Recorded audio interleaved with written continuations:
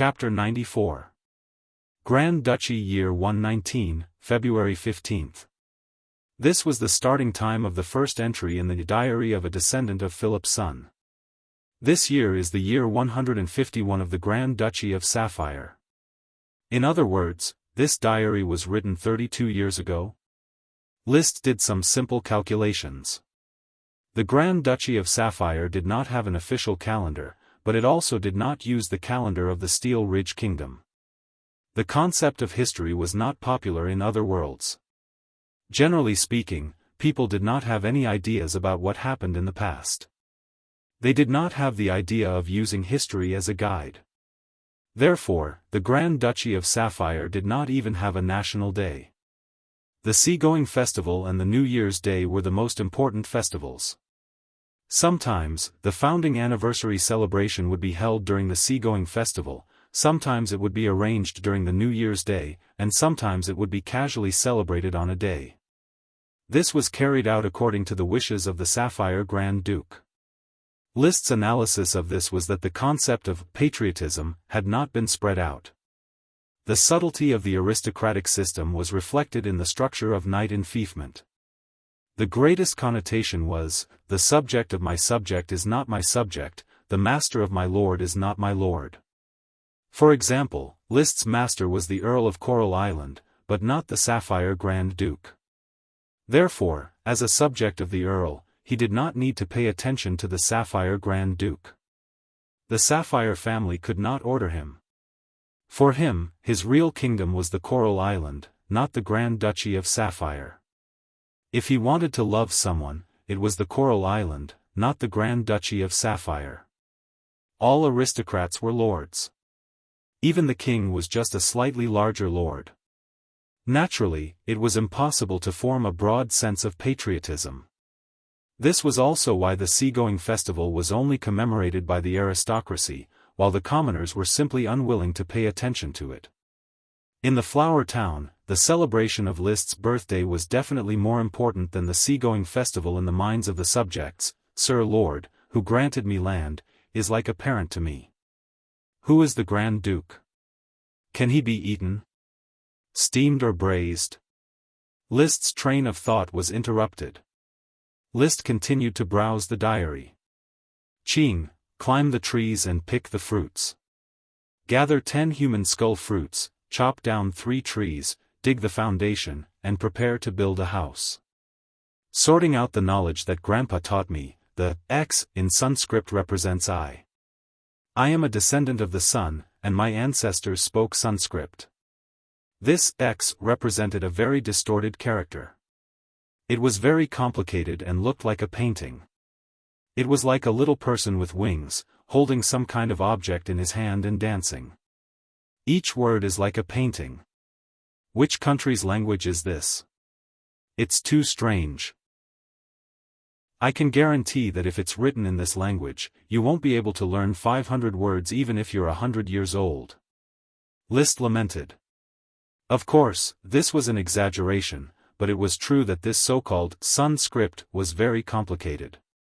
Following that, many pages of the diary were unimportant records of life, picking fruits, chopping wood, building houses, exchanging items with so-and-so, and seeing wild beasts. But at the end of every diary entry, there would be a Sanskrit.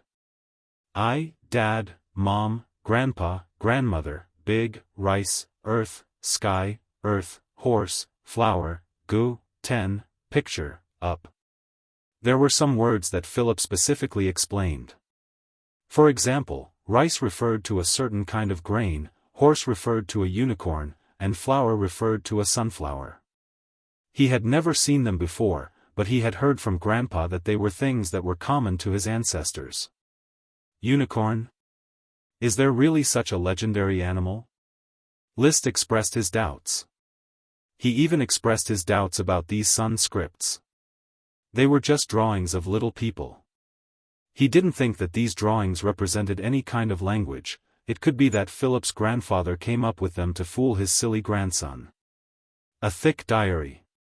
Almost all of it was about Philip's boring daily life on the Dodo Island, as well as the teaching of Sanskrit.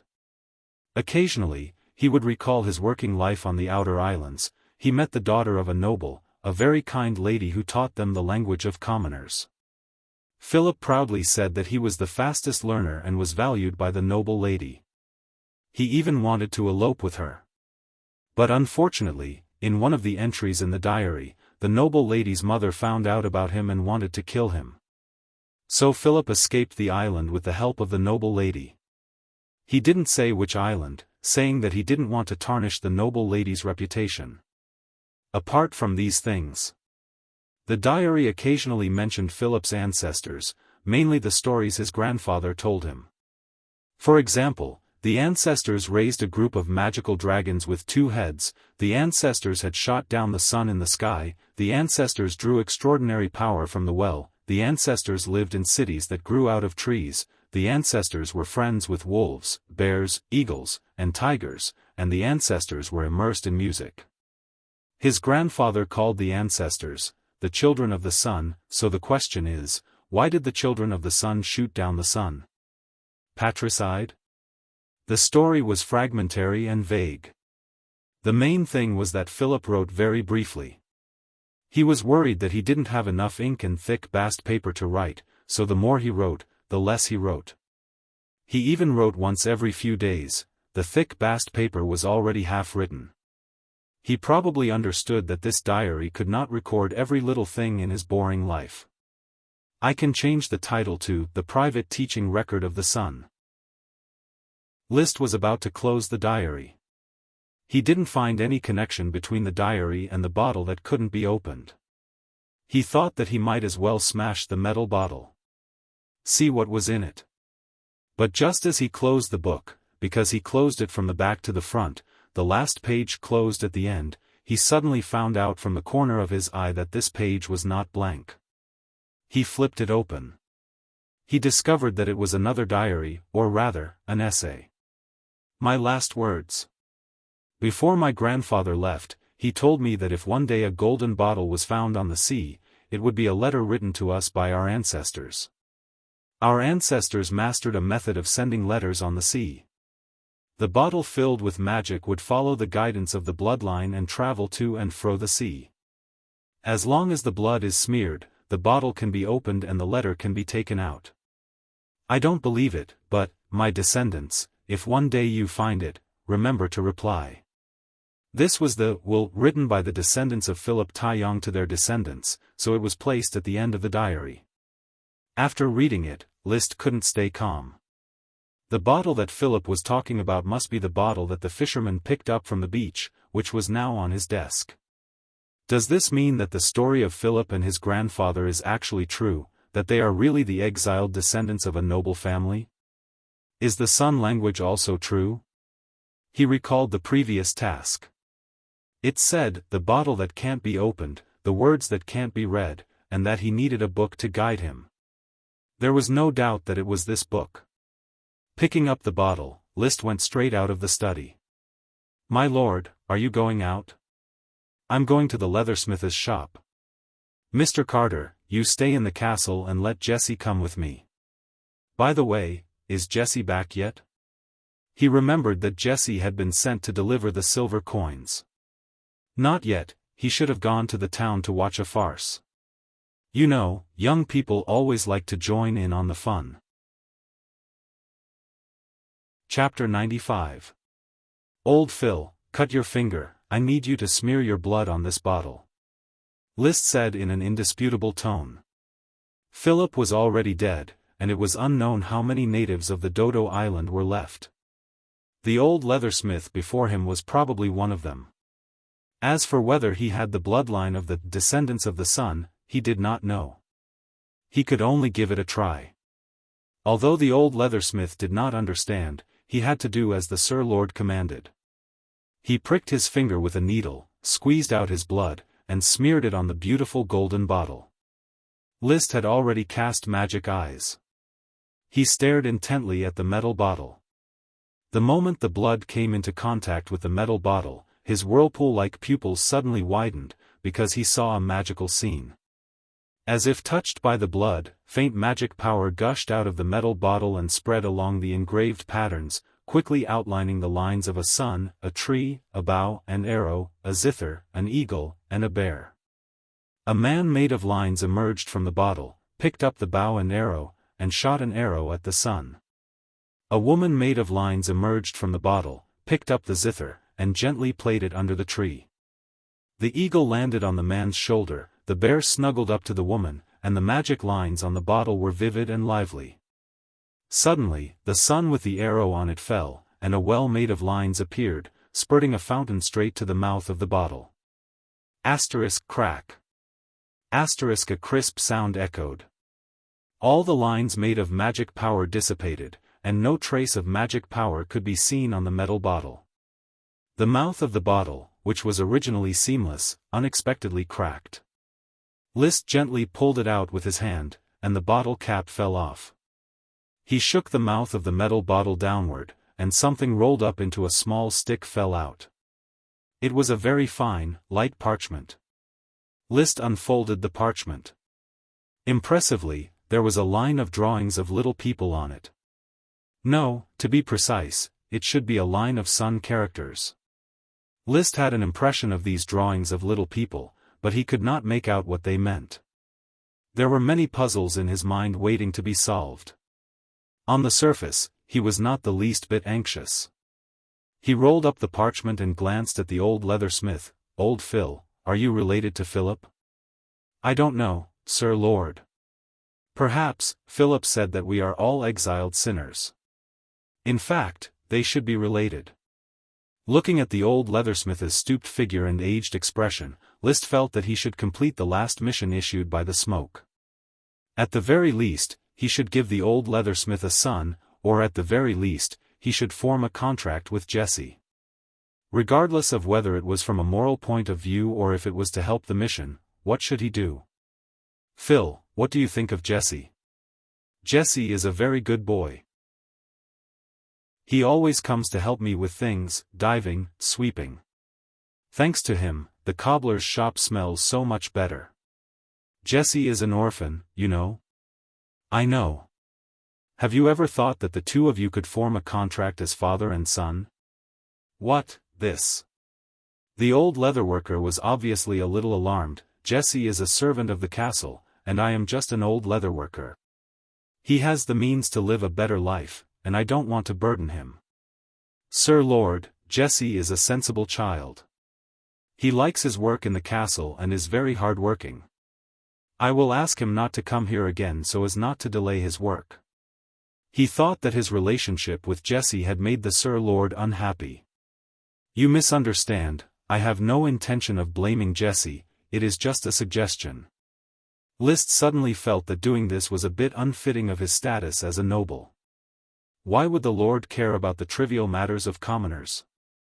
He got up and was about to leave the cobbler's shop, saying, "You decide this matter yourselves, I will hand it over to Mr. Carter to preside over." Success or failure, it was just a suggestion. After returning to the castle, he casually spoke to Carter, then directly put aside these chores and began to devote himself to translating the notes from the floating bottle. Comparing the diary of a descendant of Philip's son, he found the corresponding meanings of the little figures one by one. Soon, he had finished translating the note. "The tower has collapsed, the tree city is burning, XX has perished, the child of the sun will rise with the flames, the children of the outside world, you are free." Among them, XX was a group of sun characters, but there was no corresponding explanation in the diary, and the style of the drawing was rather abstract.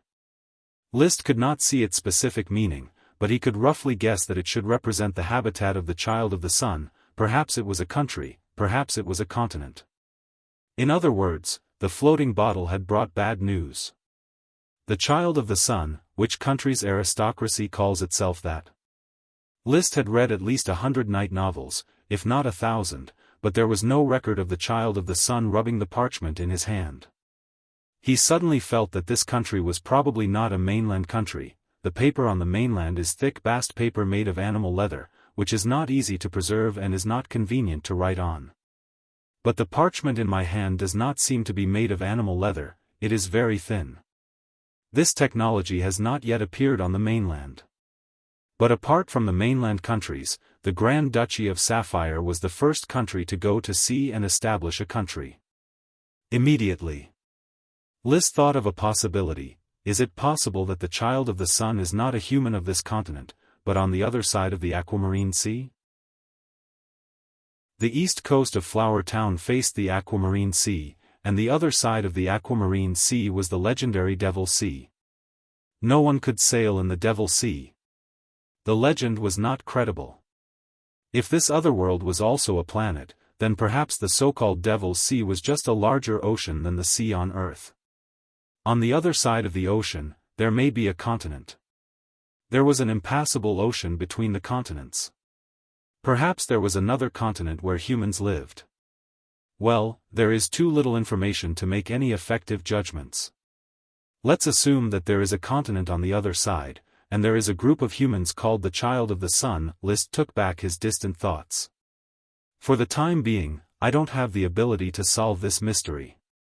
He put the metal floating bottle into the gem space, but he did not cap the bottle, in case it could not be opened. The thin parchment was also put into the gem space, as well as the Diary of a Descendant of the Son of Philip. Now, it's time to shift our focus to the Thorn's Worm. At the age of 8, the Thorn Sprite Worm was unwilling to die of old age alone and wanted to fight with all its might. List could feel that this Thorn Sprite Worm was indeed somewhat different from other Sprite Worms. He arrived at the Worm House, which was under the care of Carter, and saw the Thorn Sprite sleeping soundly in a box. Sprite Worms could sleep 24 hours a day. The faintly discernible spiritual connection allowed List to understand his Sprite Worms at all times. Little guy, I can feel the lethargy in your body, and I can also feel your desire for evolution. Although I know that there is little hope for you to evolve, I am still willing to help you and do my best. Not for the Thorn Potion and the completion of the Smoke Mission. List muttered to himself as he gently stroked the gray body of the Thorn Worm. The Thorn Sprite Worm seemed to have sensed the arrival of List. It opened its sesame-sized eyes and turned to look at List. Among the 7 Sprite Worms, it was the ugliest one. It was darker in color than the other Sprite Worms, and its body was more slender and its skin was harder. Sprite Worms bred by woody plants such as shrubs and trees would always appear rougher than Sprite Worms bred by herbaceous plants. Its black eyes were indiscernible. However, List could feel that the Thorn Sprite Worm was close and docile to him. Chapter 96. The Thorn Sprite Worm stalk grew on the dairy farm, close to the edge of the Thorns Ridge, in a small thorns forest.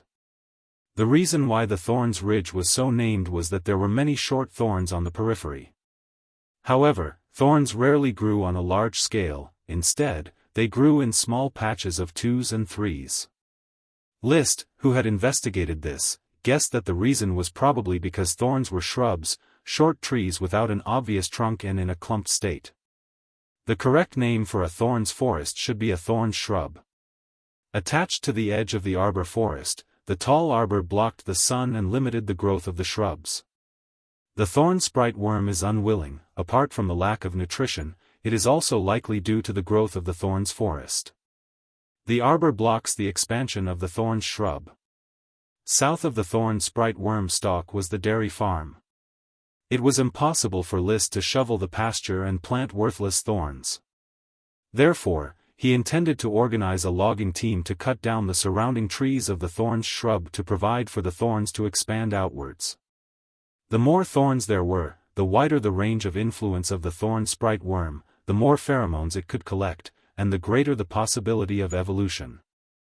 In fact, he understood that it was almost impossible for the Thorn Sprite Worm to evolve. There were too few varieties of thorns, and the collection of pheromones was difficult. The probability was too low. Although I do not know the essential reason for the evolution of the Sprite Worm, the more plant varieties the worm stalk belongs to, the greater the possibility of the Sprite Worm evolving. Affecting the growth of the plant will also increase the probability of the Sprite Worm evolving. This was something that could be followed from experience. The tulip family had collected a large number of tulip varieties for several generations. It was precisely by relying on these tulip varieties that the greater sprite Xianxia, as well as 3 lesser sprites and 8 sprite worms were cultivated. Of course, it was not that the thorn sprite worm had no chance to evolve. It was still necessary to have a dream, just in case it came true.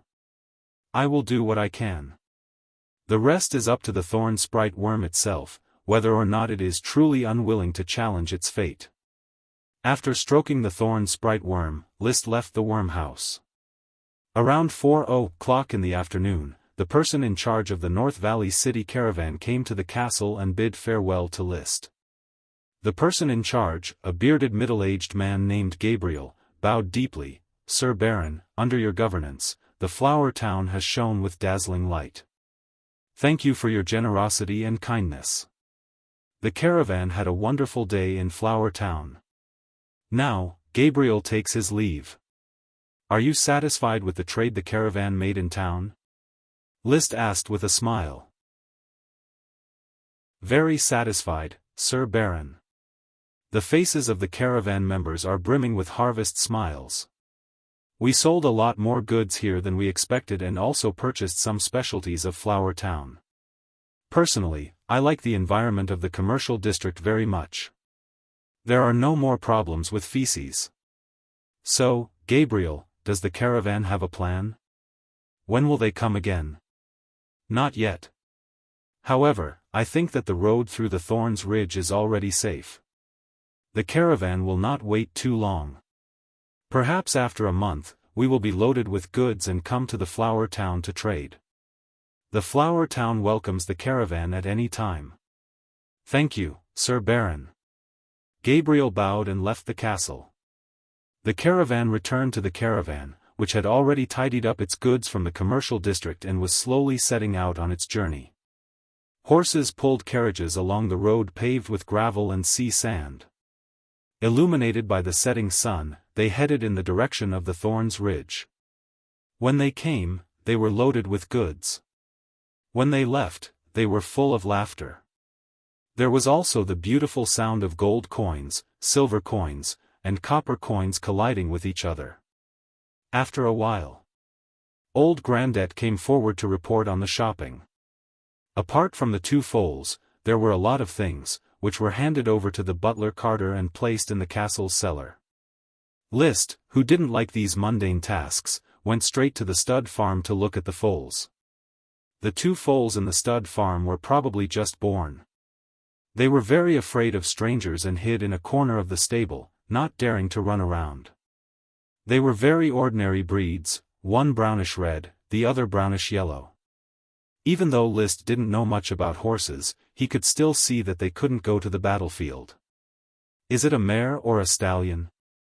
"A mare and a stallion, sir." Jim, who was feeding foals, replied. "Take care of them, don't let other horses bully them." "Yes, sir." Soon after, List circled around a separate fence. There were a few pregnant mares eating wheat bran and peas, and no changes could be seen. When Fiery Dragon saw him arrive, it affectionately leaned over and stuck its head out of the fence. List reached out and patted it. He was looking forward to whether the foal it gave birth to would be as spirited as Black Dragon. It might even be mixed with World of Warcraft's bloodline. Maybe its foal would be even more spirited than Black Dragon. The banquet. It was time to celebrate the caravan's successful transaction in the Flower Town, as well as the time to report on the work. "Sir Baron, the transaction amounted to a total of 7 gold coins, 63 silver coins, and 12 copper coins. In accordance with the low tax rate preferential plan you formulated, the fixed booth tax and the 20% first-rate mobile tax amounted to a total of 18 silver coins and 15 copper coins." Isaiah gave a detailed report on the taxes. Caravan transactions definitely had to be taxed. Normally, lords would tax foreign caravans at a rate of 1 in 10, which was a tenth of the transaction's value. Some harsh lords might adopt the standard of 1% of the transaction value, which was 5% of the transaction value. In the Flower Town, in order to attract caravans, List greatly reduced the tax rate. He set two standards. One was the fixed booth tax. After paying the booth tax, it was a fixed amount of 1 silver coin. No matter how much the transaction value was, there would be no additional tax. The other was the 20% mobile tax. In other words, instead of paying the booth tax, a tax of 1% of the total transaction value would be collected. This gave merchants a choice. If they felt that their transaction value was more than 20 silver coins, it would be worthwhile to pay the fixed tax. If it was less than 20 silver coins, it would be worthwhile to pay the mobile tax. With the current situation in the flower town, there was not much business tax. List did not intend to make a fortune in this regard. The business tax does not need to be remitted to the castle's account. It should be used to build the commercial district. Stalls, parking spaces, livestock stalls, hotels and toilets should also be repaired in time. In addition, the wells and sewers should be planned together. Although there is plenty of time, I hope to complete them as soon as possible. Please rest assured, sir. Gort nodded in agreement. Carl, tell me about today's public security. Yes, sir. It was not Carl's first time attending a banquet, but he was still cautious. The patrols performed very well. We arrested a total of 13 merchants who urinated and defecated everywhere and punished them with whippings. There was also one thief, whom Gabriel ransomed. Among the thief's residents, 2 thieves and 3 forced buyers and sellers were caught.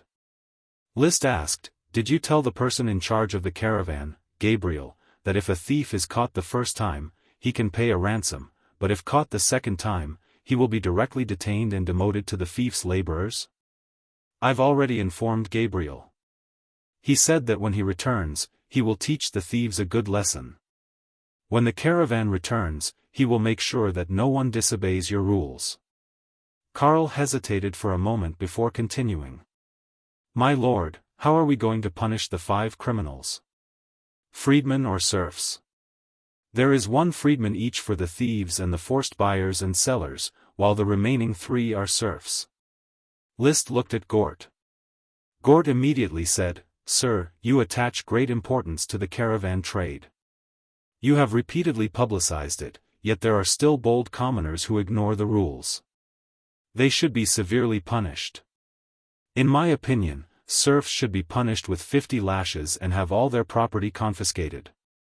Freedmen who commit theft should be punished with 10 lashes and 10 times the fine. Those who are unable to pay should be demoted to serfs." As you wish. List agreed. Chapter 97. Before dawn the next day, serfs were busy fishing out manure from the manure cellars of the settlements. The manure was carried by the serfs in the direction of the dairy farms. The disbanded logging team also regrouped. Escorted by the night squad, they arrived at the bushes where the thorns worm stalk was located. Marcus, with a falcon feather arrow on his back, scouted the bushes to make sure that there was no World of Warcraft lurking in the surroundings, then turned to Gort and nodded. "Sir, the surroundings are safe." "That's good." Gort turned around and yelled at the serfs, "Get your spirits up and start working. After taking Sir Lord's copper coins, whoever dares to slack off will definitely be whipped to death by me. Remember, do not touch the thorns. Cut down all the other trees. Do not leave a single one behind." The serfs complied one after another. Then they started cutting down trees. They did not know why they came here to cut down trees, but the town official had ordered them to do so. Moreover, they could get paid 2 copper coins a day. After a short while, the manure team arrived. Gort hurriedly directed the serfs to fertilize the thorns. The treasurer, Isaiah, followed them. He calculated the remuneration of each serf. After counting the number of workers, he recorded the data on thick bast paper. He stretched and chatted with Gort. "What do you think Sir Baron is thinking? Why does he take care of the thorns worm?" "I don't know either, but Milord always has a motive for doing this." "Gort, You are getting more and more involved in the flower town. Why not? The development here is full of vitality. I will probably spend the rest of my life here. Therefore, it is a good thing to develop it, isn't it? I am not used to living in the barren countryside, but there are still many interesting things to look for in the rich countryside. Of course, no one likes poverty. For Sir and for ourselves, Isaiah, we have to work hard. Gort glanced at his old friend. Recently, the other party was also a bit tempted to follow List. I think, yes. The town's officials, Gort, Blair, Carl, and Marcus, all became List's followers. As the only official who had yet to follow him, Isaiah naturally felt the pressure. Gort didn't say much. The final decision still depended on Isaiah. Isaiah, let's go check the thorn shrubs to see if there are any special thorns. Sir has said that the thorn sprout worms have been a little restless recently. Perhaps there has been a change in the thorns bushes. Then what am I waiting for?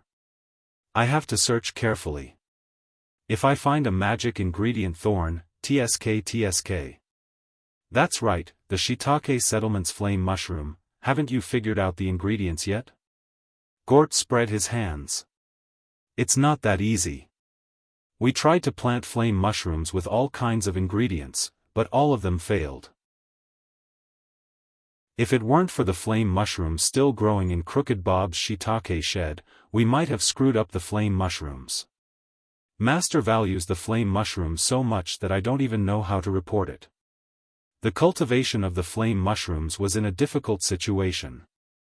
Gort had already mobilized all the shiitake farmers to distribute the flame mushroom seeds for them to cultivate.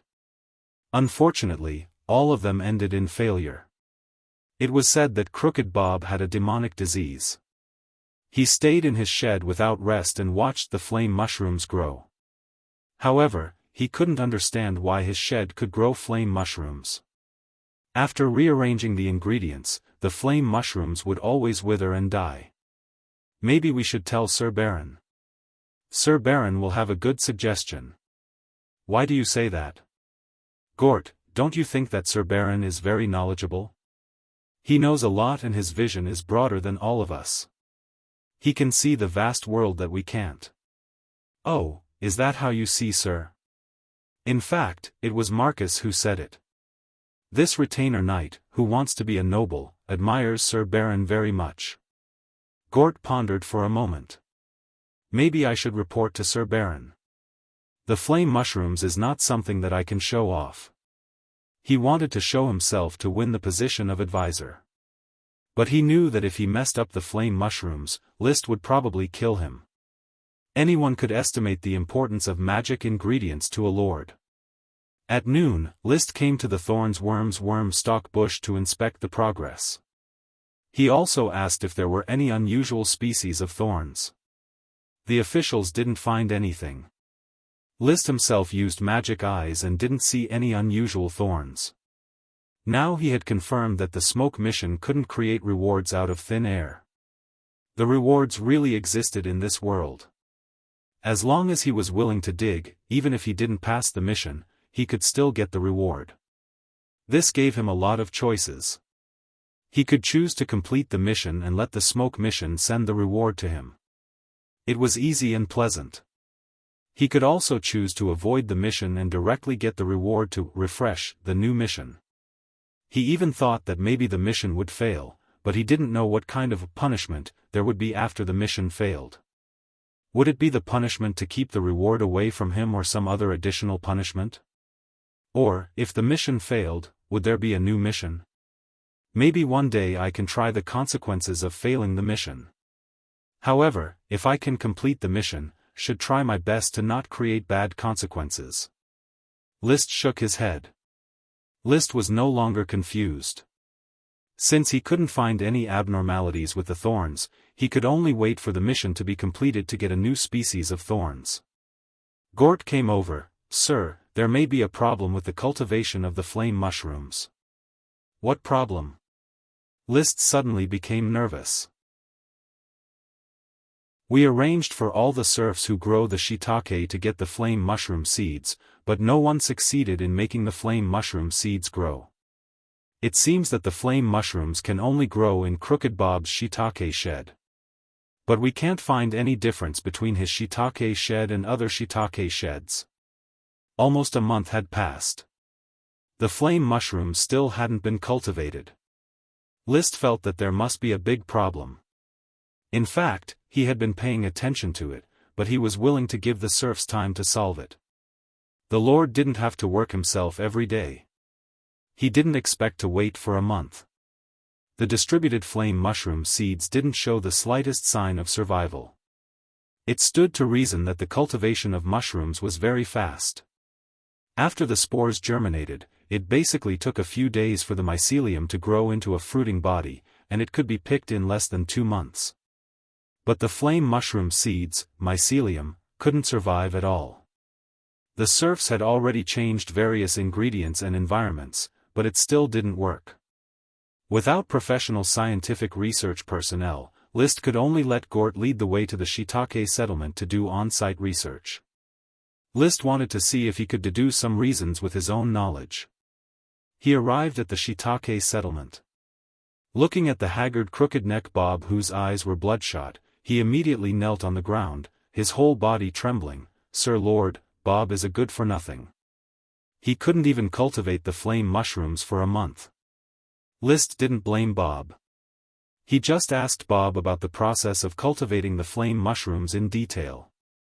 After listening, he swept his gaze over the flame mushrooms and released magic eyes, trying to find the root of the problem. He looked at the sporadic flame mushrooms growing on the shiitake ingredients, and then looked at the flame mushroom seeds among the new ingredients. He found something that was a little puzzling. For a normal flame mushroom, magic power was a condensation process. Including the flame mushroom seeds it produced, it was also constantly condensing magic power. But after inoculation, the flame mushroom seeds and the new ingredients could not condense magic power, and would slowly lose magic power. Chapter 98. List could see the loss of magic power, but he was not a wizard and could not investigate the nature of the loss. But as a scientifically minded transmigrator, he had his own unique views. What is the biggest difference between the shiitake ingredients and the new ingredients? According to Crooked Bob, most mushrooms have similar growth conditions. At most, there are some differences in temperature, humidity, and nutrition. But the flame mushroom can grow in the shiitake ingredients, which shows that it is not so resistant to the shiitake ingredients. After exploring the new ingredients for a long time and trying all kinds of ratios, the flame mushroom seed still cannot survive. This should not be a problem with the ingredients. If it is not a problem with the ingredients, then what is the problem? After a moment, he made an inference. The biggest difference between the shiitake ingredients and the new ingredients was that the shiitake ingredients grew on the shiitake ingredients. The shiitake settlement had been growing shiitake for many years and had not been invaded by other mushrooms, yet it produced the flame mushroom. This showed that the flame mushroom was likely a variant of shiitake. This kind of mutation might not be the formation of an independent new species, but a kind of companion species in the growth of shiitake mushrooms. Mushrooms were fungi. Fungi were always strange, and the mycelium of shiitake and flame mushroom might be entangled with each other and promote each other. Therefore, he said, "Teacher Gort, inform the participating serfs to cultivate the flame mushroom seeds and shiitake seeds together and see if it is possible." Cultivate together? Gort didn't quite understand, but he still did as he was told. When Crooked Bob heard List's words, he became spirited. "Sir Lord, Bob will try to cultivate together. We must cultivate the flame mushrooms for Sir Lord. Remember not to touch this shiitake shed, and don't destroy the environment in which the flame mushrooms grow." List then gave a heavy warning. It didn't matter if the cultivation of the flame mushrooms was slow, he hadn't reached the realm where he needed to rely on medicine to improve his chi. But if he killed all the flame mushrooms, he would go crazy. In the blink of an eye, 5 days passed. List went to the thorns worm stalk shrubs every day to check on the progress of the fertilization and logging work. The logging team was experienced, especially after the blacksmith shop forged a batch of sharp axes, which increased the efficiency of cutting trees. A large circle of trees around the shrubs were all chopped down. Basically, all the trees in the area that the brambles worm stalk could affect were all cut down. Fiery Dragon quietly ate the weeds. It was pregnant, but it was not obvious. It was normal to ride it. According to Marcus, it would be fine to continue riding it for the next few months. Inside the box, the thorns worm was lying on the jade powder, squirming comfortably. In the past few days, List could clearly feel that the thorn worm was in high spirits and was always in a state of excitement. This was very abnormal. Under normal circumstances, sprite worms had very little emotional fluctuations. After all, no matter how magical a sprite worm was, it was still an insect in essence. An insect could not be expected to show its emotions on its face. Could it be that this little guy really wants to evolve? As soon as this thought appeared, he quickly extinguished it, because the possibility of success was too small. The greater the hope, the greater the disappointment. It was better not to have unrealistic fantasies. At this moment, Blair, who was in charge of supervision, walked over. "My lord. Did you find anything?" Blair was a little hesitant, but he still said, "I don't know if I'm making a mountain out of a molehill, but there are many thorny sprouts around the shrubs. They're like grass growing out of the soil. They're already half a finger long." List raised his eyebrows. List followed Blair to check the thorn seedlings. Indeed, in the clearing where the trees were cut down, thorn seedlings emerged from the pile of fallen leaves. They were very young, but very spirited. Thorns were not like the species on Earth. They were simply small thorny shrubs that could grow up to the height of a person. They were not poisonous, did not flower, and did not bear fruit. Their reproduction relied on the continuous expansion of their roots and the growth of new seedlings. Strictly speaking, thorns belonged to the category of weeds, while the thorns worm was a wild sprite. In the untrodden wild jungle, there would always be a small number of naturally bred sprites. However, the wild vegetation was very messy and the land was barren. The probability of sprite worms being bred was very low. It was far less than the species cultivated by humans for a long time, which bred sprite worms. Moreover, it was also difficult to guarantee the species of the sprite worm in the wild. It might be a weed, or it might be a poisonous fruit tree, which had relatively low value. The thorns worm was contracted by humans, and its greatest use was to build hedges. In particular, some greater aristocrats would plant hedges on the periphery of their manors to isolate the aristocrats from the commoners. In Flower Town, the thorns worm was not very useful. The castle outside had been transformed into a horse farm, and there was no need for hedges to isolate it. In any case, it was still a sprite worm, and List still had to cultivate it. "There are so many thorn seedlings here, did they all grow in the past 2 days?" He gently pulled out a seedling. It was very tender, but there was no trace of magic power flowing on it. "I didn't pay much attention at the beginning." Blair shook his head. "Not only did I not notice, but the serfs also did not notice. It seemed that they grew overnight." List carefully examined it. It was indeed not the magic ingredient thorns he had imagined, but just an ordinary thorn seedling. He decided to summon the smoke mission first to see the situation. When the smoke twisted into serpentines, he suddenly realized, mission completed. Reward, fast-growing thorns. This meant that the thorns worm stalk's nutrition mission had been completed. Unfortunately, the reward was not the magic ingredient thorns, but a kind of fast-growing thorns. Fast-growing thorns, what use do I have for this thing? List sighed inwardly. Not every smoke mission would bring him a generous reward. He no longer felt conflicted and turned to look at the newly issued mission. Mission: without the destruction of the fruit-stealing monkeys, the fragrant coconut trees can finally bear mature fragrant coconuts.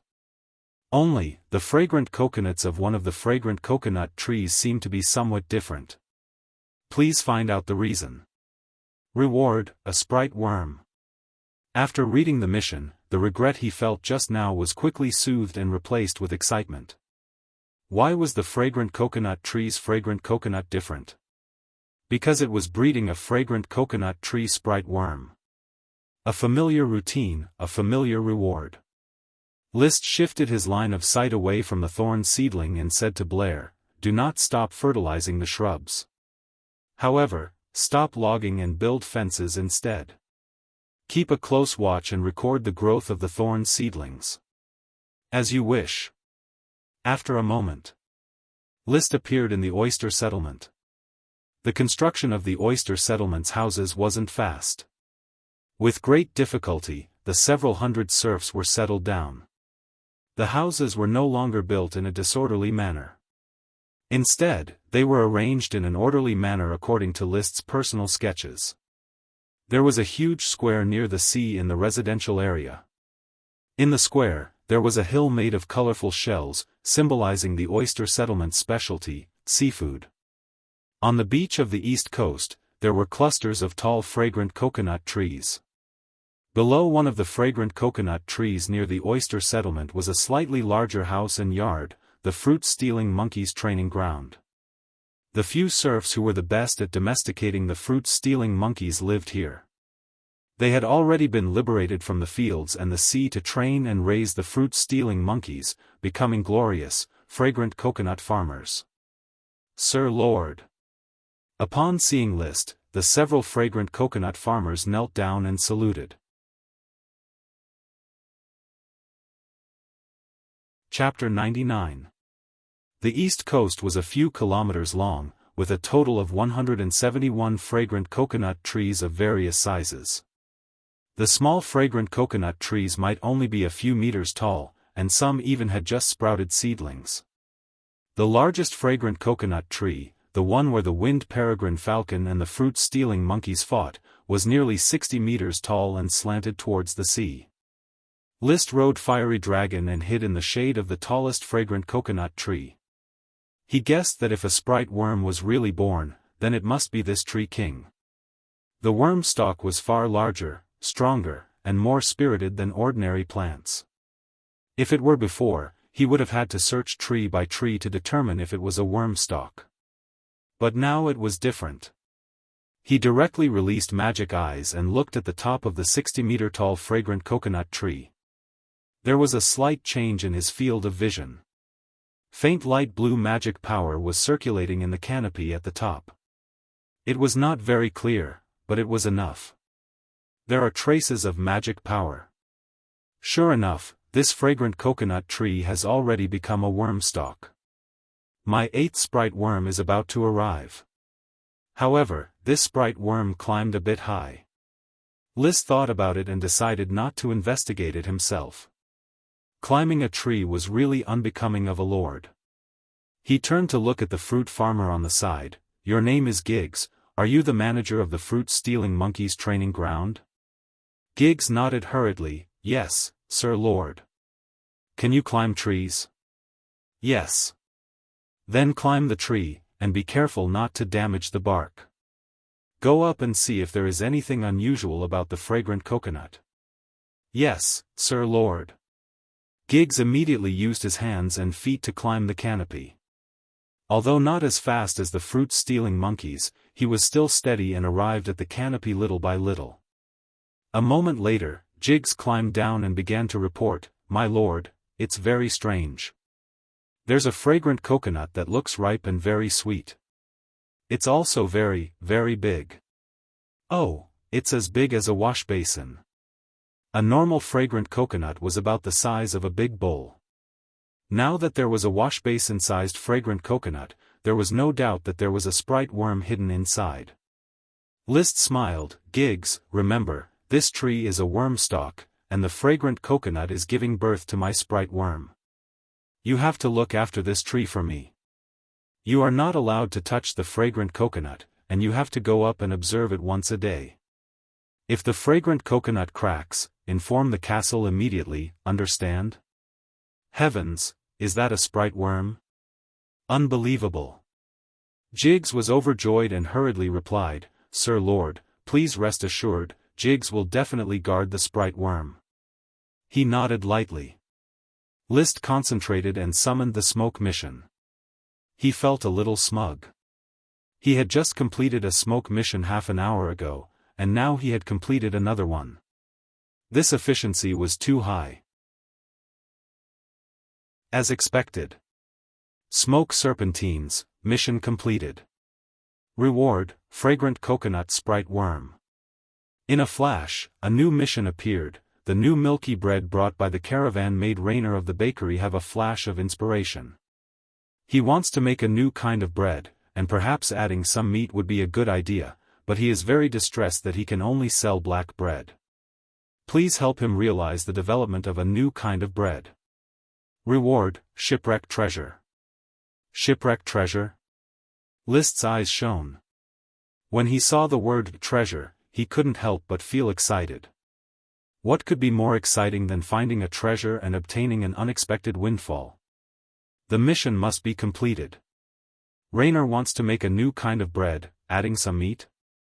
Is he going to invent meat floss bread?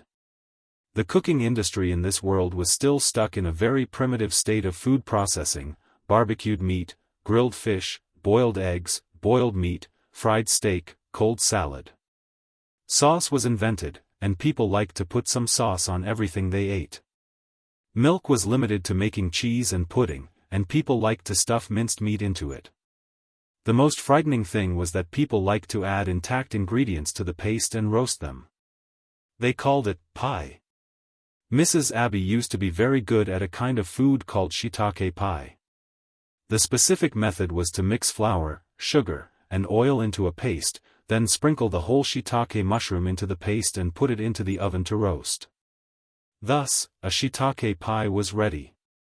List really couldn't get used to eating this pie. He always felt that it was an insult to his taste buds. Even his IQ.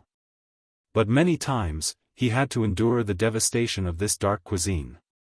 He deeply regretted not going to the new Oriental to learn how to cook. 800 stainless steel beds, 200 people, bread was the staple food of another world. From the king to the serfs, everyone ate bread. It was just that the aristocrats ate white bread, while the poor ate black bread. The aristocrats certainly had their own requirements for food. Unfortunately, the talent of the chefs was limited. After so many years, white bread was still white bread, and black bread was still black bread. How do you make meat floss bread? List recalled the meat floss bread he had eaten. It seems that you sprinkle some meat floss on top of the bread? But how do you make meat floss? He couldn't figure it out. He quickly put away his thoughts, gave a few instructions to the fruit farmers, mounted his horse, and left the oyster settlement. The retainer knight had already gone to inform Gort. List didn't need to worry about the protection of the fragrant coconut tree's cordyceps. He was ready to set off for the town's bakery to inspect the lives of the commoners. The bakery was located in the most conspicuous location in the town. It was a rare two-story wooden building. Bread was sold on the first floor, while the baker's family lived on the second floor. The bakery mainly offered two kinds of services. One was to sell all kinds of black bread, and the other was to bake bread. Not all serfs could afford to buy black bread. Most of them used the bakery's oven to bake the black bread with their own bran and other materials. Raynal was a freedman, as well as the town's wealthiest freedman. Reportedly, his family property was worth as much as 5 gold coins. He was fully deserving of being the flour town's richest man. However, there were also people who said that the old drunkard was the richest man. He had sold his blacksmith shop to the lord for 3 gold coins. Despite his good wine, but his blacksmithing skills still brought the old drunkard a lot of wealth. At this time, Raynal was guarding the oven, waiting for a new batch of bread to come out of the oven. However, he was a bit distracted. He was one of the few people in the town who could regularly taste white bread. A few days ago, the caravan had brought milk bread. He had bought a bit and tasted a different and wonderful taste. It also made him understand that bread could be made to taste better. Can I make better bread? In the past, he wouldn't have even thought about it. Because even if he could make it, no one in the town could afford it. But now it was different. The road to the Thorns Ridge had been opened. The castle's caravan would go out to trade practically every 3 days. He could go with the caravan and sell his bread outside. It would be fine as long as he could go to the North Valley city, where many aristocrats lived. Moreover, I can also sell it to Sir Lord. Raynal recalled the day the caravan arrived. When he met Mrs. Abbey, he chatted with her and learned that she could only make the simplest white bread. Sir Lord should be tired of the monotonous white bread. Most of the caravan's milk bread has been bought by the castle. At this moment.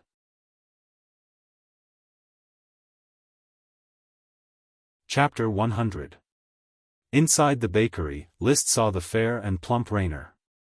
He didn't show much concern for his subjects, nor did he show a kind and amiable demeanor. He went straight to the point. Raynor, how long have you been making bread? I started making bread when I arrived at the flower farm, Sir Lord. I have been making bread for 18 years. Said Raynor respectfully, my mother used to be a kitchen maid in Tulip Castle. She taught me how to make bread. When Sir Count opened the flower farm in Flower Town, I followed him. The history of Coral Island's development could no longer be verified. It was said that before the Grand Duke came overseas to establish a nation, Coral Island was already inhabited by humans. Later, Sapphire Grand Duke declared Coral Island to be owned by the kingdom and sent officials to govern it. It was already 20 years ago when Lee William Tulip was conferred the title of Earl of Coral Island due to his military exploits. At that time, Levis was just 2 years old and Elvira and List had not yet been born. In those years, the Count bought serfs wantonly to enrich Coral Island and reclaim the wasteland. 18 years ago, a new tulip was discovered in Flower Town, for which the Count reclaimed the flower farm. At its peak, Tulip reached 200 mu, and the small castle was built at that time. The following year, 17 years ago, as more and more serfs gathered on the flower farm, Flower Town was built. Raynor went from being a baker who made bread for the flower farm to being a baker in a small town and settled down there. Life in the small town was hard, but Raynor quite enjoyed it. In a flash, 18 years passed. He had become the richest commoner in Flower Town. List then asked, have you been making black bread? I occasionally make some white bread, especially on New Year's Day. Also, when commoners get married, they will order a little white bread from me. How is your white bread craftsmanship? I don't know, Sir Lord. But Mrs. Abbey of the castle has tasted my white bread, and she says it tastes very good. Next to him, Raynor's wife suddenly interjected, Sir Lord, Mrs. Abbey also said that she wants to study milk bread with Raynor. She said that Sir Lord likes it very much. Sir Lord didn't ask you anything. Who allowed you to speak? Raynor glared at his wife before hurriedly apologizing, I'm sorry, Sir Lord. Rebecca is a foolish woman. She has offended your dignity, Sir Lord. List didn't mind. He was not a prickly nobleman who could not take the slightest offense. Besides, he did not feel that Rebecca's interjection was an offense. On the contrary, he was very happy that Abbey was cooperating with Raynor to make milk bread. He was supportive of food research, so he said with a smile, Raynor, the castle needs bread with a better texture. Since you have communicated with Mrs. Abbey, then very well, create more bread with different tastes. Don't be afraid of not being able to sell it. As long as it tastes good, the castle will purchase it in large quantities. Raynor was overjoyed. This was exactly what he wanted. He accepted the order on the spot and said, Sir Lord, please rest assured, Raynor and Mrs. Abbey will definitely study milk bread and more new types of bread with a wonderful taste. I look forward to it. List got up and added, I like to add a little meat to bread, but the roasted meat is too dry and hard to match with bread. Perhaps, you can try to make the meat very soft, like mixing it with bread. Perhaps it will taste good. Rainer will remember. It was estimated that Rainer and Abby would have to study for at least 10 days to half a month before they could make meat floss bread or some other new type of bread. At least, before List attended Levis's birthday party, he would not be able to complete this task. Soon, it would be August 16th. There were only 3 days left before Levis's birthday. After his birthday, Levis would be 23 years old. At his age, the Count and Melissa had already given birth to him. However, Levis had not found a suitable marriage partner and remained single. Lord Knightladen sent Levis's birthday invitation from Tulip Castle. After receiving the invitation, the butler Carter began to get busy preparing the gift. Master, are we really only going to use seafood as a birthday gift? He asked with some uncertainty. List had told him to just send some seafood as a gift. However, seafood was the cheapest food in the flour town, even cheaper than rye bread. It was everywhere on the East Coast. Not only fishermen, but even serfs would pick up some shells to eat. List read the book without raising his head. Mr. Carter, apart from seafood, what other specialties of the flour town are worth bringing out?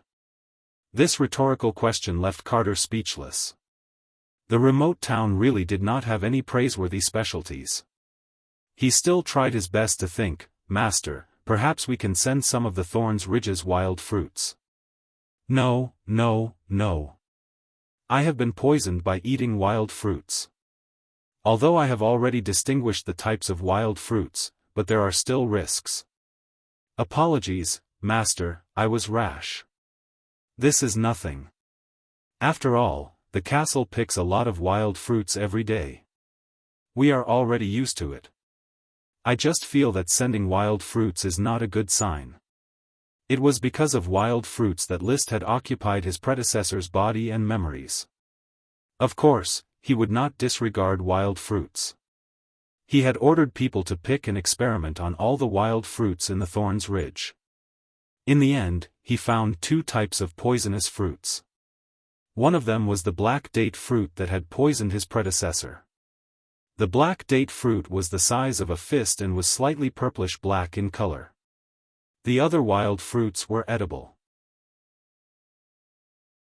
However, there was no guarantee that there were no poisonous wild fruits in the depths of the Thorns Ridge. The wild fruits were picked by the bold serfs from the fruit trees at the edge of the Thorns Ridge. There were also some fruit trees in the small town, but not many, and only a few fruits could be born. List had already ordered people to collect the seeds of all kinds of wild fruits, preparing to plant them in batches at the beginning of next spring. Unfortunately, there was no guarantee that they would germinate. Without sprite worms, the growth of wild fruit trees was bound to be a difficult process. It was not that the serfs had not thought of planting them, but that they could not survive. For the time being, the castle's wild fruits could only be picked from the Thorns Ridge. Rejected as a birthday gift, Carter did not know what gift he should send that was more suitable than seafood. Unexpectedly, List remembered that ordinary wild fruits from the Thorns Ridge were not suitable to send, but there were still many fragrant coconuts on the East Coast. Calculating the time, a batch of fragrant coconuts should have matured. Mr. Carter, contact the fruit farmers and have them pick a bag of fragrant coconuts. Match the fragrant coconuts with seafood as a gift. Yes, Master. August 19th. Early in the morning, List put on his leather armor and the red blood sword. When the sun had just risen, he set off with his retainer Knight, welcoming the warm wind. Chapter 101. Walking on the main road of the Thorns Ridge. List was still very satisfied. When he first came here, this road made him panic, and he was constantly worried that World of Warcraft would suddenly appear. Now that he had a wide field of vision, he wasn't the slightest bit worried about World of Warcraft's invasion. The original dirt road had also taken on a brand new look, turning into a gravel road, although it was still bumpy. Marcus was riding the already pregnant yellow-gray horse, half a body's length behind List's black dragon. He was fully armed and fearless of the weather, which had already begun to heat up. He was not only a tutor who taught List knight lessons, but also a knight who was ordered by the count to protect List. In some countries, such a knight was called chief knight, but the Grand Duchy did not implement this system. Behind List and Marcus was Karl Hammerstein, the town's defense officer. He didn't need to come, but he still volunteered to protect List. Perhaps he just wanted to take this opportunity to go to Coral City to see the scenery, as well as to show his loyalty. Next to Karl were Philip Wool and Xavier Oxdung. These two young retainer knight were quite talented and were the first in the squad to cultivate qi. Behind them was Rome Winesong, who had also successfully cultivated qi the day before yesterday. As one of the first 4 retainers to serve as List's retainers, Rome worked hard and finally made progress. List immediately appointed him as the patrol captain to assist Karl in managing the patrol. Unfortunately, the other 2 of the 4 retainers, Grey Sickle and Auden Shu Shop, still hadn't cultivated their qi. Marcus had given up on teaching them. Their talent was too poor, and they had missed their teenage years, so there was no hope. List had them serve as official assistants, one to assist the legal officer, Blair, and the other to assist the financial officer, Isaiah. To his own people, List was still sentimental and gave them a good status. At the end of the team were 4 young knights. They were second only to Philip and Xavier in the knight squad. They were also transferred to List's side as retainer knight. As for the other members of the knight squad, they were still diligently training in the small town. There was also his valet, Thomas. The entire team consisted of 11 people and 11 horses. The hooves of the horses galloped, stirring up waves of sand and dust. As there were many pregnant mares in the team, they did not move too fast. However, they still arrived at the tulip castle surrounded by a sea of tulip flowers at around 10:30 a.m. "Oh, my dear brother, you're finally here. I've been waiting for you here for a long time." Levis was wearing a festive costume with a noble smile on his face. He opened his arms wide and welcomed List. It was a very warm welcoming etiquette. List dismounted from the horse and also opened his arms wide to hug Levis. "Dear brother, happy birthday. Thank you for your blessing." List waved to Thomas and the retainer knight behind him. "Bring the gifts I prepared." The gifts were presented and handed to Silva, the deputy steward behind Levis. "What is it?" "It's a very big bag. It seems you spent a lot." Levis let the valet open it. According to the custom here, gifts had to be opened in person. The gifts in the bag were beautifully wrapped. First, there were coconuts the size of large bowls, wrapped in strips of cloth. They looked very classy, and the faint fragrance of coconut milk hit their nostrils. "This is the fragrant coconut. The coconut milk inside is very fragrant and sweet. Open it and have a sip. Then, you will know how sweet and delicious it is." List said exaggeratedly. In fact, it was only slightly better than the ordinary coconut milk on earth. However, the fruit that could be drunk directly was unique. Sure enough, Levis became curious. "Coconut milk? Is this fruit filled with milk?" "Yes. It's amazing. I can't wait to taste it." Levis turned to look at the other side of the bag. It was all wrapped in small bags. "What are these?" "It's seafood." "Seafood?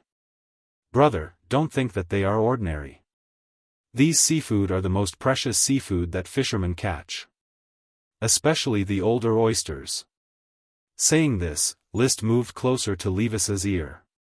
"It can let you not sleep at night and let you do what you want to do." Levis's eyes lit up. "Really? This is too precious. Thank you, List, my dear brother. This is the best birthday gift I received." He was not married yet, but who said that unmarried nobles could not have a bunch of mistresses? After receiving the gifts, the two brothers walked into the castle side by side. The hall of the castle was already crowded with nobles, big and small. Apart from the two viscounts who sent their sons, the other baron and lord, knight were present in person. After all, Levis was the heir of Coral Island, the future Earl of Coral Island, and the next lord they would follow. It's very lively. Liszt had to put on a standard aristocratic smile and greet the aristocrats who came to the birthday party. He did not like this kind of masked communication. However, as a member of the aristocracy, such occasions were indispensable if he wanted to maintain the dignity of an aristocrat. After a round of greetings, he was going to pay a visit to the Count. But after asking Levis, he learned that the Count had already left Coral Island. The Grand Duke's messenger brought an order. All the direct feudal lords will go to Blue Dragon Island to discuss this year's development order. In fact, I am already training orders of chivalry, ready to follow my father to the continent at any time. The development order was the most popular order of the Grand Duchy of Sapphire. The order was very simple. It was to respond to the call of the King of Iron and Steel Ridge to go to the continent and plunder wealth, especially mines. Gold, silver, copper, iron, aluminum, and all kinds of gems were the targets of contention. The Iron and Steel Ridge Kingdom and the Eagle Kingdom were enemies, and both countries had slaughtered each other's dragons. Therefore, a large-scale war broke out almost every year to plunder each other's mines. The Grand Duchy of Sapphire was a vassal state of the Iron and Steel Ridge Kingdom. It was not strong, but it was very threatening to harass by sea. In the past, the Count had penetrated deep into the hinterland of the Eagle Kingdom, seized an iron mine in one fell swoop, and plundered at least 200,000 tons of iron ore. It was said that at that time, the ships pulling iron ore were densely packed, like ants moving house. Such a heavy loss, the king of the Eagle Kingdom was furious and sent a dragon knight to intercept the fleet, but was blocked by the dragon knight of the Iron and Steel Ridge Kingdom. It was also in that battle that Marquis Merlin Longtaro, the captain of the palace fleet, saw the potential of Lee William and married his daughter Melissa to him. Liszt had heard this story since he was a child. Every time at a banquet, the nobles would recall the past, and they would always mention this story to flatter the Count. Unfortunately, since that battle, the Eagle Kingdom had paid more attention to the protection of the coastline, and there was no chance to achieve such a brilliant record. Every year, a batch of knights' blood was sacrificed, but only a small amount of metal and gem mines could be exchanged. "Brother, are you also going to the battlefield?" Liszt was a little surprised. "Yes, I am already 23 years old. Although I am not married yet, I am old enough. If I don't go to the battlefield, it will be a stain on my record." Liszt shook his head and pretended to be regretful. "I don't have a qualified knight team, and I don't even have the opportunity to go to the battlefield. I really want to fight side by side with my brother and win the glory of the knight." In fact, he did not want to go to the battlefield. Chapter 103. Liszt, do you see that? I planted 10 acres of black tulip. Sweet Fragrance, the great elf, flew in the sea of tulip flowers. Behind her was a patch of tulip that had not yet bloomed. The rows of tulip, under the glaring sun, were a little scratchy. At noon, not only would people be listless, but so would plants. Only the elves were still so carefree and energetic. Wow! Wow! The two little elves followed behind Sweet Fragrance, their mouths shouting some meaningless sounds. Elves were not social creatures, but elves of the same species could play together and share the different species of plants they had mastered with each other. These two tulip elves were Sweet Fragrance's attendants. Tulip Castle had always hoped that these two little elves could break through the shackles and evolve into new great elves. Planted at the end of June, they've already budded in less than 2 months. Liszt strolled between the fields, looking at the budding black tulip with excitement. In about a month, these tulip would turn into gold coins and flow into his pocket. Sweet Fragrance raised her beautiful head and said proudly, "Of course, these are the tulip I planted, and every seed has germinated under my care." That expression was clearly saying, "Come and praise me." List smiled and praised, "Sweet Fragrance is amazing. Hee, I am amazing." Sweet Fragrance did 2 somersaults in the air. Wow! Wow! The 2 little elves imitated Sweet Fragrance's movements and also somersaulted in the air. List, these black tulip are growing very well, their magic content is also abundant, and there are no obvious attributes. Compared to the 2 potions Tulip Castle has mastered, they are better, and mages have already come to place orders. Levis' tutor, Frank, accompanied List. It will become the new pillar of Tulip Castle and make the family stronger. Brother will rely on it to continue father's footsteps and become a Sky Knight. I wholeheartedly agree with your words. Levis is extremely talented. There is no doubt that he will become a Sky Knight. At this time, Xianxia Bela had already been playing around for a while. She flew in front of List and said with a smile, "I will help Levis break through. When the time comes, I will take him flying, just like how I took you guys flying when you were young." When List and the others were young, Xianxia Bela loved to grab them and fly into the sky. She watched as the little children screamed in fear. However, once they got used to the high altitude and stopped crying, Xianxia Bela was no longer interested in bringing them along. An elf with a wicked sense of humor. List thought of these scenes and felt very warm. Xianxia loved to play around, but it had no intention of harming them. Because of the contract, it was very close to the Tulip family's bloodline. It will be memorable. It will be best if you can scare Levis to tears again. Xianxia Bela said regretfully, "I can't scare Levis to tears now. When he becomes a Sky Knight, it will be even more difficult to scare him to tears. At that time, he will already be able to conquer the sky." The reason why a Sky Knight was called a Sky Knight was because they had already mastered high-level battle energy. When battle energy was released, they could fly in the air for a short period of time. Although they could not fly freely like birds, the short leap was enough to ensure that they could quickly attack anyone or anything within a few hundred meters of them. After visiting the Black Tulip Field, Levis had already sent most of the nobles away. Those who stayed were on good terms with him. List was also preparing to leave. He did not intend to spend the night in Tulip Castle, so he directly called Levis to the study to discuss some matters. "List, can't we talk about it at night? There are still many people in the living room that I need to entertain." "Brother, I don't intend to stay here for the night. After discussing things with you, I will go back." "So urgent? There are many things in town waiting for me to deal with." "Alright, what do you want to talk to me about?" "Teacher Frank has already brought you to see the Black Tulip Plantation. The slave trading fleet will have to wait at least more than a month before they can return." "I'm not talking about this. I have something else to talk to you about." List wanted to talk about seafood, but it did not feel very impactful to say it directly. He had to first lay the groundwork and whet Levis's appetite before discussing seafood as a shareholder. After thinking for a while, he said, "I have mastered a new magic potion." "What?" Levis was shocked. "You have a new tulip magic potion?" "Not tulip, it's a mushroom, a flame mushroom, a magic potion mushroom." List was very satisfied with Levis's expression. "Do you need a cooperation, my dear brother?" "Cooperation?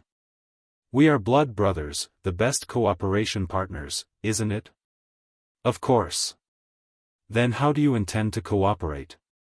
Are you still following the Black Tulip model? Are you going to cooperate with me personally? I don't like to give benefits to Madame Marie and Lytton. Therefore, I will still cooperate with you, brother. However, this time, I am only going to sell the finished flame mushrooms to you. You will be the seller of the flame mushrooms and will not be involved in the cultivation of the flame mushrooms." List stated the cooperation plan that he had thought of. He wanted to make the flame mushrooms a specialty of the flower town and did not intend to directly sell the cultivation technique. "This is not appropriate. How many flame mushrooms can be grown in the flower town? Sell me the cultivation technique, I will produce them, and a share of the sales would be great. I am in urgent need of gold coins to buy serfs. Otherwise, a share of the sales would also be acceptable. If you can directly give me 5,000 gold coins, then I can even directly sell you the cultivation technique of the flame mushrooms without any subsequent share. You only need to help me sell the flame mushrooms I produce in the future. 5,000 gold coins? Leave aside, I can't even take out 1,000 gold coins. Forget it, let's directly sell the finished product. Without haggling too much, the cooperation was thus reached. Soon after, List said, "Brother, have you found a saltpeter mine?" "No, I have searched all the cities, yet no one has found similar ores." "You really are a lucky guy. Why do you always run into good things? Maybe good things come to good people." Hee. "By the way, brother, I still have a business that I want to cooperate with you." Levis's eyes shone. What business? His younger brother, who had suddenly become mature, had already brought him too many surprises. Just the black tulip and the flame mushrooms alone were equivalent to increasing his chances of promoting to a sky knight by 20%. This made him full of confidence in being a medicine pot. Seafood business. I have already prepared to station caravans in all the cities of the Coral Island to sell seafood. However, seafood fishing is not a technical job. There will always be people who will jump out and compete with me for the hard-earned money. Therefore, I intend to give you 20% of the shares in exchange for you to help me get a permit to sell seafood on the Coral Island. He wanted to monopolize the seafood business and legalize it, directly cutting off the possibility of other people's business. The seafood market is not small. I heard that you can now earn several gold coins a day. Levis said carelessly. I don't know where brother heard that, but I can't even earn a single gold coin a day. Maybe later, when I start selling it in all the cities, I can earn 2 gold coins a day? List first complained about being poor, then threatened, if you don't help me, I will ask father to help me get one. I just want to earn a bit of hard-earned money to buy white bread to eat, that's all, brother. Perhaps the Count really did not like List. However, if List really begged, the Count should not refuse. After all, this business was opened up by List.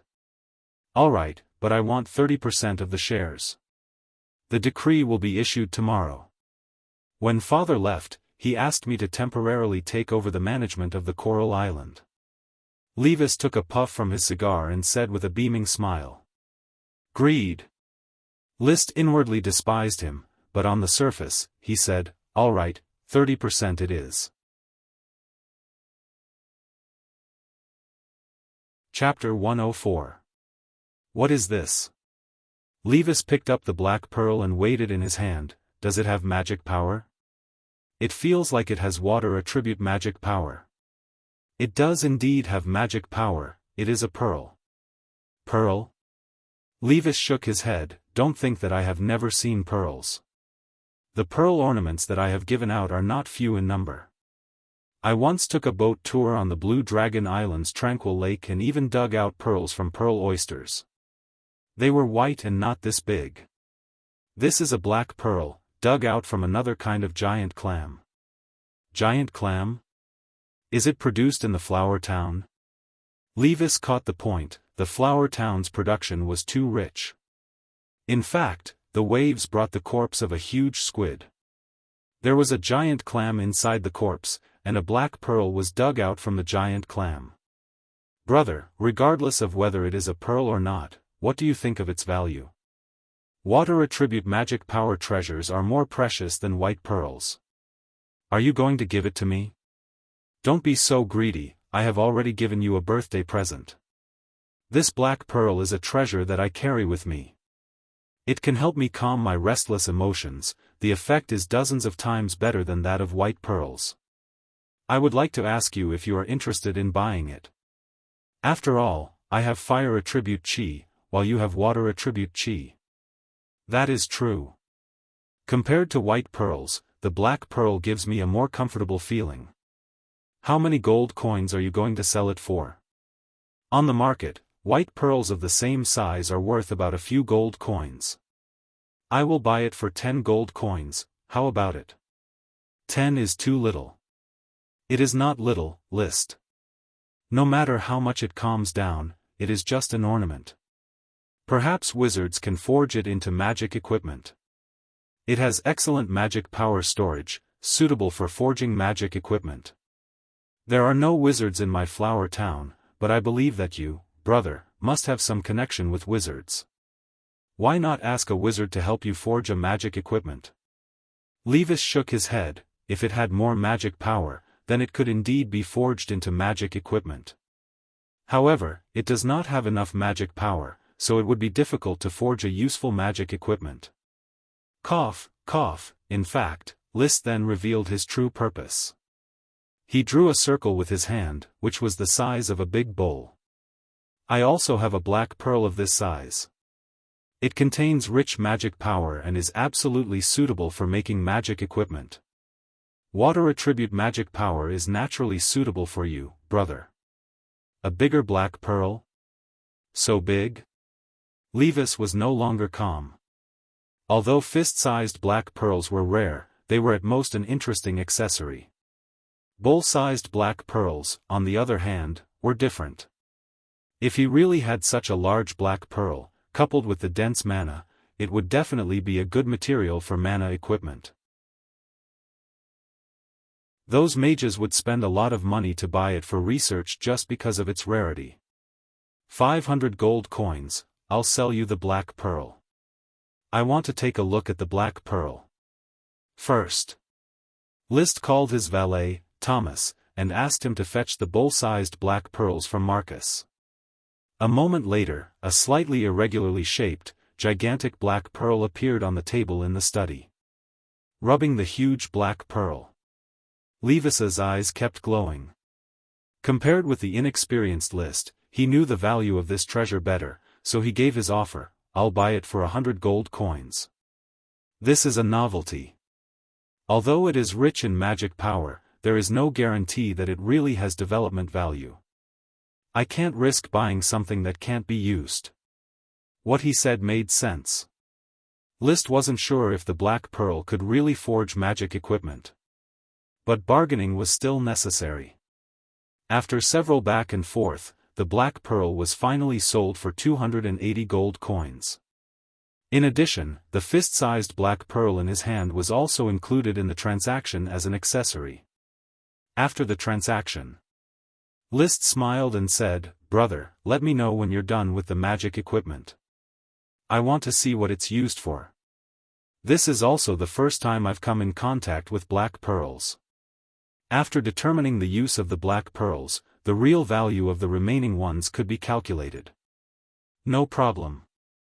Just as he was about to leave the study, List suddenly remembered something and asked, "By the way, brother, has Tulip Castle bought any new books recently?" "No, since when did you like reading so much?" "I'd rather drink until dawn than stay in the study and read those dazzling words. There is a lot of interesting knowledge hidden in the books." "Knowledge?" Levis laughed. "List, do you want to change careers and become a mage?" "That's not a good idea. I often deal with those mages. They are all eccentric lunatics who talk about knowledge and exploration. The glory of a knight is always won on horseback." List walked quickly out of the study. There was a house of gold and books, and there was a beauty in books. As a cultured man, he didn't want to lower himself to the same level as the other party. The cooperation had been confirmed. List said goodbye to Levis and left Tulip Castle. However, he did not go back directly. Instead, he walked along the path to an independent castle next to Coral City. It was Madame Penelope's residence. Since he had come to Coral City, he had to see his grandmother. The castle was covered with creepers. It added a lot of ancient aura to the castle, as well as a bit of inexplicable gloom. There was a platform on the second floor of the castle, which was covered with flowers and plants. Madame Penelope's life, apart from aristocratic socializing, was mostly spent on these flowers and plants. While watering the flowers, she chatted, "You came out of the castle so soon. Didn't Levis ask you to stay for dinner to continue the celebration?" I refused. There are still many things in Flower Town that I cannot do without. A qualified lord always keeps himself busy. As long as people are busy, they will feel fulfilled and effectively prevent their life from degenerating. Your father has been busy all day at your grandfather's side since he was a child. That is why he could become a count before the age of 30. Madame Penelope turned around and continued watering the flowers. Unfortunately, ever since he married 2 troublesome daughters-in-law, he hasn't been able to go any further. I really hope that your brother can sober up a bit, but that little guy is also a fool. The youngest daughter of Marquis Roderick is a troublesome person. Marquis Roderick, one of the Grand Duchy's 7 marquises, served in the Blue Blood Orders of Chivalry, and was the vice-commander. No wonder Levis was still unmarried. It turned out that he had taken a fancy to the Marquis daughter.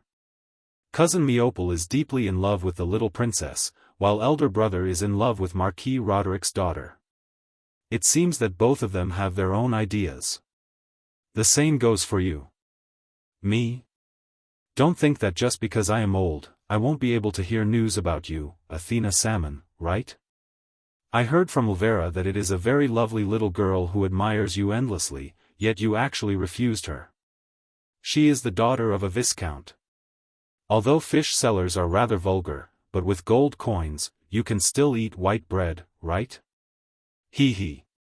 Liszt didn't want to say anything more.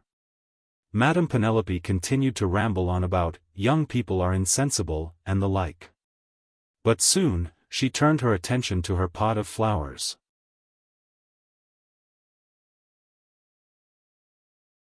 Chapter 105. Black nightshade was said to be a close relative of eggplant, a plant that bore small black berries, the fruit of which was very tasty. When he was young, there were a lot of wild black nightshades growing in the fields, which Liszt liked to eat very much. He didn't know if the black nightshade in Madame Penelope's flowerpot was a species he was familiar with. But when he heard that the plant was sick, he immediately stepped forward out of habit, unleashed magic eyes, and took a look at the dying black nightshade. When he glanced at it, he seemed to see a faint flow of magic power, but it was just a flash before quickly disappearing. He was pleasantly surprised. Magic power meant that this black nightshade was unusual. It isn't going to breed another sprite worm, right? Although Liszt was excited, he didn't show it on the surface. He just continued to size up the black nightshade.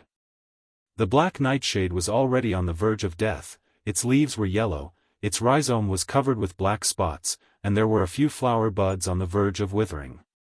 But when he scanned it with magic eyes, he quickly found that the flow of magic power was very weak, appearing and disappearing from time to time. Without careful observation, he simply couldn't detect any traces of magic power. He was clear, it is unlikely to be a magic ingredient. It is most likely that the black nightshade is going to breed a sprite worm. Poor black nightshade, I don't know what kind of disease it has contracted. It has already been a week, but it still hasn't come back to life.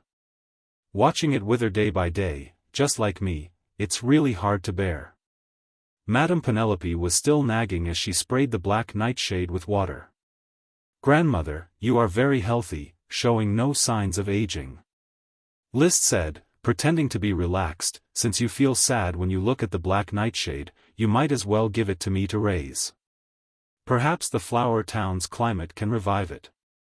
If not, then I will give you a new pot of black nightshade. I am very happy that you think so. Liszt, take good care of it. Of course. With ease, a pot of black nightshade, which was suspected to be breeding a sprite worm, was handed over to Liszt. In a hurry to take care of the black nightshade, Liszt quickly took his leave, rendezvoused with his retainer knight, and hurried back to the Flower Town. When he arrived at the Flower Town, it was already sunset in the afternoon. The red glow of the sunset rippled on the horizon. The morning glow did not leave the house, but the sunset glow traveled 1,000 miles. Tomorrow would be another bright and sunny day. List didn't take a break and directly ordered Gort, Teacher Gort, mobilize all the serfs to look for black nightshade. Dig them up and send them to the stud farm. Remember, it's best to dig up the roots along with the soil, don't damage the black nightshade's roots. Taking advantage of the fact that it wasn't dark yet, he quickly found a few wild black nightshades near the stud farm. Then, he moved the sick black nightshade out of the pot and planted it next to the wild black nightshade. He also ordered people to fetch some compost and watered it near the roots of the black nightshade. One by one, the wild black nightshade was dug up and planted around the diseased black nightshade, forming a small black nightshade field. "Milord, all of the nightshades that could be found before nightfall are here. Now that the sun has set, the serfs won't be able to find the black nightshade. I'll have the serfs continue to search for it tomorrow." "Sure." Candles and lanterns shone. Gort looked at the black nightshade field and asked curiously, "What's the use of these black nightshades?" Many people knew that black nightshade's berries were edible, but the fruit was too small and the output was too low, so it didn't have much value. Therefore, no one planted them. Most of them grew wild in the fields. Generally, only children liked to rummage through the black nightshade berries. It may be useful, but I can't be sure for the time being. But in any case, transplant all of the black nightshades that can be found here tomorrow. As you wish. Back in the castle. Waiting for dinner. List leaned on a chair in the living room, opened a fragrant coconut, drank the coconut milk, and relaxed his body. Although the Earth Knight had a strong physique, he still felt a little tired after riding a horse all day. However, he was in a good mood and was a little excited. The worries about the seafood market were solved. Later on, just by selling seafood on the Coral Island, he could live a luxurious aristocratic life. The sales channel for the flame mushrooms had been arranged, and now, he just had to wait for the serfs to solve the planting technique. The black tulips were still a month away from the harvest season.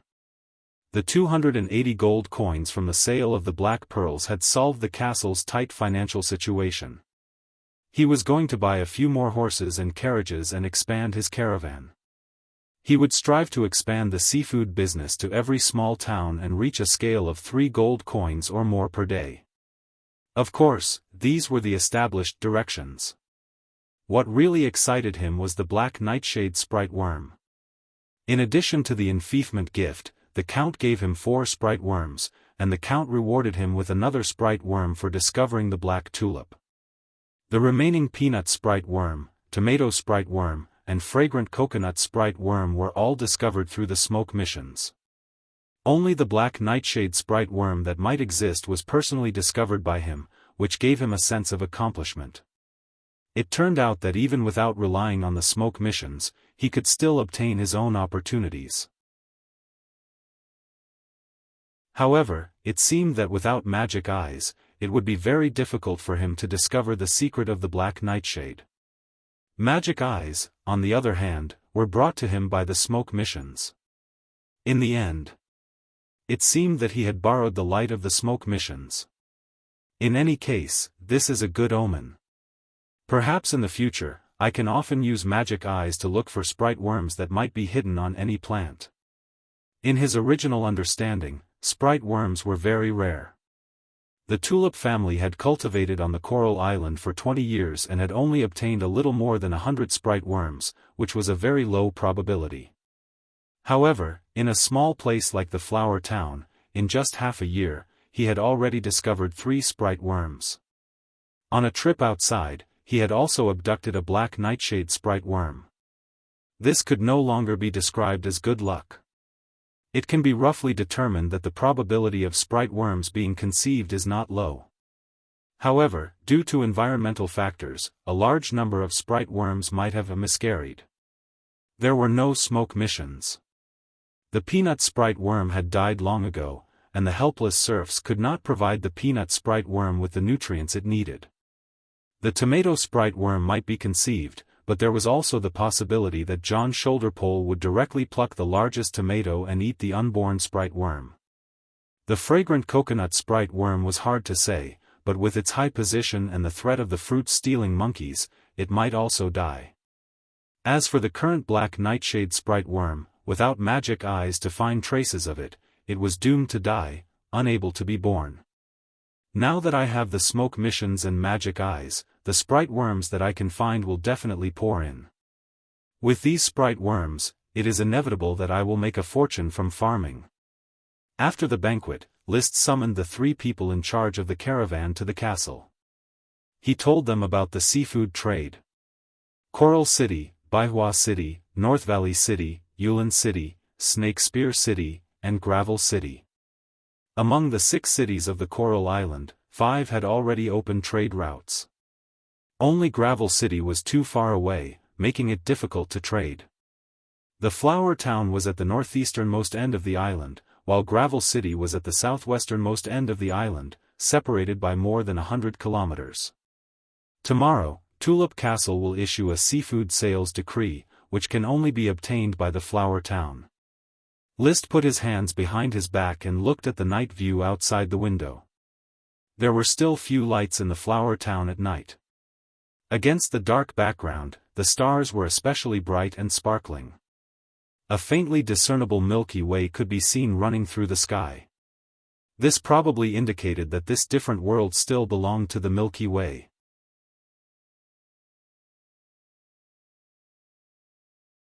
Chapter 106. The east coast was only a few kilometers in length. Although there was a lot of seafood, but due to overfishing, it wouldn't take long before the seafood was completely harvested. List was not willing to do something like draining the pond to catch the fish. He was going to implement a fishing moratorium in the flower town, or at least a summer moratorium. In other words, during the breeding and growth season of the dog days, the fish resources in the sea would be well protected. Of course, the summer moratorium was only a temporary measure. After the Thorns Ridge was conquered and the wharf was built at Deepwater Bay, he would promote offshore fishing. The shellfish resources at the coast were too little, so he had to protect them. However, the fishery resources at the coast were definitely enough for the entire Coral Island. Currently, there was no wharf, no fishing boats, and no fishermen. He could only develop the coastal fishery. Isaiah, I leave the supervision of the establishment of the Coral City's fishing team to you. I hope that it will be ready as soon as possible. Old Grandet will assist you from the side in selecting the person in charge of the maintenance of the trade routes. Spread them out as soon as possible. I will provide 50 gold coins for the rental of warehouses and the purchase of carriages and horses. Yes, Sir Baron. Isaiah accepted the order. Soon, the caravan's construction plan was discussed. It was divided into 2 parts. One part was to establish the flower caravan, which would be stationed in the Coral City, with Old Grandet as the caravan captain and Harpagon as the vice captain. Old Grandet mainly operated the Coral City White Birch City trade route, the Coral City Elm City trade route, the Coral City Gravel City trade route, and the Coral City Snake Spear City trade route. Harpagon was in charge of the fishing team and the castle purchasing team. The purchasing team was to purchase whatever the castle needed and transport it back to the caravan. The other part was to establish the Thorns caravan, with Sherlock as the caravan captain. The caravan mainly operated the Flower Town North Valley City trade route. The 2 caravans focused on different things. One focused on the seafood business, providing gold coins for the flower town, while the other focused on the daily trade, providing the flower town with various daily necessities. He got up early. He exercised and cultivated chi. List was not as diligent as when he was doing the archery mission. Leisure time always made people degenerate quietly, and aristocratic extravagance was wearing away at his fighting spirit. Dosen, release the magic. When he came back from walking the dog, he watched as the servants broke the rock thorns and began to pave the road. He sighed in his heart, the life of fighting cocks and walking dogs is much more enjoyable. This Dosan Avenue was 60 meters long, and it would probably be completed by the end of the year. Eating well and training diligently, although Dosan was not yet an adult flying dust dog, his body was already stronger than his mother's. His magic casting was fast and precise, and he executed List's commands meticulously. It was already a very good combat helper and a loyal guard. Gag. Gag. On the windowsill of the castle, ear-piercing screeches accompanied by a familiar melody welcomed List's return. It was Blessed Curls singing at the top of its lungs. This winged peregrine falcon's feathers were getting darker and darker, and its length was much longer than when it was still a fledgling. For this reason, List tied a rope around its ankles. He still hadn't figured out how to train Blessed Curls. It was very likely that he would directly kill it and eat its meat, so as to avoid any trouble. After tying up Dosan, List went to the black nightshade field. The wild black nightshade planted last night was a bit rusty, and had yet to adapt well to the new soil environment. The black nightshade, which was very likely to give birth to a sprite worm, was even more sick than yesterday, and its aura was much weaker. It was on the verge of withering. He released magic eyes, carefully observed, and found that the black nightshade's bud was still faintly flickering with magic power. I hope it doesn't die, or else all this effort would have been in vain. Everything that could be done had been done, and the rest could only be left to fate. There were still many wild black nightshades in the small town, which were transplanted one by one. After a whole day, nearly all of the wild black nightshades in the small town were transplanted into the black nightshade field, covering an area of 1 mu. The serfs constantly watered, fertilized, and weeded, striving to use the most meticulous care to keep the black nightshades alive. Sir, you really should go to the thorns worm stalk shrub and take a look. The thorns there have changed overnight, and they have already grown to half a person's height. Blair gestured with his hand, indicating the craziness of the fast-growing thorns. In just a few days, the thorn seedlings had immediately turned into thorns trees. But he was also a bit puzzled. But, sir, I can't think of any use for them. They don't bear fruit, and they can't be used as wood.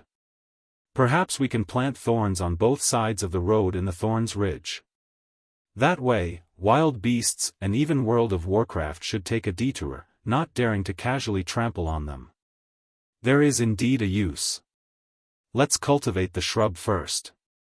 List also could not think of any good use. Soon after, he inspected the fragrant coconut worm stalk and the cultivation of the flame mushroom. The fragrant coconut worm stalk was still growing, and there was not much movement. The cultivation of the flame mushroom brought him a pleasant surprise. Your wisdom and insight are simply amazing. Sir, after your guidance, the shiitake settlement serfs planted the shiitake and the flame mushroom together, and the flame mushroom successfully grew. I can't figure it out, but the flame mushroom really needs to grow together with shiitake," said Gort excitedly, pointing at the flame mushroom, which had already begun to develop from mycelium to fruiting body. His subordinate's exclamation gave List a sense of accomplishment. He just smiled faintly. After finding the reason, the next step is to cultivate the flame mushroom on a large scale. Teacher Gort, the shiitake settlement must be expanded, as much as possible. If the ingredients for cultivating the flame mushroom are not enough, then have the caravan purchase them from outside. He said in a heavy tone, I need magic ingredients. As you wish, I will squeeze every bit of the serf's physical strength to cultivate an adequate amount of flame mushrooms. Wonderful red mushrooms, they will bring unimaginable wealth to the flower town. Squeezing is a must, but the treatment cannot be lacking. Tell all the shiitake serfs that as long as they can cultivate enough flame mushrooms, then the accompanying shiitake will have their taxes reduced by half. Heavens, that bunch of lowly serfs will go crazy with joy. You are truly the embodiment of benevolence. Of course I am a benevolent lord. However, List's tone changed. you also have to tell those serfs that if any of them are lazy or careless and damage the flame mushrooms, I will let them understand that aristocrats are not only generous and benevolent, but also hold a whip that can tear people apart. Gort nodded. Of course, it is necessary to let them understand this. People were not machines, they were all uniformly diligent. There were always some people who were gluttonous and lazy. After barely getting by, they would not want to do any more work. List did not like such commoners. His way of thinking was already that of a qualified aristocrat. Looking at the Sir Lord's departing figure, Crooked Neck Bob was very disappointed. Anelda's reward, heavens, it was actually obtained by that old bastard Nash. That old bachelor, how could he have cultivated the flame mushrooms before me? He cursed angrily. If it wasn't for List, he wouldn't have had the guts to do so. He was cursing at Nash. The reason was very simple. After the flame mushrooms were successfully cultivated, List rewarded them according to their contributions. Nash was the first to research the appropriate ingredients. Thereupon, List rewarded Nash with a gold coin. Everyone in the Shiitake settlement was envious of Nash, especially Bob, who was determined to get the reward. After cursing for a moment.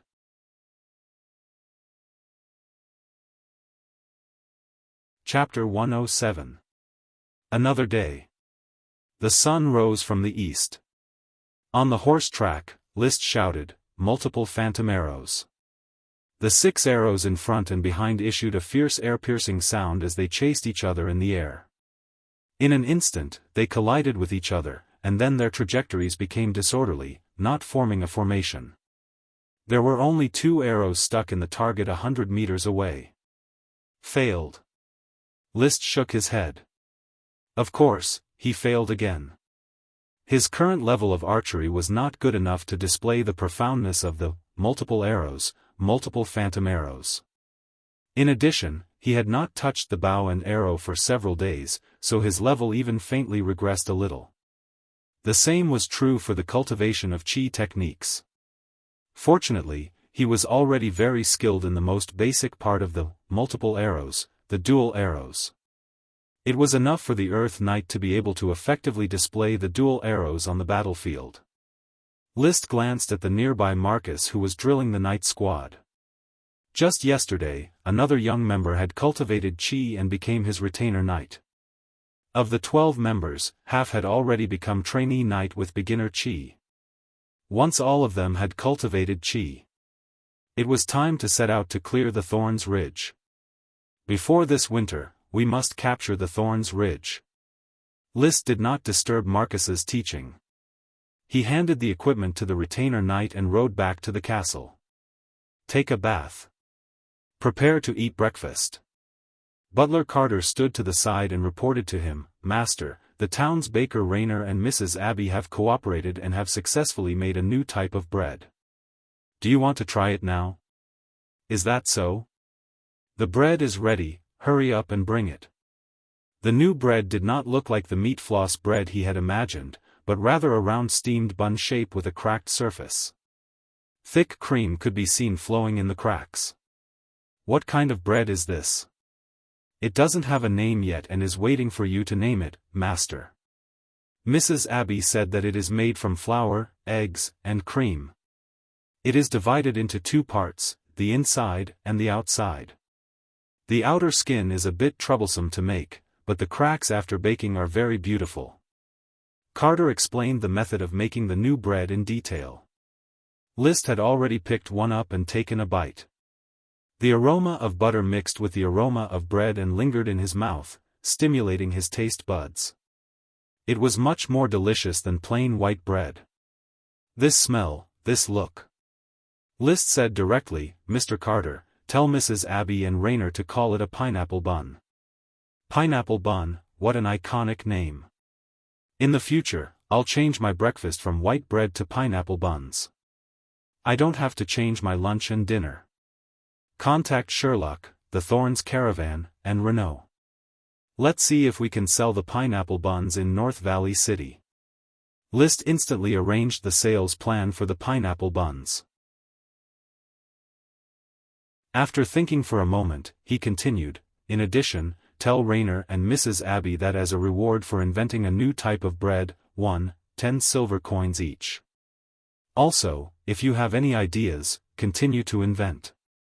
The more flavors of bread, the better. He wanted to say that everyone would be rewarded with a gold coin. Recently, he had made a lot of money from selling black pearls. His wallet was bulging, and he was full of heroic spirit. However, the reward of a gold coin was the same as the reward for discovering a sprite worm and cultivating a magic ingredient, which was too exaggerated. It was just bread to satisfy the appetite of the stomach, nothing more. It was not worth too much reward. Therefore, it was changed to 10 silver coins. Carter left. He slowly tasted the pineapple bun, very satisfied that he was not being generous. Those who are not in charge do not know the price of firewood and rice. The Lord does not have any surplus food at home. Slowly. Faint smoke floated before his eyes, twisting and squirming to form serpentines. Mission completed. Reward, treasure shipwreck. After a while, the text dispersed, the smoke recondensed, and a new mission was issued. Mission, Costo has been distressed recently. Ever since he became the navigational teacher of the night squad, teaching has been difficult. The night squad disdains navigational knowledge. Please correct the youngster's attitude. Reward, variant thorns. The treasure shipwreck is finally in hand. The night squad is unwilling to learn navigational knowledge. It seems that there may be a certain connection between the mission reward and the new mission. Probably, only Costo can discover the treasure shipwreck. He shook the bell and called the old butler, who had not gone far. My lord. Send someone to bring Captain Costo here, I have something to ask him. Yes, my lord. About half an hour later, Costo arrived at the castle. My apologies, my lord, I was snorkeling at the beach and was delayed for a while. Snorkeling? I was practicing my swimming and underwater fighting skills. Although I am not a knight, I still desire to fight. How is the night squad learning from you recently? This. Costo hesitated. Just say it. Your retainer night squad is very unfriendly towards the learning of navigational knowledge. They don't even like to learn how to swim, let alone teach them how to sail. They always say that a knight relies on a warhorse, not a sailboat. Moreover, Mr. Marcus takes up a lot of the night squad's time. List instantly understood. Although Marcus had been subdued by him and began to follow him loyally, he understood that the sea could also provide wealth. But deep down, he still worshipped the glory of a knight and the warhorse's charge. He felt that ships only needed to send them to fight on land, and there was no need to learn any navigational knowledge. So he transmitted his ideas to the retainer night squad and squeezed into Costo's teaching time. As for Marcus, List sighed slightly. It was easy to change a person's identity, but it was a bit difficult to change a person's ideas. Fortunately, he could use the Lord's dignity. He immediately summoned Marcus and the night squad and had them gather at the castle gate. List began to lecture. From today on, all of you will spend half a day learning navigational knowledge from Captain Costo. Within 3 days, you must learn how to swim. If you can't learn, 50 lashes. After a week, I will examine your navigational knowledge. If you can't answer a question, 10 lashes. The youngsters were hesitant to speak. List ignored them. He called Marcus into the study. Teacher Marcus, you should know why I'm looking for you, right? Marcus said solemnly, Sir, I don't think the night squad needs to be distracted by learning how to sail. We do need to cross the ocean by ship and go to the continent. Let ordinary sailors operate the ship while we night squad focus on fighting. The Coral Island orders of chivalry also continue this method of fighting. His words had some truth to them. The night squad belonged to the army, but List asked them to become the navy. Naturally, they were unwilling. However, List had his own ideas. How many of the night squad do you think can become an Earth Knight? Or when can they become Earth Knight? I think someone should be able to become an Earth Knight before the age of 20. Philip and Xavier are quite talented. Marcus replied. 2. I have painstakingly trained them, but I can only obtain 2 Earth Knight squads. Then, can they form a squad of Knight squads and go to the continent's battlefield? I am willing to fight to the death for Sir Ling. I appreciate your kindness, but this is impulsive stupidity. Flower Town is still developing. I have already purchased a large number of serfs. In the future, I will select enough outstanding youngsters to train. Now, what I need are instructors who have mastered all kinds of basic abilities, not good-for-nothings who are proficient in fighting. What do you mean? Teacher Marcus, some of these Knight squads will become the backbone of the Knight squad, while others will helm ships in the future and transport my Knight squad to the continent to compete for minerals. Divide the work and perform their respective duties. Do you understand? List's expression was indifferent, but his eyes were stern.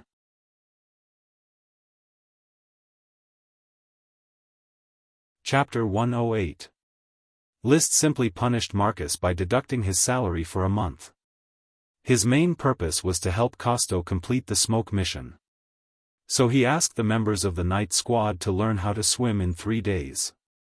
To swim, they must go into the sea, which may bring them into contact with the shipwrecked treasure. He wanted to know what the shipwrecked treasure was as soon as possible. Was it full of gold coins or bright jewels? Or was there a dragon egg hidden there? But then again, is the dragon born from the dragon egg? In the Knight novel, there were many different opinions about the origin of the dragon, and there had been no accurate answer. He asked the Count, but the Count did not know where the dragon came from. This was an unsolved mystery. The Knight squad soon began their swimming lessons. List did not go to patrol. It would not be too late to come back when there were clues about the shipwrecked treasure. He was going to the thorns worm stalk bushes. The reward of the new mission was a mutant type of thorns. He wanted to check to see if he could get the reward in advance. The previous fast-growing type of thorns was not a magic ingredient. This time, the mutant type of thorns was likely to be a magic ingredient. There were large patches of thorns half the height of a person. But disappointingly, after casting Magic Eye, there was no trace of magic power. No magic ingredient. Maybe the mission has not been completed, so the magic ingredient has not successfully mutated? He called out the smoke mission and found that the mission had not been completed. In other words, the teenager's attitude had not been corrected. Ideological education is not enough. It seems that I have to go to the seaside and see who is still resisting sailing lessons. He turned to his valet, Thomas, and said, "Go back to the castle, get my whip, and then go to the seaside to find me." "Yes, master." Ideological education was not very effective just by talking about it. He must use the whip to let them achieve the unity of spirit and flesh in pain and remember the lesson. Crack. Crack. With a gloomy face, List whipped the 2 young Knight boys who were afraid of the sea. The residents of a coastal island town were afraid of going into the water. Between the whip and the sea, the 2 young Knight boys finally chose the sea. Under Costo's guidance, they began to paddle like dogs. List summoned the smoke mission and finally saw a change. Mission complete. Reward: poisonous mutated fast-growing thorns. Mission: the newly rooted black nightshade doesn't seem to be able to adapt to the Flower Town soil. Although it is nutritious, but it is unable to absorb it very quickly. The magic power that was as gentle as water was draining away bit by bit. It might be dying soon, please help it gather magic power. Reward: 1 sprite worm. Nightshade was included in the smoke mission. List was convinced that it was indeed giving birth to a sprite worm, but the problem was very serious. It is not acclimatized, unable to absorb sufficient nutrients, and losing its magic power, indicating that the sprite worm is about to miscarry. How should I help it condense its magic power? It's not Dosen, who can release magic just by stimulating it. He was stumped by the question. Just then, Costo, who was teaching the night squad swimming lessons, suddenly swam back from the sea and shouted, Sir Lord, I found a sunken ship." He trotted over to List. "A sunken ship?" "It is the wreckage of a sunken ship not far ahead, half of it is buried in sand." "A sunken ship?" List retracted his train of thought and quickly responded, "Captain Costo, salvage it. I need help. I will have Gort support you." "How long will it take for you to salvage it?" "Please rest assured, the sea at the sunken ship's location is not deep. When the tide is low, it will only be about 5 meters deep. At that time, I can dive into the water and tie up the sunken ship, while the people on the shore can directly pull it out of the mud." "When will the tide be low today?" "Around 3 o'clock in the afternoon. Get ready." The sunken ship treasure trove had entered a countdown. List felt relieved. Unable to salvage it for the time being, List once again returned to the thorns wormstock thicket. He was looking for the poisonous mutated fast-growing thorns rewarded by the smoke mission. Poisonous mutated, does it mean poisonous thorns? It can be directly called fast-growing poisonous thorns. Still not a magic ingredient. It was a bit disappointing. But List felt that perhaps the reward was far more than that. This seems to be a chain mission about the evolution of Thorn's worm. At first, it was a fast-growing thorns reward, but now there are fast-growing poisonous thorns. This thorns bush has become more and more interesting. Returning to the bushes, he did not cast Magic Eye again. In the morning, he used Magic Eye to find the magic ingredient, and now he wanted to find the poisonous thorns. Such a large bush was full of thorns, and there was a feeling of not knowing where to start. He did not know what the fast-growing poisonous thorns looked like. He could only mobilize his retainer knight, look for unusual thorns. Remember, don't touch them at will, they may be poisonous. The 6th retainer knight took the order and began to search in the bushes. List and his valet, Thomas, were also searching. This search went on for several hours. In total, he searched the bushes 3 times and even asked the servants to send food over. Of course, List did not look for long. In fact, he hid under the shade of a nearby wild fruit tree, enjoyed the ice cream sent by the servants, and watched the others work. Finally, in the afternoon, under the scorching sun, the serfs who were sent to look for unusual thorns found a special thorn. This thorn was mixed in the bushes. It was not a normal cyan stem with small thorns, but a stem with purple stripes. The purple stripes added a touch of mystery to it. Moreover, every small thorn grew on top of the purple stripes, and was also purple. Is this a fast-growing poisonous thorns? List decided to give it a try. He asked someone to bring a rabbit raised in the castle, and then used the small thorns on the purple stripes to cut the rabbit. The small thorns broke in an instant, and purple juice gushed out, mixing with the rabbit's wound. After a moment, the rabbit twitched and fell to the ground, dead. Tisk, tsk, tsk. Sir, this thorn is highly poisonous. The rabbit didn't even last a quarter of an hour. If it had been a human, I'm afraid they wouldn't have survived after being cut by such thorns. Blair, who had been in charge of recording the growth of the thorns worm's wormstock, clicked his tongue in amazement. List was satisfied with the experiment, reward this serf with 10 silver coins. The serf thanked him profusely and left. The other serfs also thanked him and left. Although they didn't receive a reward, each of them received a copper coin as payment. They earned a copper coin for less than 2 hours of easy work. What a lucky job. Looking at the fast-growing poisonous thorns, List already thought of how to use them. Blair, I have a new task for you. Please instruct me. Vigorously cultivate a batch of fast-growing poisonous thorns. In the future, I will plant fast-growing poisonous thorns on both sides of the road in the Thorns Ridge. My castle also needs to be decorated with deterrent green fences.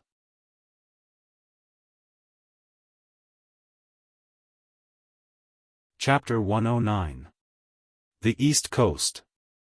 The tide receded, leaving a large number of seashells, starfish, crabs, and other seafood on the beach soaked in seawater.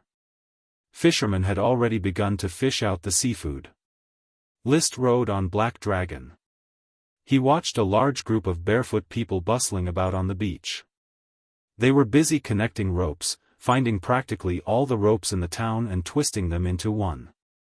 Costo dived to the location of the sunken ship and tied the rope to the keel of the sunken ship. He swam back and beckoned to the crowd, "Pull. We can pull." Dozens of serfs, like trackers on the Volga River, took heavy steps and instantly tightened the ropes. Under Gort's command, they shouted slogans and exerted their strength. 1, 2, 3. 1, 2, 3. The slogans came one after another. The ropes tightened around their shoulders, relaxing and tightening in accordance with the rhythm of their bodies. Step by step, they sunk their feet deep into the yellow sand. Some of them were old men in their 50s, some were young teenagers, doing the same work. Their clothes were tattered, their faces were dark, their hair was stuck to their foreheads, and sweat was dripping down. They really looked like the trackers on the Volga River. But they were not. List had seen Repin's famous painting trackers on the Volga River. It was in the language textbook. In the painting, the trackers towed boats by the river all year round. Life had ravaged them to the point of numbness. The flower town's temporary trackers, on the other hand, had smiles on their faces, even though the sun was blazing above their heads. That was because each person could earn a copper coin for this trip as a hauler. The Sir Lord who came from the Great Tulip Castle was generous and benevolent, bringing them plenty of food and jingling copper coins, and even silver and gold coins. Life had never been so full of hope. 1, 2, 3. Harder. Gort yelled from the side, "You lazy guys, haven't you eaten?" On the surface of the sea, Costo kept diving and surfacing, shouting, "More strength, the hull has been pulled out. More strength, the bow will be pulled out." He shouted a few times. Costo shouted again, "It's a success. The sunken ship has been successfully pulled out of the mud and sand." After they pulled it out, the trackers became even more relaxed.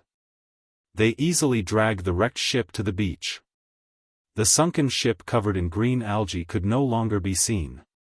There was only one mast left, and it was broken.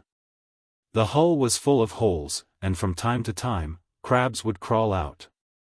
"Sir, the sunken ship has been salvaged," Gort said excitedly.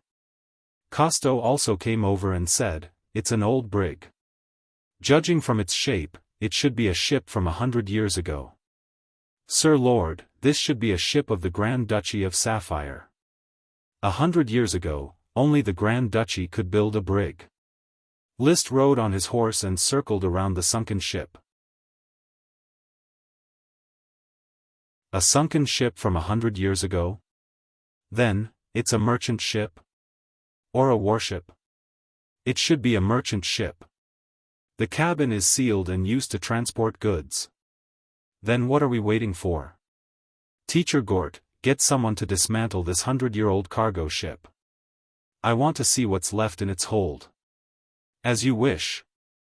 Building a ship was difficult, but dismantling it was quick. After a while, the cabin was smashed open. Some patrolmen went in and pulled out some cloth that had been soaked in seawater, as well as some grain remains. This was probably a merchant ship that transported cloth and grain, and it had sunk for some unknown reason.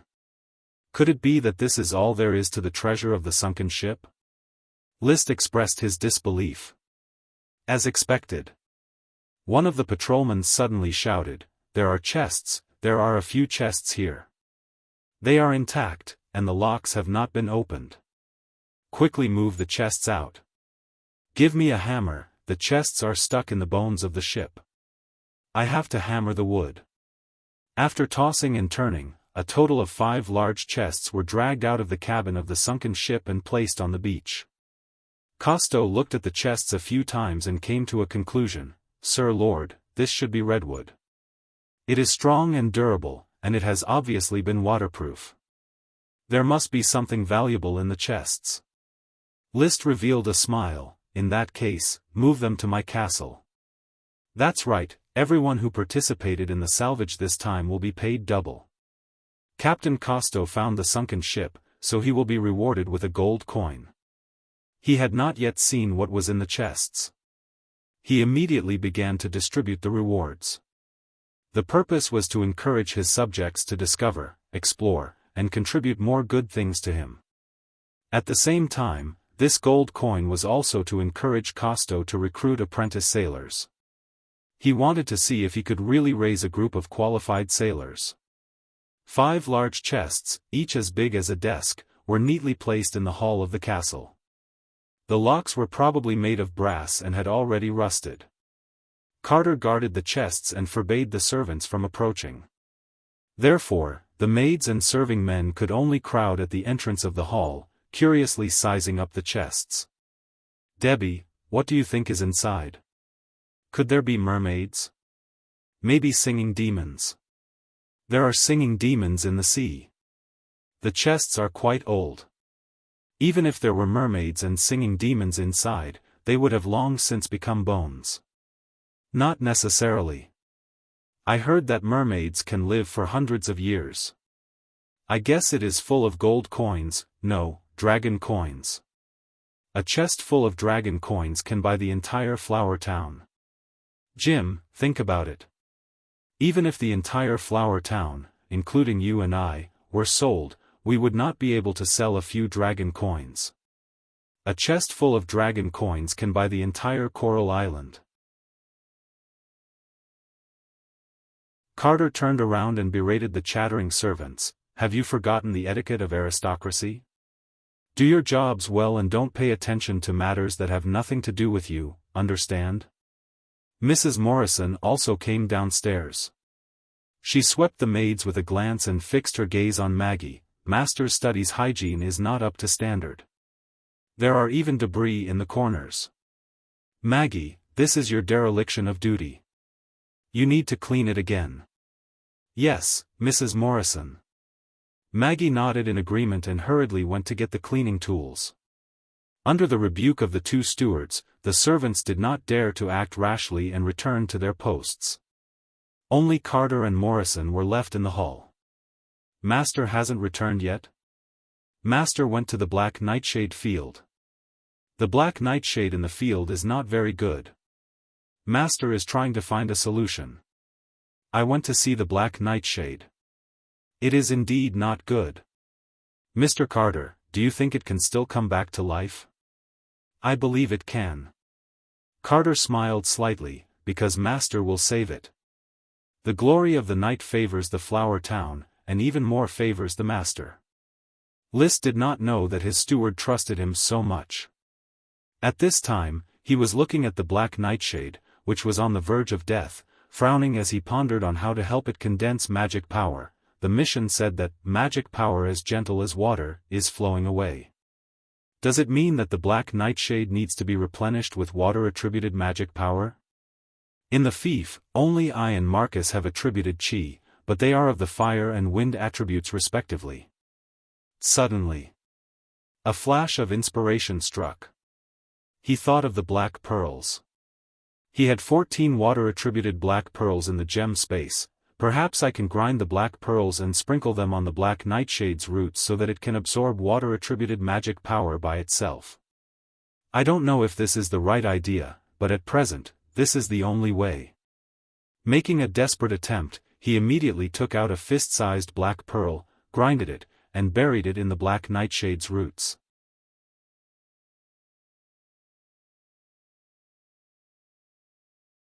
Chapter 110. The box was heavy and light. The lock was strong. But this did not stop List from breaking the lock on the lightest box with just a sword imbued with chi. The lock was unlocked, and the box was opened. There was no one else in the hall. Carter sent them away, and he walked out himself. There might be valuable treasures in the box, but as a servant, he should not care. List was very satisfied with Carter's action. Although he believed that Carter was loyal, he could not believe that all the servants were loyal. If they saw a great treasure and told others, it would be troublesome. Don't show your wealth. This principle must be understood. This box is very light, different from the other boxes. What could it contain? Or is there nothing inside? List reached out and slowly lifted the lid. Suddenly, the bright light almost blinded his eyes. The box was filled with strong reflective white metal ores. One by one, the light from the window was reflected everywhere. He blinked his eyes. After adapting to the scattered light, he carefully looked at the white metal ores in the box. He took out an ore and weighed it in his hand. It was almost light, but the texture was definitely metal. It was cold and very hard. He had never seen such a light metal before.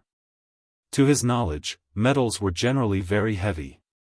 Of course, he also knew that there was a very light metal, lithium, which was twice as light as water and could float on water. But even lithium was heavier than the metal ore in his hand. Now he felt that he was not holding a piece of metal ore, but a piece of foam. He squeezed hard, but the metal ore did not move at all. When he slashed with his sword, he could not cut it. He could only leave a slight mark. It is not foam, nor is it plastic. He looked at the ore in his hand and recalled the night novels he had read. He raised his eyebrows and gradually smiled. I have probably guessed what kind of metal this is. It is as light as a feather and as hard as iron. It is the magic metal, mithril. In this world, the metals were also gold, silver, copper, iron, and aluminum. However, there were also a few special metals that were compatible with magic and were very good magic conductors. They were also essential materials for creating magic equipment. Currently, there were 3 known types of magic metals: mithril, adamantine, and orichalcum. Mithril was light as a feather, adamantine was indestructible, and orichalcum was indestructible. These 3 magical metals also originated from dragons. It was said that there was a mithril dragon in the unsetting Radiance Empire. In the night novels, the silver orders of chivalry often appeared and followed the protagonist into battle. The standard equipment for the members of the Silver Order of Chivalry was a set of shiny mithril magic armor, and they came and went like the wind. Mithril is very valuable, even more valuable than gold. This chest of mithril ore is worth at least 1 dragon coin. List licked his lips in disappointment. The reputation of the treasure was well deserved. He quickly used the space gem to store all the mithril ore, leaving only an empty box. Just this box of mithril ore alone could be said to be a bountiful harvest. However, he had no intention of selling it. He would keep it and use it to forge equipment when he needed it in the future. Touching the red blood sword at his waist, he felt that the red blood sword should also contain a small amount of mithril. Its magic conduction ability was better than that of ordinary adamantine weapons. Even if there was no dragon gem embedded, a weapon mixed with mithril would at least be a magic weapon. Now, let's see what's in the second chest. I wonder if there's adamantine or orichalcum. List raised his sword, gently cut off the rusty copper lock, and opened the lid. The stench hit his face. He almost vomited from the stench. Inside, there were many books stacked neatly. It was unknown how long the books had been stored. The stench from the thick bast paper could be said to be suffocating. List held his breath. List looked at the book at the top. The name was handwritten Serpentines, Rudolph's Alchemy Diary. Alchemy Diary? List's eyes flickered slightly. Alchemists were probably a legendary profession. They might be equivalent to chemists or alchemists. Legend has it that they could use magical alchemy methods to refine ordinary stones into gold. Whoever mastered the mysteries of alchemy would have wealth comparable to that of a country. In night novels, the frequency of alchemists' appearances was also quite high. It was just that in reality, there were many people with the title of alchemist, but they did not show true alchemy. They just swindled food and drink. List, who had studied physics, did not believe in the existence of alchemy. Of course. In this different world with magic power, God knows if there would really be alchemy. For example, now he saw a diary with the title Alchemy. It can't really record alchemy, right? Is this to let me grasp the rhythm of alchemy? Am I going to reach the peak of life so soon? Liszt felt his heart begin to beat faster. The profession of alchemist, compared to the top existences such as Dragon Knight, Dragon Lord, Archmage, and Dragon Slayer, was absolutely not much worse. With money, you could really do whatever you wanted. However, just as he was about to touch the book, the Rudolph's alchemy diary, which still looked clear, was instantly broken, and then rippled into powder. Liszt's fingers directly passed through the powder and grabbed nothing. In his heart, he did not know whether to say it or not. In just the blink of an eye, the whole box of books turned into powder. With a light touch, it scattered into a pile. No longer any handwriting could be distinguished, nor could the appearance of the book be seen. The wind blew in from the window, directly rolling up the powder and flying together with the stench. After being stunned for a while, Liszt came back to his senses. He clutched his chest and almost vomited blood. My alchemy. The thick parchment book that had been stored for a long time had already decayed. The diary that recorded alchemy also turned into ashes. His heart felt like it was being twisted by a knife. Although he felt that alchemy was unlikely to exist, when a trace of the possibility of alchemy's existence slipped away from his hands, the sense of loss still hit his heart painfully. The box that should have been full of treasures of knowledge had become a pile of waste. He sighed. Reluctantly, he suppressed his uncomfortable mood. Forget it, I was lucky to get it, but if I lose it, it's my fate. Who knows if alchemy is really recorded in the diary?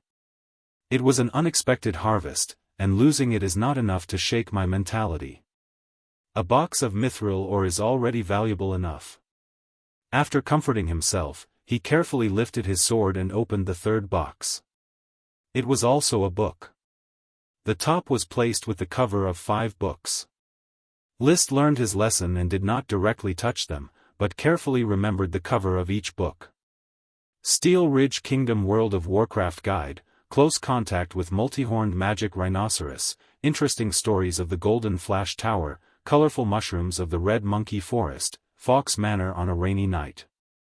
The covers of these books were not handwritten serpentines, but printed serpentines. Obviously, they were published and sold on the market. Golden Flash Tower? Red Monkey Forest? Fox Manor? He had never heard of these 3 places, but he could conclude that they were all places of the Steel Ridge Kingdom. Because only the Steel Ridge Kingdom and its vassal states used serpentines. Including Rudolph, who wrote the Alchemy Diary, they should all be people of the Steel Ridge Kingdom. Liszt carefully reached out to touch the book, hoping to open a page. However, he still failed. As soon as the book was touched, it immediately turned into powder, unable to be preserved.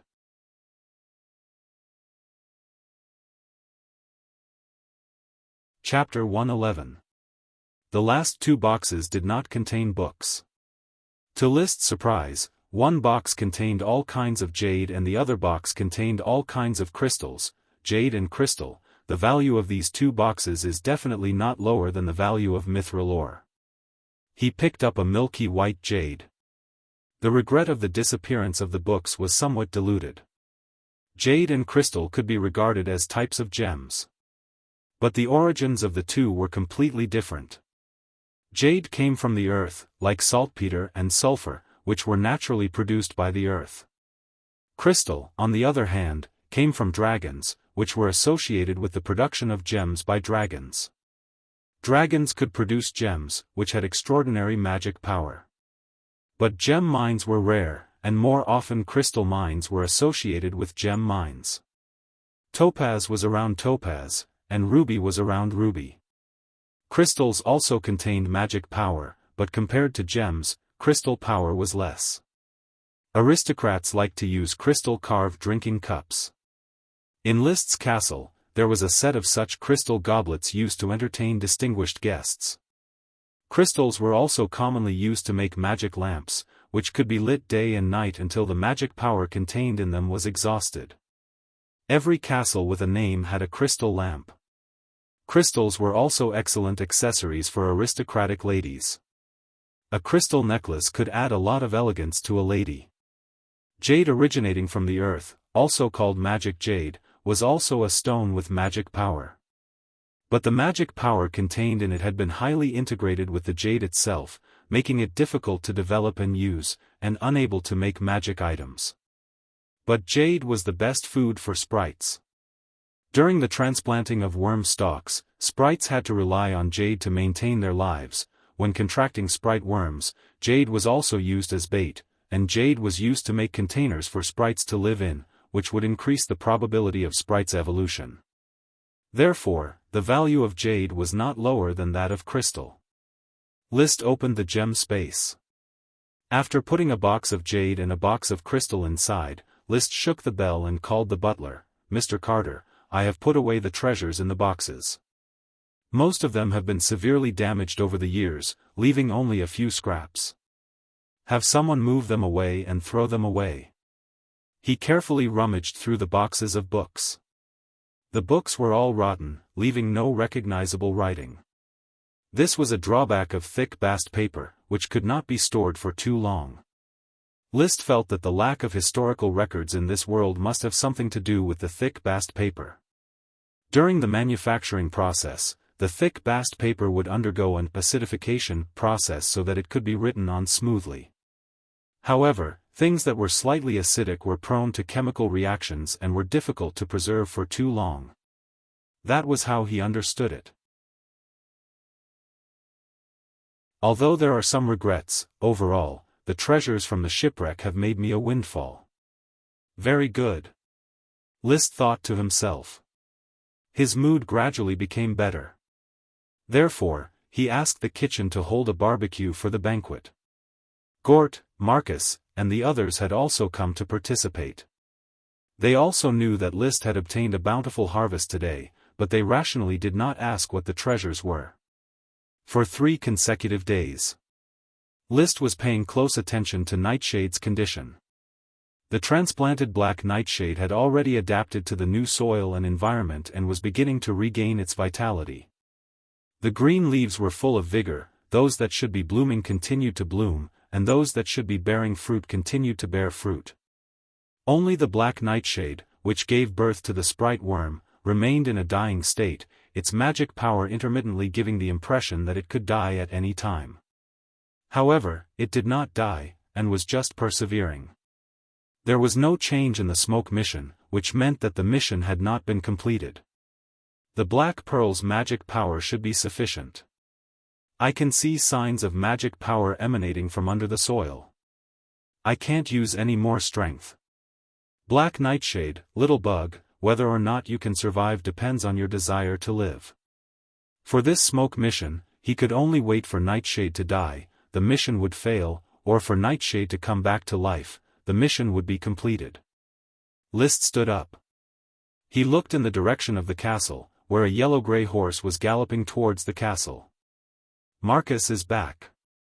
He mounted Black Dragon and returned to the castle, just in time to bump into Marcus, who was standing at the gate. "Teacher Marcus, did the trip go smoothly?" "Everything went smoothly, sir. Tomorrow, the crystal craftsman Brad will follow the flower caravan's transport team to the flower town to serve you for a month. It's been hard on you, Teacher Marcus." List nodded. After obtaining a large number of crystals, he came up with the idea of making a telescope. Glass was the most suitable material for making telescopes, but glass production was relatively complicated. For the time being, List did not have the ability to produce glass, so he could only use crystals to make binoculars. It was very simple to make a pair of telescopes out of transparent white crystal. The Coral City had craftsmen who specialized in making crystal ornaments. These craftsmen might not be able to make crystal lamps, but it was absolutely not a problem for them to polish concave and convex mirrors. Are the two lenses of a telescope concave or convex? There were some physics that Liszt had forgotten. He remembered that a monocular consisted of two lenses, which could be lengthened and shortened to different distances. By hiring a crystal craftsman for a month, he should be able to make a good pair of telescopes. The crystal craftsman Brad. He arrived the next day as scheduled. He was a bald middle-aged man with a thick beard. He spoke in a low, muffled voice. "Respected Baron of the Flower Town, Brad sends his regards." "Brad, do you know why I hired you?" "Mr. Marcus said that you want me to make a few crystal products for you." "Yes, help me make a batch of mirrors." Liszt handed him a few pieces of white crystal. White crystal was a mineral associated with white gemstones. As for what kind of dragon produced white gemstones, Liszt did not know. There was a lot of information about dragons, but most of it was vague. Those countries with dragons would always hide their dragons mysteriously. "Is this white crystal? I can feel the magic power contained in it." Brad was a freelance craftsman, as well as a trainee knight. He had qi. Craftsmen who made gems and crystals must have qi. Liszt shook out a piece of thick bast paper. "I need you to make these pieces of white crystal into mirrors. The surface must be very smooth, the thickness must be uniform, and the shape must be circular. There are two sizes of mirrors, but the thickness can vary." The structure of convex and concave lenses was drawn on the paper. Liszt could not figure out which focal length of the convex and concave lenses were suitable to be combined into telescopes. He simply had the crystal craftsman make a few more pieces, and when the time came, he could combine them one by one to experiment. "As you wish, Sir Baron. Then you will stay in the Flower Town. If you can finish grinding the mirrors ahead of time, you can leave ahead of time. The salary will still be the 1 gold coin promised before." Crystal craftsmen were relatively high-end craftsmen and usually had a good income. It was normal for them to earn 20 to 30 silver coins a month. If Liszt wanted to hire them to work, he had to come up with a higher salary.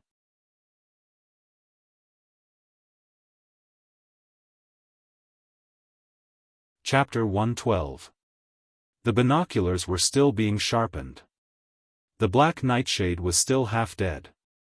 The fragrant coconut sprite worm was still gestating.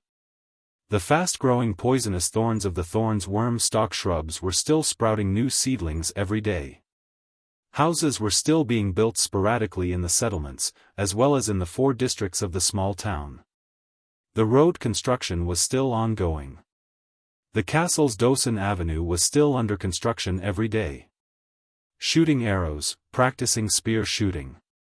Man and horse charging as one. Liszt's life was very fulfilling every day. Mrs. Abby's cooking skills had evolved rapidly. Not only could she make pineapple buns, but she had also learned several new cuisines. The Thorns caravan traveled back and forth to the North Valley city every day to purchase supplies needed by the castle. As long as they had gold coins, they could buy anything they wanted. Silently nourish everything. "I have been in this world for almost half a year, yet I have not done anything spectacular, nor have I carried out any bold and decisive construction. However, under my guidance, the Flower Town is still on the path of rapid development. The territory may still be barren, but at least it has a new look." Previously, he only had 2 assistants, Gort and Marcus. Now, Gort was the administrative officer, Marcus was the temporary knight captain, Isaiah was the financial officer, Blair was the legal officer, and Karl Hammerstein was the defense officer. Old Grandette was the captain of the flower caravan, Harpagon was the vice-captain, Sherlock was the captain of the Thorns caravan, and Costo was the captain of the flower. He had already formed a team. The sprite worms had grown from 4, tulip sprite worm, corn sprite worm, alfalfa sprite worm, and thorn sprite worm, to 7 sprite worms. There were also the tomato sprite worm, wheat sprite worm, and peanut sprite worm. There were still 2 sprite worms waiting to give birth, fragrant coconut sprite worm and black nightshade sprite worm. The number of horses in the small town, including the horses of the new officials and their families, had grown from 15 to 7 pregnant mares. 2 more foals and 8 older horses had been bought. There were also 12 carriages allocated to the caravan. There was not enough pasture in the horse farm, so fodder had to be purchased from outside. In addition, potions, smoke grass, fruit-stealing monkeys, seafood, only the population growth was slow. From 1991 to the present 2074, there was only an increase of 83 people. However, at the end of September, 500 serfs would be transported over to replenish the labor force. Actually, the biggest gains are all on me. List leaned back in his chair and leisurely sipped on a cup of milk tea without any additives. Behind him was a fruit tree outside the castle. It was a green apple tree that produced very little fruit and tasted sour. At least it could shed some shade. He was in a good mood. Perhaps Mrs. Morrison's skills had improved, or perhaps the quality of the milk produced by the pregnant cows had improved. Either way, the milk tea was getting better and better. Even after drinking the milk tea, he could feel that the nutrition in the milk tea made his body feel especially comfortable, and even his spirit became excited. It swept away the laziness of the hot summer. Dosen is my good bodyguard. His rockthorns are very powerful, so blessed curls can probably be saved for meat. Space gems are the most priceless treasures. Mithril ores, jades, crystals, and black pearls should be valued in dragon coins. The red blood sword is a gem weapon, and there's also the sun's child floating bottle. His personal wealth, if measured, might already be second to none in Coral Island. I also learned the Chi's secret skill, Magic Eye. Although I don't know why Vulture Knight Stephen hid magic eyes in a book, but I should thank him. This auxiliary Chi's secret skill is far better than any powerful Chi's secret skill. Dosen was running around in joy. Woof woof. Thomas, who was holding the rope behind Dosen, was sweating profusely as he ran. With Dosen's current strength, Thomas, an ordinary person, had no way to hold him back. List moved his gaze away from Dosen. He looked at the small garden next to the castle. A maid was cleaning up the dried meat in the small garden. The black and white maid uniform looked very pleasing to the eye. Is that little Lily? List was a bit far away and could not see the maid's facial expression, but he could judge from her figure. Little Lily, the kitchen maid, was the tallest maid in the castle. She was about 1.7 meters tall. He remembered the first time he saw little Lily. At that time, the 17-year-old girl was still a thin bamboo pole figure. List did not know if it was because of the good food and living in the castle, but now he could see that she had breasts and her buttocks were a bit more perky than before. The girl has grown up. The picture of a busy maid is really pleasing to the eye. After sighing with emotion, he retracted his gaze and began to operate the chi in his body. Just now, there was some restlessness in his body, as if he wanted to express his respect to the maid. His body was also developing rapidly. His height had increased by quite a bit, and he was estimated to be 1.83 meters tall. The Earth Knight Marcus was a standard 1.86 meters tall. Standing next to him, List was not much different. The Count was about 1.81 meters tall. His deceased mother, Melissa, was said to be a tall beauty. Therefore, List inferred that he could probably continue to grow taller. It would not be a problem to surpass Marcus. Perhaps he could eventually reach 1.9 meters. The restlessness was difficult to quell. List simply stood up, pulled out the red blood sword hanging from his waist, and began to practice Fiery Dragon Drill. In a flash, it was September.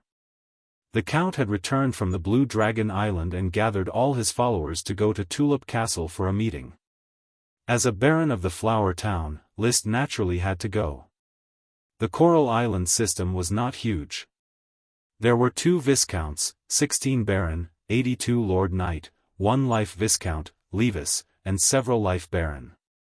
Life knighthood was a title outside the system. It enjoyed the same treatment as a noble title, but it did not have a territory and was not hereditary. Some countries had it, while others did not. In the Grand Duchy of Sapphire, life knighthood was generally granted to the adult heirs of a large family. When they came of age, but their father had not yet died, it was not their turn to inherit the title. Some were even in their 40s and had not yet inherited the title, which was a bit embarrassing. As a result, life knighthood came into being.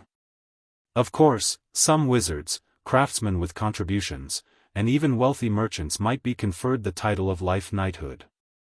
The Grand Duke has issued an expansion order. In autumn, he will cooperate with the Iron and Steel Ridge Kingdom to attack the coast of the Eagle Kingdom. After meeting with List, Levis informed him of the news. Father has decided to accept the expansion order and participate in the war. Are you going as well? Asked List. Of course, I have to go. This is a test for me. I need to prove that I can inherit Father's will and be favored by the glory of the night.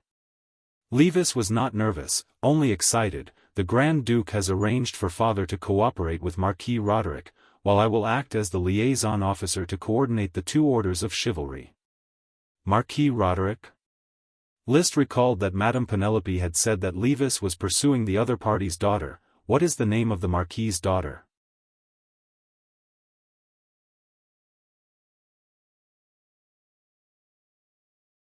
Chapter 113.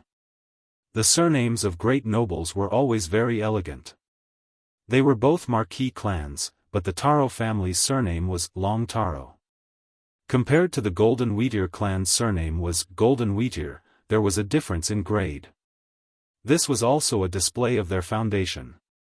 A few decades ago, the Golden Wheat family's surname was still Golden Wheat. This was a very powerful family. The reason why their surname wasn't Barley or Wheat was because their family not only had the Wheat Great Sprite, but also the Barley Great Sprite. Before the Grand Duchy of Sapphire was established, the Golden Wheat family had already relied on grain sales to rise to power. Later, they followed the Sapphire family and established a country, becoming the first Marquis family in the Grand Duchy. But just like the Small Kerchief clan and the Big Kerchief clan, the Golden Wheat clan had also experienced a split several decades ago. The branch that had the Wheat Sprite was conferred the title of Earl due to their military exploits, and they changed their surname to Golden Wheat Grains. The branch that possessed the Great Barley Sprite inherited the title and changed their surname to Golden Barley. Every time the family name changes, it meant the development of the clan, the improvement of the bloodline, and the change of status. If one day, I can also nurture a great tulip sprite and rely on my military achievements to be conferred the title of Earl, then, according to the habits of the nobles, perhaps the Tulip family will change their name to Red Tulip, and I will change my name to Black Tulip. List Black Tulip? Sometimes, List would indulge in idle fantasies. Then, my dear brother, I wish you all the best. After finding out the name of the Marquis daughter, List smiled and gave his blessings. I will succeed. Unlike cousin Meopal, Loria and I have been corresponding for half a year, and I know she has already noticed me. What I need to do now is to beat the other competitors with an excellent performance. Cousin Meopal, it's purely unrequited love. The princess has many guests. As Levis spoke, he did not forget to make fun of Meopal. How should she put it? Her cousin's character, appearance, and family background were all impeccable, but he fell in love with a dissolute princess. List had a good impression of Meopal, so he didn't go along with Levis's teasing. Right, brother, the black pearls I sold you last time, did you forge them into magic equipment? It's a success. The magician carved a special magic rune on it, and then it became a special item that can silence the wind. Silence the wind? The water magic in the black pearl can suppress the flow of wind, especially wind magic. I saw with my own eyes that the wind blade released by the magician dissipate when it was 5 meters away from the black pearl. Although it is a little big, it can be used to defend against sneak attacks from wind do qi. He looked at List and continued, especially for a knight like Marcus who has the wind combat aura. He likes to practice archery the most. He wants to use his combat aura to control his bow and arrows to complete a fatal sneak attack. Now, I don't need to be nervous when I meet an elite among the Wind Qi Earth Knight. It seems that the black pearl is very useful. I always feel that I sold it cheaply. 280 gold coins is not a small amount. It can only silence the wind, nothing more. If it could silence all magic, then it would be really valuable. Levis moved closer. Do you still have any black pearls? As far as I know, a pearl oyster can take out several pearls, and a giant clam should be the same. You must have some black pearls in your hands. List didn't answer and asked back, it can silence the wind up to 5 meters? Yes. Such an ability made List's mind become active. He sold Levis a bowl-sized black pearl that could cover an area with a radius of 5 meters and silence all wind. If it was replaced with 2 basketball-sized black pearls, how big of an area could it silence? If it was replaced with a wash-basin-sized black pearl, how big of an area could it silence? I'm afraid it would have a radius of tens to hundreds of meters. Such an ability might only be used on the battlefield to avoid sneak attacks from Wind Qi. But if it was used on the sea, think about it. If the flower was equipped with a wash-basin-sized black pearl that could silence the wind around the entire ship, it would be equivalent to not suffering from storms at all. Then, sailing on the sea would not be like walking on flat ground. Even if the waves could not be calmed, the wind would still be silenced, and the threat would be greatly reduced. In an instant, he made a decision: the wash-basin-sized and basketball-sized black pearl must not be sold. This is a necessity to arm my own fleet in the future. So he replied in a casual tone, of course, I still have one. I originally intended to keep it as a collection. Black pearls are not a rare treasure that can be obtained easily. Sell me another one. You want another one? Yes, I intend to make it into a new magic equipment and then give it to Relia. What do you think? Isn't it very thoughtful and sincere? List said casually, women usually have no resistance to jewelry. I think it's a good idea. How many gold coins are you going to pay for it?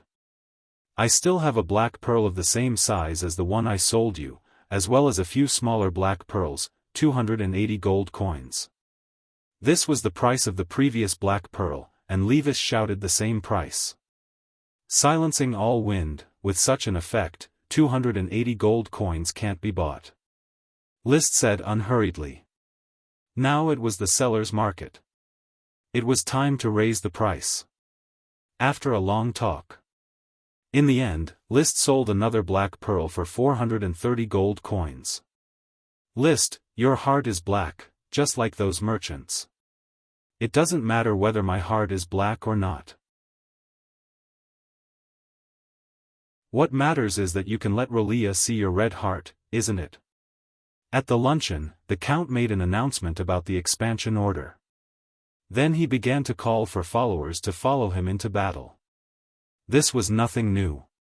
Every year or two, an expansion order would be issued. Therefore, in one afternoon, all his followers were called. The Count himself dispatched the most elite Coral Island orders of chivalry, a total of 10 knight squads, a total of 130 people, as well as a temporarily formed garrison orders of chivalry, a total of 15 knight squads, a total of 195 people. His followers dispatched a total of 26 elite or ordinary knight squads, a total of 342 people. Altogether, 667 knight squads were mixed into 4 orders of chivalry. The Count himself led the elite Coral Island orders of chivalry, while Levis served as the liaison officer. He led a mixed orders of chivalry, Viscount Trick Wildgrass led a mixed orders of chivalry, and Viscount Jonas Gravel led the last one. Rest for 3 days. After 3 days, all knight are to gather in Coral City and set out for Golden Island by ship. We will act together with Marquis Roderick's orders of chivalry.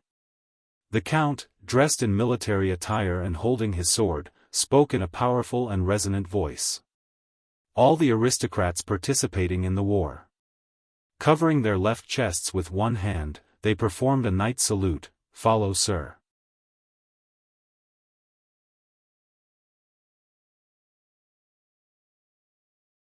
Chapter 114. The count was very busy. Liszt just took a break to greet him and give his blessings. Liszt then left Tulip Castle and returned to Flower Town.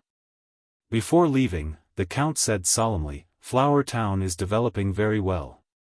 I am paying attention to the training of your knight squad. I hope that you and Levis can fight side by side in next year's expedition. I am also looking forward to it." Liszt responded. In his heart, he could not deny it. In terms of war, it was impossible to fight a war, it was impossible to fight a war in this life. He didn't know how to flatter people. He could only maintain his current lifestyle by farming. However, no one could say for sure what would happen in the future. He would not stay in Flower Town all his life and be a country baron. Riding a dragon was a big goal in life, and owning an island was a small goal. To have an island as a fief, one had to at least be a viscount, which required some effort. On the way back, Black Dragon galloped. He was slightly distracted on horseback. The excitement of the aristocrats at the expedition banquet infected him. The aristocrats might be a group of parasites, but their desire for glory was very pure. He wanted to fight, he wanted to charge, he wanted to stake his life for riches and honor. Am I really not going to the battlefield? If I don't go to the battlefield, how can I promote my title? Was it a rebellion? Without the strength to slay a dragon, rebellion is tantamount to courting death. The Sapphire family's sapphire dragon could not be treated as a decoration. That was the world's top power, equivalent to nuclear weapons. It was best not to test it. Going to the battlefield to grab credit is the most effective way to promote. The Lord does not need to take the lead in the charge. Let the knight fight and kill, it can still guarantee my safety. At worst, I will be captured and let others redeem me. It will be a bit shameful, but it is most important to keep my life. Maybe I can take the route of an ordinary aristocratic second son and win over an aristocratic lady? Some aristocrats only had daughters. Their titles would be inherited by their daughters. The Grand Duchy recognized female knights. Such an aristocratic lady was the best marriage partner for an aristocratic second son. Some aristocratic ladies, favored by their parents, would get a fief and become a hereditary aristocrat, such as Elvira. She would also be the best marriage partner for the second son of a noble. It's a pity that in the Grand Duchy of Sapphire, there are only a few suitable noble ladies.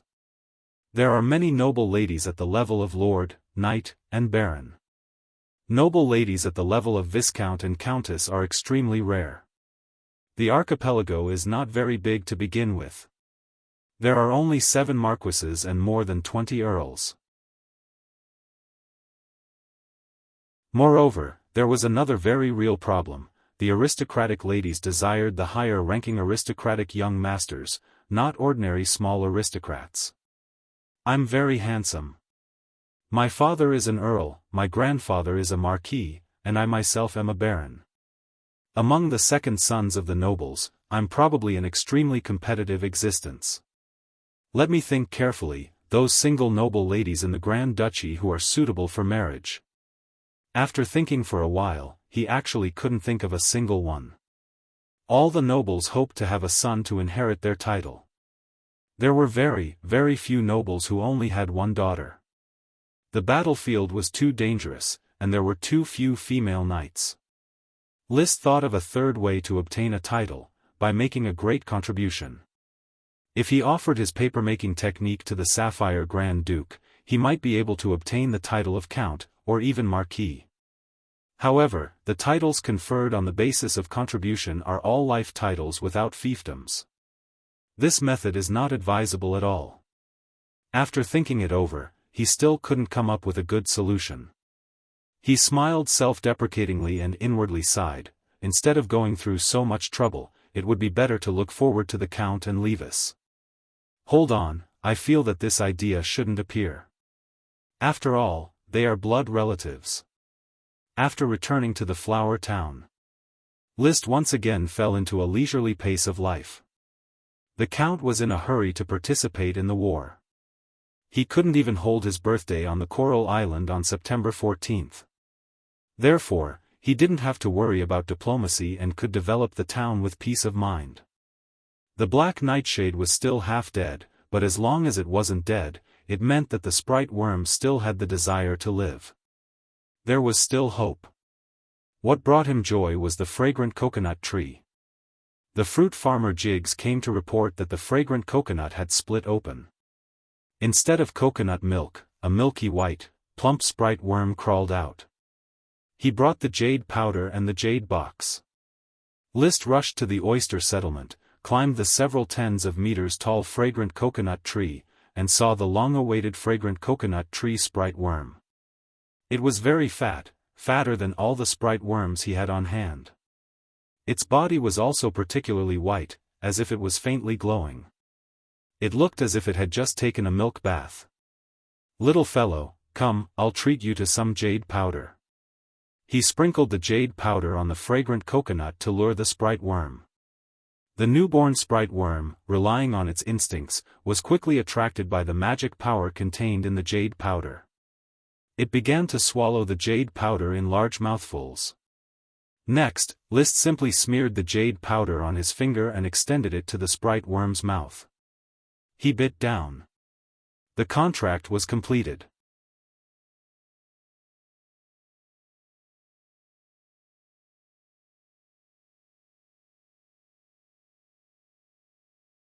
Chapter 115. Rome had been very excited recently. He thought that, like Odin and Grey, he would not be able to cultivate chi and would eventually be abandoned by Mr. Marcus.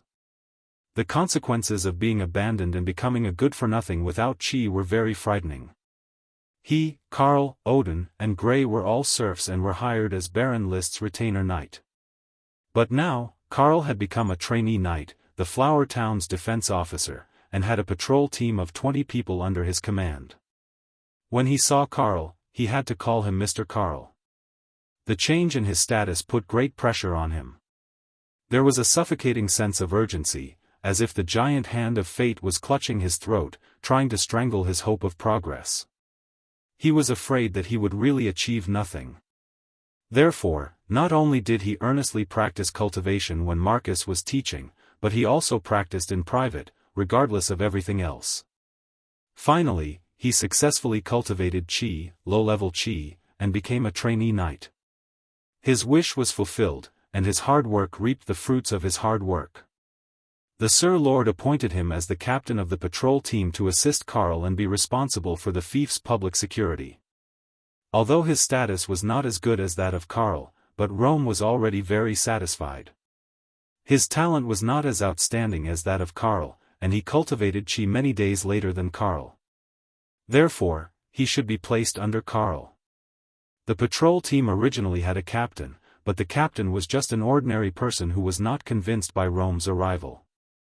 However, Rome easily taught the other party how to behave with a few punches. Strength, with just low-level chi, I already have strength that ordinary people can only look at in the dust. How powerful will an Earth Knight with mid-level chi be? Before he had obtained chi, he did not have a very intuitive understanding of knight. He only knew that knights were very strong, but how strong they were and how marvelous their chi was, he had no way of knowing. Now that he had chi, he finally fully understood the tremendous qualitative change that chi brought to a knight. Earth Knight. I have no hope of obtaining mid-level chi in this lifetime. However, Sir Lord has given me a chance to change my fate, and I, Ram Winesong, will seize it. From today onwards, I will definitely let my son start cultivating Do Chi from a young age. He was not married yet, but there were already many girls in the town who had expressed their love for him. A trainee knight was still very popular. My son will become an Earth Knight like Mr. Marcus. At that time, he would have the hope of climbing up to the nobility. For a better tomorrow. Luomu did his job conscientiously every day and never slacked off in his patrol work. As the patrol leader, he was especially satisfied. However, what Ram did not know was that List had already noticed his conscientiousness. List was not a fan of mundane tasks. It was not his style to worry about the daily lives of the people in the small town. He did not want to be a Han Xian who was good at commanding soldiers, but a Liu Bang who was good at commanding generals. Therefore, he admired subordinates who worked hard. Ram was a subordinate who worked hard. Ram, based on your performance, I have a new mission for you. Sir, please instruct me. You and Carl have both become trainee knight and can take charge on your own. Therefore, I intend to set up the position of insect officer in the flower town and set up an insect protection team. The team members will be drawn from the strong labor force of the various settlements. As for you, you will serve as the insect officer. What you need to do is to lead the insect protection team and protect the worm stalks. After thinking about it, List decided to set up a separate insect protection team. The basic model of this team was roughly equivalent to a militia organization and could be regarded as a supplement to the patrol team. In the future, more and more people would pour into the flower town. The patrol team alone would not be able to maintain law and order. The insect protection team was part of the security force. Patrol team, police station. Insect protection team, militia battalion. Night team, army. It was roughly this line of thought. As the successor of the doctrine of bringing, List's thoughts would always be set up in this way. Ram immediately knelt on one knee and performed a knight salute. Ram is willing to follow in Sir's footsteps for life. His body trembled slightly. This was caused by excitement. He never thought that opportunities to change his fate would come one after another. Now, he had officially entered the ranks of officials. Officials were not a class in the formal sense. However, to be able to serve as an official meant that one had already entered the ranks of aristocratic reserve service. When he left the castle, he was still in a bit of a trance, his body seemingly floating. Serving Sir is a moment in my life when I, Ram, am deeply favored by the glory of a knight. Perhaps it was because he felt List's sincere concern for the sprite worm. Less than 2 days after the establishment of the insect protection team, he saw that the leaves of the black nightshade worm stalk in the black nightshade field had regained a trace of vitality. The originally covered black spots had also dissipated quite a bit. So, you made it? List hurriedly summoned the long-awaited smoke mission. Unsurprisingly, the smoke serpentines had already changed. Mission completed. Reward, a black nightshade sprite worm. Sure enough, the black nightshade breeds a sprite worm. This is my 9th sprite worm. Very good. Although I don't know what the black nightshade is used for. The black nightshade berries could be eaten, but only as a snack. Even with the black nightshade worm, it could not bear many berries. It was better than nothing. At least, it was a sprite worm. The smoke distorted and issued a new mission. The late heavy rain is about to visit the flower town. Most of the fief's residence houses have been in disrepair for many years and cannot withstand the scouring of the heavy rain. As the Lord, how can you sit idly by and do nothing? Please repair the fief's houses. Reward, a variant type of thorns. Another variant type of thorns? List mused, this is already the 3rd mission related to thorns. It seems that it must be a chain mission. The previous invisible dragon chain mission rewarded a space gem. What good things will be rewarded for this time's chain mission? He had a vague guess, a thorn's lesser sprite. Will it be a thorn's lesser sprite? Although he could not guarantee it, List firmly suppressed the idea. He would not be disappointed if he did not hold out hope. Once he really obtained it, it would be a huge surprise. For now, he just had to do his best to complete the mission. Repair the houses. It seems that it is time for another national war. List immediately summoned all the fief's officials and arranged for the repair of the fief's houses. There was almost no rain this summer, which is not common sense. I speculate that there may be a strong rainstorm in the next few days. Most of the houses in the flower town are old wooden houses, which are very unsafe. The new houses are already under construction. As for the serfs, they can be sent to repair their own wooden houses. Gort inevitably looked down on the serfs. Blair was suspected of flattering him. The castle should be repaired the most. The place where Sir lives should be safer and more beautiful. As for the castle's repair work, let's talk about it after the autumn harvest is over and the labor force is idle. Now, each of you will be assigned your tasks. Make sure that every damaged wooden house is properly reinforced. All civilians, whether serfs or freedmen, must accept the work arrangements. After a pause, List said, all civilians are not paid. They must work for free to repair their own wooden houses. However, the materials for the repair of the wooden houses will be paid by the castle. This is a benefit I give to my subjects.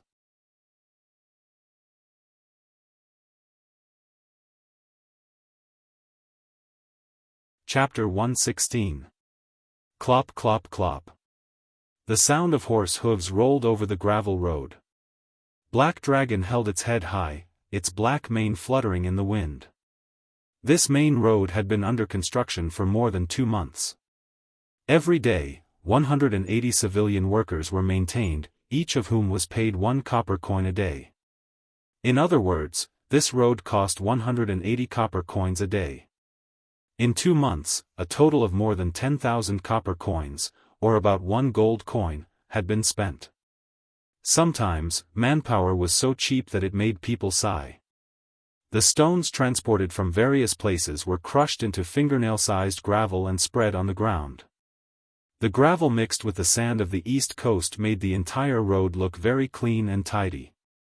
Without cement, gravel and sand would unknowingly fall into one's shoes when stepped on it. Unfortunately, the Thorns Ridge is just a rocky mound. The stones are also very small, unable to even cut through flagstones. Otherwise, it would have been more beautiful to build the main road into a flagstone road. List felt a bit regretful.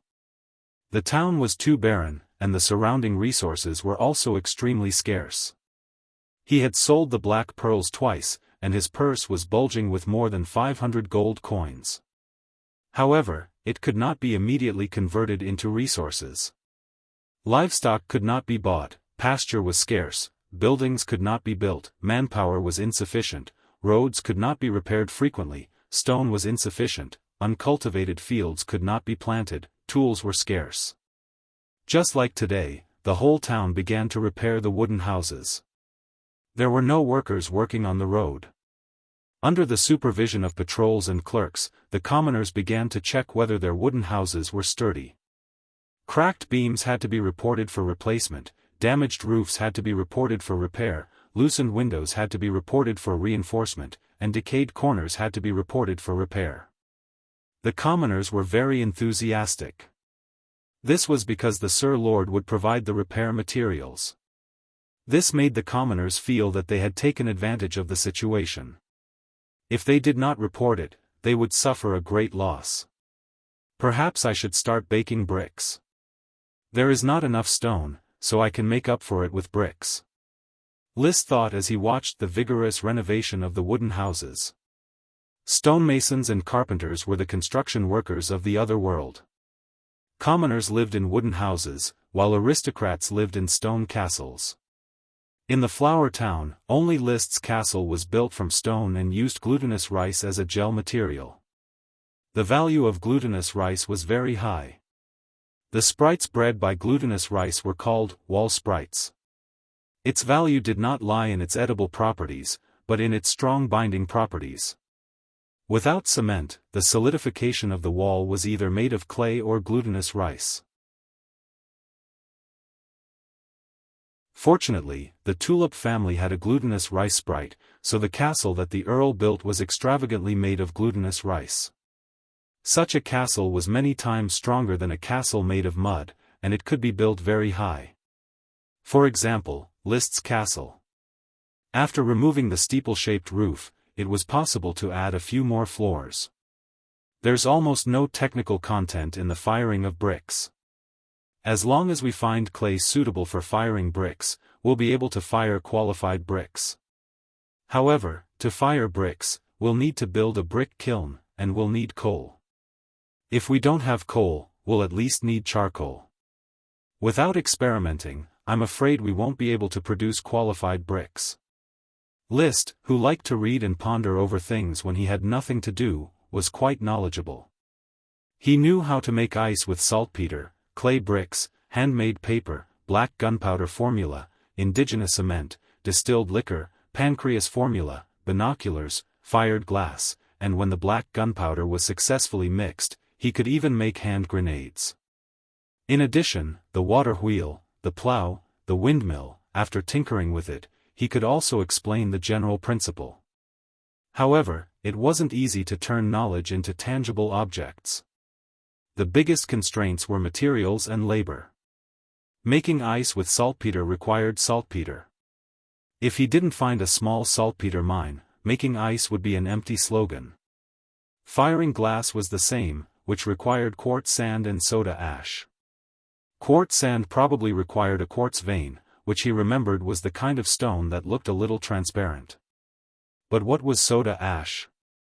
Was it soda? He remembered that when he made porridge, he needed to add some soda. There might be a small amount of soda ash in plant ash, but where could he get soda ash for firing glass? In addition to saltpeter, black gunpowder also needed sulfur. Limestone was needed for cement. Strictly speaking, I don't seem to know what sulfur and limestone look like, right? List suddenly thought of a very serious problem. He only knew that saltpeter could be used to make ice, quartz could be used to fire glass, limestone could be used to make cement, and sulfur could be used to make explosives. But what did limestone and sulfur look like? Previously, he only knew that saltpeter was white. Many books mentioned that it grew in toilets and corners. Later, after the smoke mission indicated that there was a small saltpeter mine, he successfully discovered saltpeter. If he really had to look for a saltpeter mine by himself, he might not be able to find it. Limestone is a rather vulgar name. It is probably a common stone. Does it have anything to do with marble or granite? As for sulfur, I have to look for it in volcanic craters. It is said that volcanic craters have the smell of sulfur. At this moment, List felt that his real self was far more ignorant than he imagined. This is a bit awkward, but I definitely know where to find the soil for firing bricks. In theory, firing bricks required clay, the kind of soil that could be fired into red bricks. However, if one did not pursue high quality, then most of the soil could be used to fire bricks. Soil that was a bit sticky was considered a good material. There was still a lot of such soil in the flower town. When the mission is completed, I will gather a group of serfs to fire bricks for me. I want to build houses with bricks. Build flame mushroom greenhouses, build toilets, build pig, horse, cow, and sheep pens, build factories. Then build a football field, a basketball court, and raise a group of professional players to come and play games. I still have to spend time looking for quartz, limestone, and soda ash. Cement and glass have a wide range of uses. Then he suddenly thought, in fact, I am an aristocrat. Enjoying life is what I should do. Why do I think about inventions and research all day long? He used to be a liberal arts student. He was not a science student. He studied information management at university. Life is so wonderful, I don't want to be a wizard. Just as he was riding his horse, his thoughts flying. Not far away, on the side of the street, a wooden house collapsed with a thump. List raised his hand to block the sunlight and looked over. A group of people were watching the commotion in a mess. He ordered a retainer knight, "What happened? Go and ask." The retainer knight quickly brought over a member of the patrol who was supervising the scene. The patrol member knelt on the ground and answered List's question. "Sir Lord, it was Hunter with the loud voice who tore down his wooden house." "Tore down his own wooden house?" "Yes, we saw with our own eyes that Hunter was hitting his own wooden house with a stick, breaking a few supporting pillars. After that, the wooden house collapsed, and Hunter was buried in it. However, he was not killed, only one of his arms was broken." "Why did he tear down his wooden house?"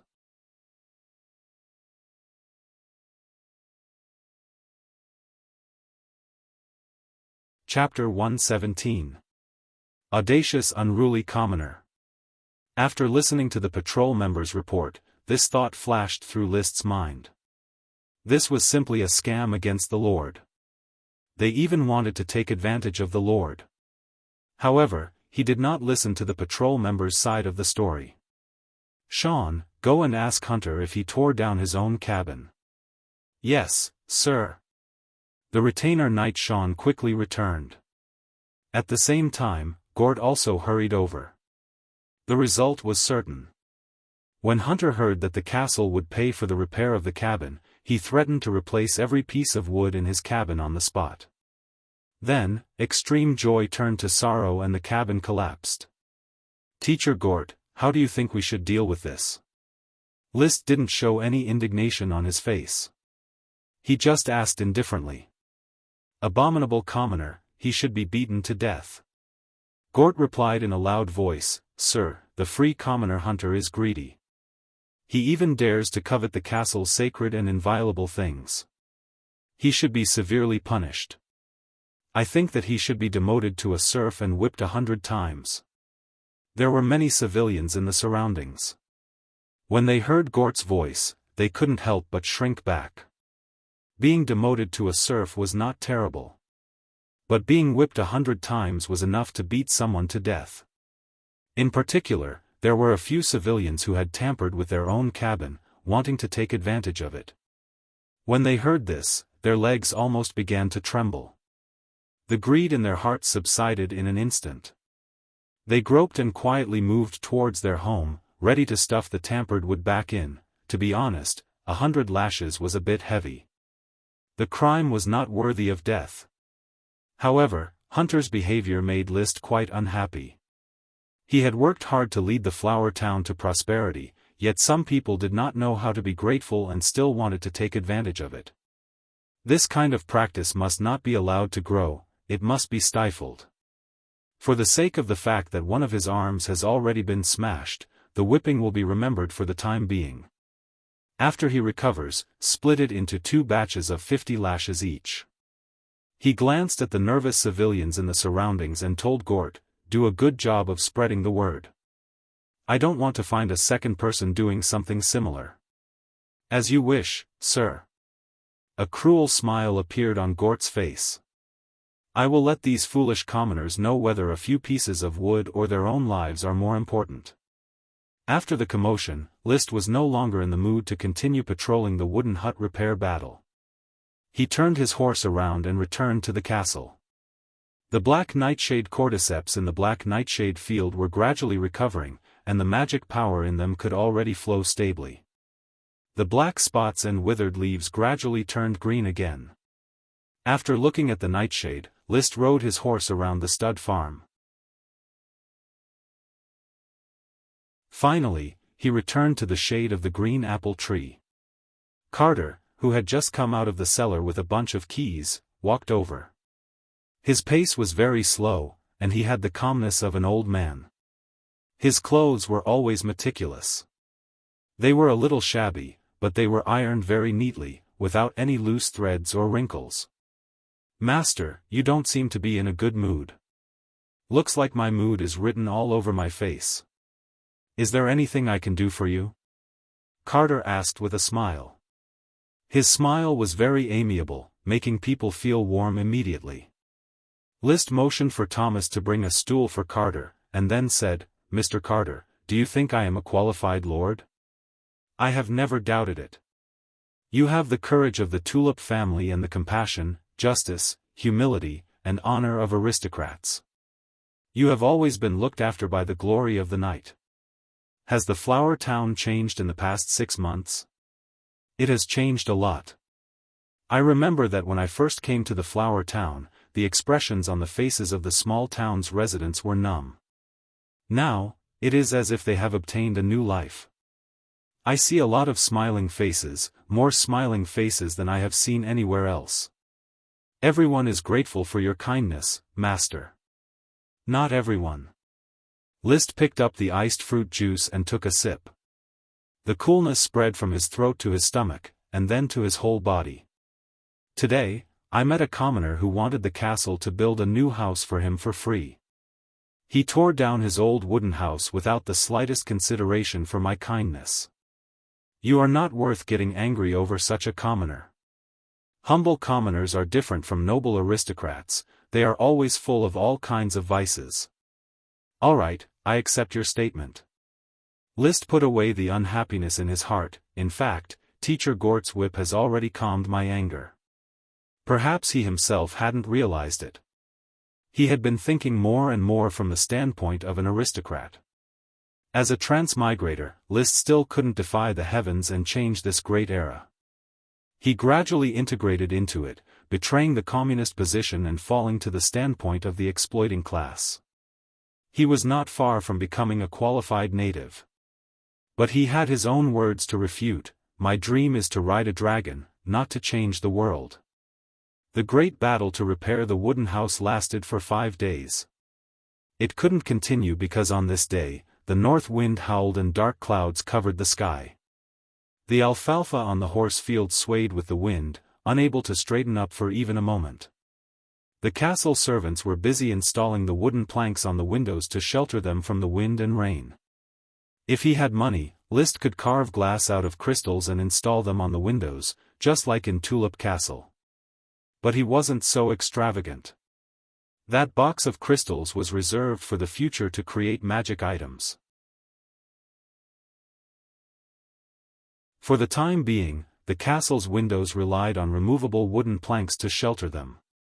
In addition, every window had a curtain woven from straw, which could be used to shelter them from the sun and mosquitoes. Not now, the wind outside would blow the curtain apart. After the wooden planks were installed, the castle's originally not very bright light became even dimmer.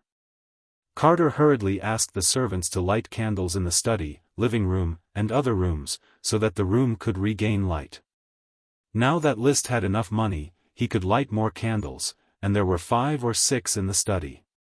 Mr. Carter, don't worry about wastage, my room needs to be bright enough. Reading in dim light is very harmful to the eyes. List held a novel in his hands and flipped through it in boredom. He had already read all of the castle's 182 books more than twice. Basically, a book had tens of thousands of words at most, and only a few thousand words at least. He admired the authors who wrote night novels. In just a few thousand words, they had to write a complete story with twists and turns. Moreover, there had to be dragons, princesses, orders of chivalry, kings, wars, banquets. Otherwise, no aristocrats would buy their books. If aristocrats did not buy books, then these destitute minor aristocrats who wrote all kinds of fabricated stories would starve to death. There was no doubt that those who chose to write were basically destitute aristocrats. Commoners could not write at all. Master, looking at the current weather, there will be a heavy rain today. The next heavy rain is also good. The flower town's several ponds are about to dry up and are in urgent need of rainwater to replenish them. I hope it won't ruin the crops and affect this season's taxes. Carter lifted a wooden plank and looked at the gloomy sky outside, saying worriedly, "Don't be nervous. There is no shortage of food in the castle and the town. The East Coast is the flower town's dining hall," List said faintly. He leaned back in his chair, his eyes not focused on the night novel in front of him.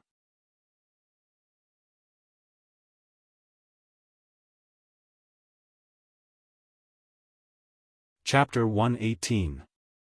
The storm was fierce. When the flower town was swayed by the strong wind, sand and dust filled the sky. For a moment, the whole world suddenly became quiet. Then, bean-sized raindrops pattered on the top of the castle's steeple, as if a basin of water had been poured down, splashing everywhere. In the kennel, Dosun's loud barking came. In a room downstairs, Blessed Curls was also quack, quack. Outside the castle and inside the castle were two different worlds. Listening attentively, List could hear the servants chatting in the kitchen and dining room downstairs. Due to the heavy rain, there was nothing to do, so they could only chat. Mr. Carter's footsteps lingered upstairs and downstairs. He was always wandering around, inspecting every part of the castle. Mrs. Morrison, who was inspecting the maids' cleaning, met with Carter. They seemed to chat for a while, evaluating the performance of the serving men and maidservants. The two stewards were conscientious and conscientious.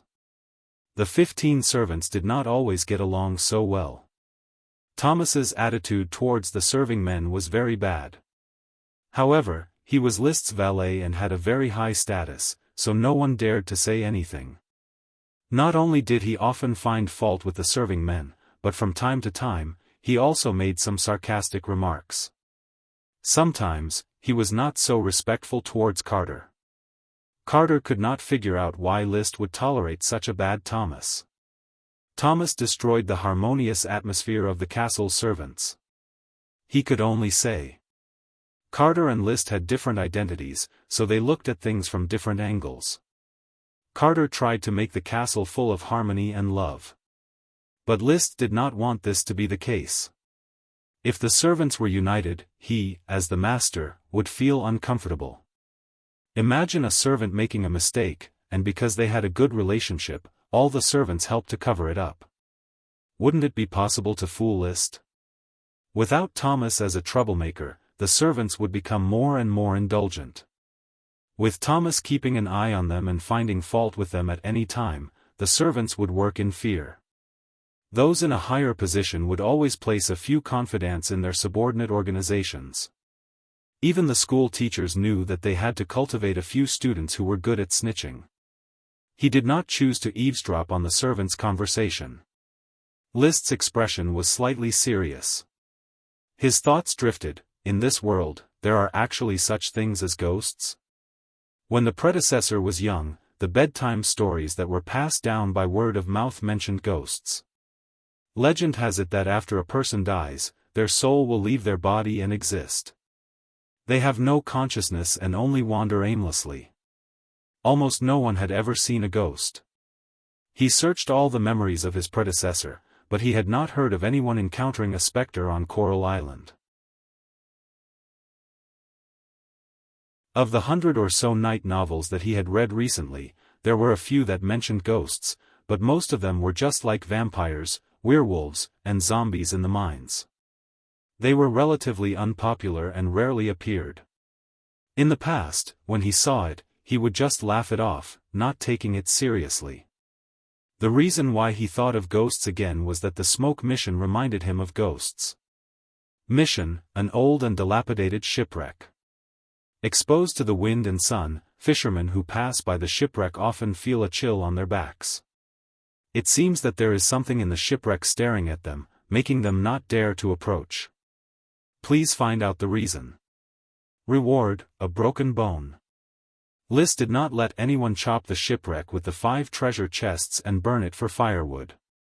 He felt that the shipwreck could barely be regarded as a tourist attraction, so he placed it in the oyster settlement to add to the oyster settlement's historical heritage. He was also planning to have the shipwreck properly maintained when he had time. He did not expect that the shipwreck would actually hide a secret. What is in the shipwreck? Previously, when the patrol team was looking for the treasure, they had already searched the entire ship inside and out. Apart from some cloth, grain residue, and 5 treasure chests, there was nothing else. Or perhaps, there was something, but it was not easy to see. He could easily associate it with ghosts, dirty things, shipwrecks, ghost ships, and finally with the legendary specter. Bang bang. A bright light flashed outside the castle, followed by the rumbling of thunder. The wind blew again, accompanied by the pitter-patter of raindrops, isolating the castle from everything outside. Walking to the window, he put down a wooden block and looked at the curtain of rain outside. List felt a sense of desolation, as if he was isolated from the world. Loneliness welled up in his heart, and he suddenly realized that he had been here for half a year. From the world of technological civilization, he had entered the world of magic and qi. It was hard to say whether it was good or bad. In his hometown, the standard of living was a bit higher, but he was just a bitter overtime dog. Here, the standard of living was relatively poor, but he was an aristocrat with supreme power. He also had qi to strengthen his body and was immune to all kinds of diseases. In comparison, I prefer my current life. I like the picture of a maid busying herself in front of me. There was a slight smile at the corner of his mouth. He was not too conflicted. Soon, his thoughts returned to the smoke mission. If there is really a ghost in the shipwreck, then it must be eradicated as soon as possible so as not to endanger the lives of the fishermen. The mission reward is a broken bone, but does it have anything to do with the ghost? He wanted to go to the shipwreck, find out the reason, and complete the mission. But the rain was too heavy outside, and it was difficult to travel. He could only stay in the castle and wait in boredom. However, he waited. 3 days. The heavy rain flooded the entire town. Fortunately, the town-wide wooden houses had been repaired in advance. The patrols braving the rain had yet to find any collapsed wooden houses. The worm stalks were also safe. Even the most fragile black nightshade worm stalk was still intact because of the protection. But after 3 days of heavy rain, 2 people died. An old serf went out to pick vegetables, accidentally slipped, and never got up again. Another mother of 3 went to the beach in the rain to pick up shells, but after returning, she fell seriously ill and died. Picking up shells on the beach? List listened to Gort's report, and his heart stirred. Could it be related to the shipwreck? He immediately asked, "Teacher Gort, the woman who died of illness, has the body been examined? Is there anything wrong?" "Examine the body?" "Sorry, sir, I did not examine the body. I thought it was just a serf who died of illness. This kind of thing, it happens very often." Perhaps List was too sensitive. But he still decided to examine the body of the woman who died of illness in person. "Teacher Gort, be sensitive. Recently, there have been fishermen who have responded that there is something wrong with the shipwreck, as if there is something dirty on it. I suspect that the woman's death may be related to the shipwreck."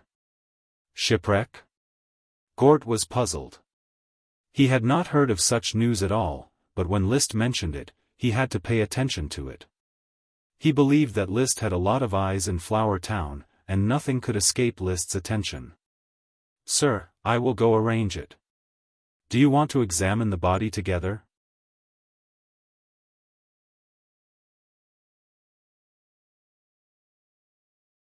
Chapter 119. The majestic group of people trampled on the puddles on horseback. The retainer knight and valet surrounded List, while Gort, Marcus, and other officials followed closely behind. Compared to the previous time when there were only 2 or 3 people, the current ostentatious scene was very imposing. In fact, there was no need for so many people to follow in the fief. However, List still did it. He liked this kind of aristocratic behavior. Compared to the Count and even his brother Levis, who had a knight squad following them when they went out, his team was not big enough and had to work hard to develop. It would be best if he could also bring Dosen and Blessed Curls. With the yellow on the left and the blue on the right. "Sir, the roads of the Flower Town are better than those of the Coral City." Isaiah exclaimed in admiration, "Every time it rains in the Coral City, it feels like a city of excrement. The excrement floating on the streets is disgusting. Here, there is no excrement, not even silt." The main road was a gravel road, which basically had no silt. The road between the settlements was a sea sand road, which would have silt, but not much. Gort laughed and complimented in a timely manner. Without Sir's wisdom, there would not be such a wonderful environment as the Flower Town. Before, I couldn't understand the benefits of building roads, but little by little, they were revealed to me. I hope that in the future, every road will be built as a gravel road. List smiled. He didn't show any complacent expression. This was nothing. Later on, when he made cement, there would be more surprises. The sky had yet to completely clear up, and there was still a drizzle. He was wearing a wide black cloak and riding a pure black dragon. At first glance, he looked very gloomy. Were it not for his handsome face and the few strands of light blonde hair on his forehead, adding to his liveliness, he could probably impersonate the ringwraith of the Lord of the Rings. After a while, the group had arrived at the Barley settlement. The woman who died of illness was a serf of the Barley settlement. The corpse was still placed in the house. According to the funeral custom of the Grand Duchy of Sapphire, after death, people were buried directly in the ground. However, it had been raining heavily for the past few days, so there was no way to bury the corpses.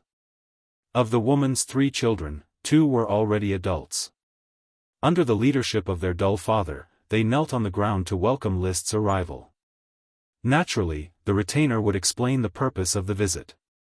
List only needed to walk to the corpse and examine it. Marcus and Gort checked the corpse first, but they didn't find anything wrong with it. Then, List personally inspected it. This was his first time facing a dead person. He was a little nervous, but he controlled himself well and did not show any emotion. Observing with the naked eye, he did not see anything wrong with the corpse, but when he cast magic eyes, he found that there was nothing wrong with it. There was a flash of black magic on the corpse. When he took a closer look, the black magic disappeared again. List chose to believe his eyes. He observed quietly, and about a minute later, another wisp of black magic flickered in the corpse and disappeared. "Sir, did you observe anything?" Marcus asked. "There is something wrong with the corpse. I felt signs of magic on the corpse. She did not die of a normal disease, but was infected with something dirty." Gort was surprised. Is there really something dirty? What could it be? If it was infected from the shipwreck, could it be a ghost? Legend has it that there are ghost ships on the sea. The shipwreck we found is not a ghost ship, right? Yes or no, we will know after checking it. By the way, how do you think we should deal with this corpse? To be on the safe side, we should burn it. There was no concept of the dead is the most important here, and there was no such thing as ancestor worship. After people died, they were basically simply buried, especially civilians. When they died, they would roll up a straw mat, dig a deep pit and bury them, and then there would be nothing else to do.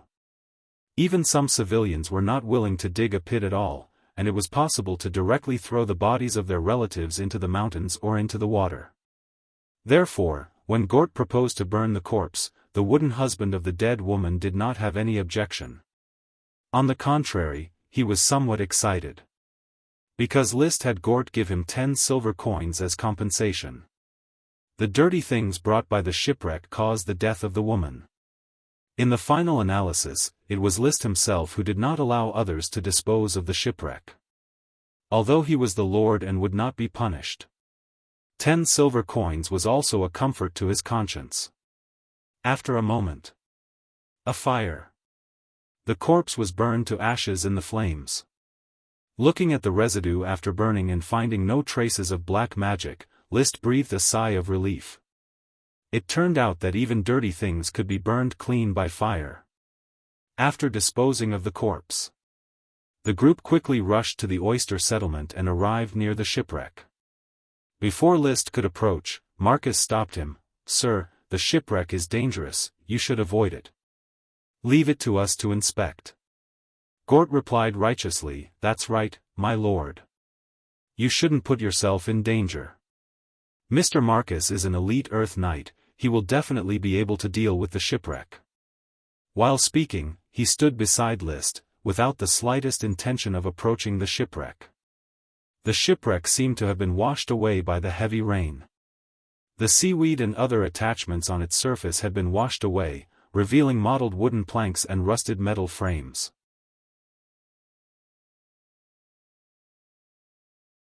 It was not a large ship, much smaller than the Flower. Moreover, it was seriously damaged, and the cabin could basically be seen from the outside.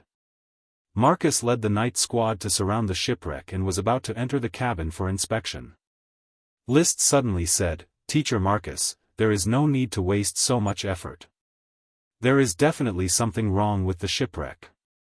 Just smash it, dismantle it, and inspect it piece by piece to avoid any accidents." He did not intend to keep a shipwreck with dirty things as a tourist attraction.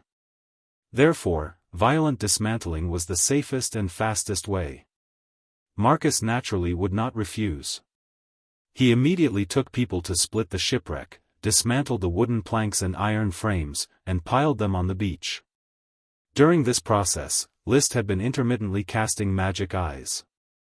Just as the two retainer knight carried a broken piece of dragon bone, List suddenly saw black magic flickering at the fracture of the dragon bone. Magic power usually had a color. For example, fire magic was mostly red, and water magic was mostly blue, especially when it manifested as chi. But it was not absolute. Some magic showed a variety of mixed attributes and would have a variety of strange colors. Some magic showed no attributes and would also have a variety of colors. Even archmages, who had studied magic to a profound realm, could not unravel the essence and mystery of magic. What did black magic represent? List did not understand. But he knew that he had probably found the cause of the shipwreck's problem. "Teacher Marcus, carefully examine this dragon bone, I feel traces of magic." After List's reminder, Marcus quickly picked up the dragon bone, touched it with both hands, and carefully observed and felt it. After a moment, Marcus's eyes bloomed as he also felt magic. "Sir, there really is a problem, I feel a cold magic."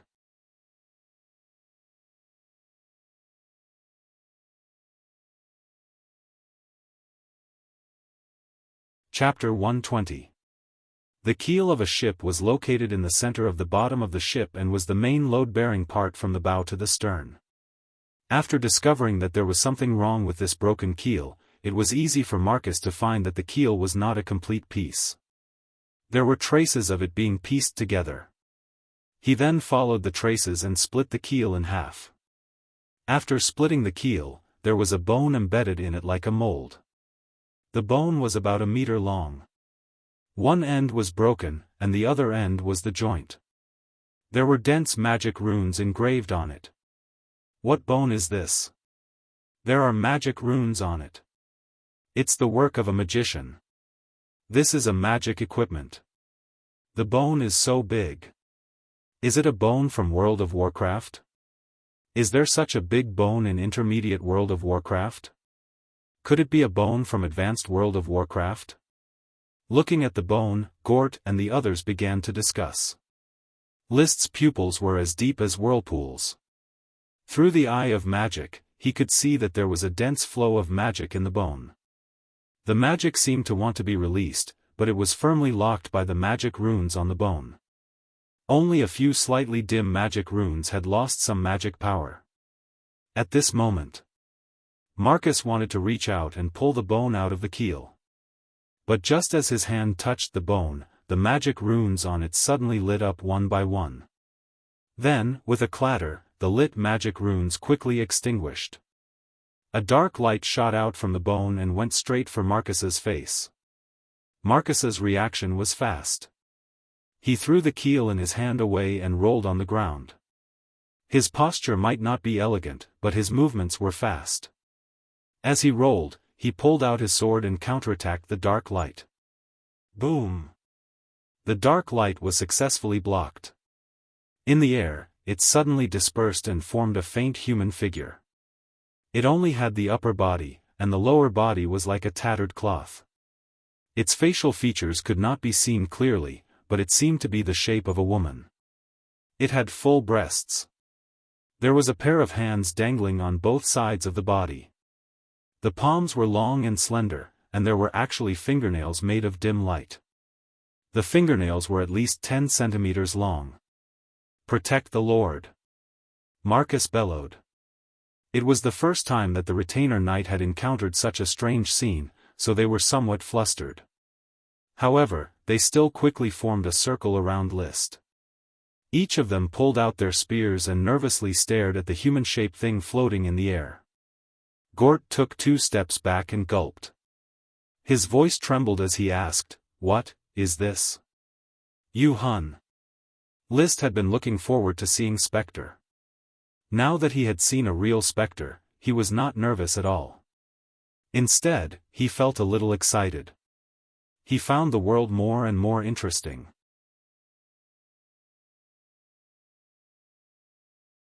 Not only was there magic and combat aura, not only were there dragons and elves, but there were also all kinds of magical existences. Ghosts had already been proven to be real. Then, would the vampires, werewolves, unicorns, and singing demons that were described in the Knight's novel also exist? There were also giants and gnomes, which had also appeared in the Knight's novel. Did they exist? Even the humanoid elves, which were also called elves but were as highly intelligent as humans, did they exist? Hun. Gort screamed, "Is it really a Spectre? There really are Spectre. Incredible. Marcus, you can definitely kill the Spectre, right?" Marcus and the Spectre were in a tense confrontation. In fact, it was not really a confrontation, because since the Spectre failed to attack Marcus and appeared, it had been floating in the air, staring blankly and motionless. If it were not for the slight undulation of its body and the faint radiance, it would really look like a slideshow. "I can't guarantee that I can kill it. I have never seen a Spectre. It has no body, just a mass of light." Marcus looked cautious and held the knight's sword with both hands. List, who was protected by the crowd, was still casting magic eyes. He found that the magic in the bone did not seem to have anything to do with the Spectre. There was not much magic in the Spectre's body. Because whether it was the magic eyes or the naked eye, the Spectre he saw was a human half-body composed of dim light and shadow. He quickly recalled all the information about the Spectre. The Spectre did not seem to be a ferocious ghost. In the Knight's novels, the protagonists all killed a child with a single slash, and there was no more detailed description of the battle. Even in bedtime stories, the Spectre was only regarded as a rare thing, not a harmful existence. Just when Marcus could not help but get ready to attack the Spectre. He did not know which light was triggered. List suddenly felt that the Spectre could live in the dragon bone, which was a bit like the genie in Aladdin's magic lamp. So he gently stroked his chest in his cloak and took out the floating bottle made of unknown metal from the space ring. Then he threw it to Marcus. "Teacher Marcus, try to see if you can put the Spectre in it." This was just a whim of his, a little whimsical.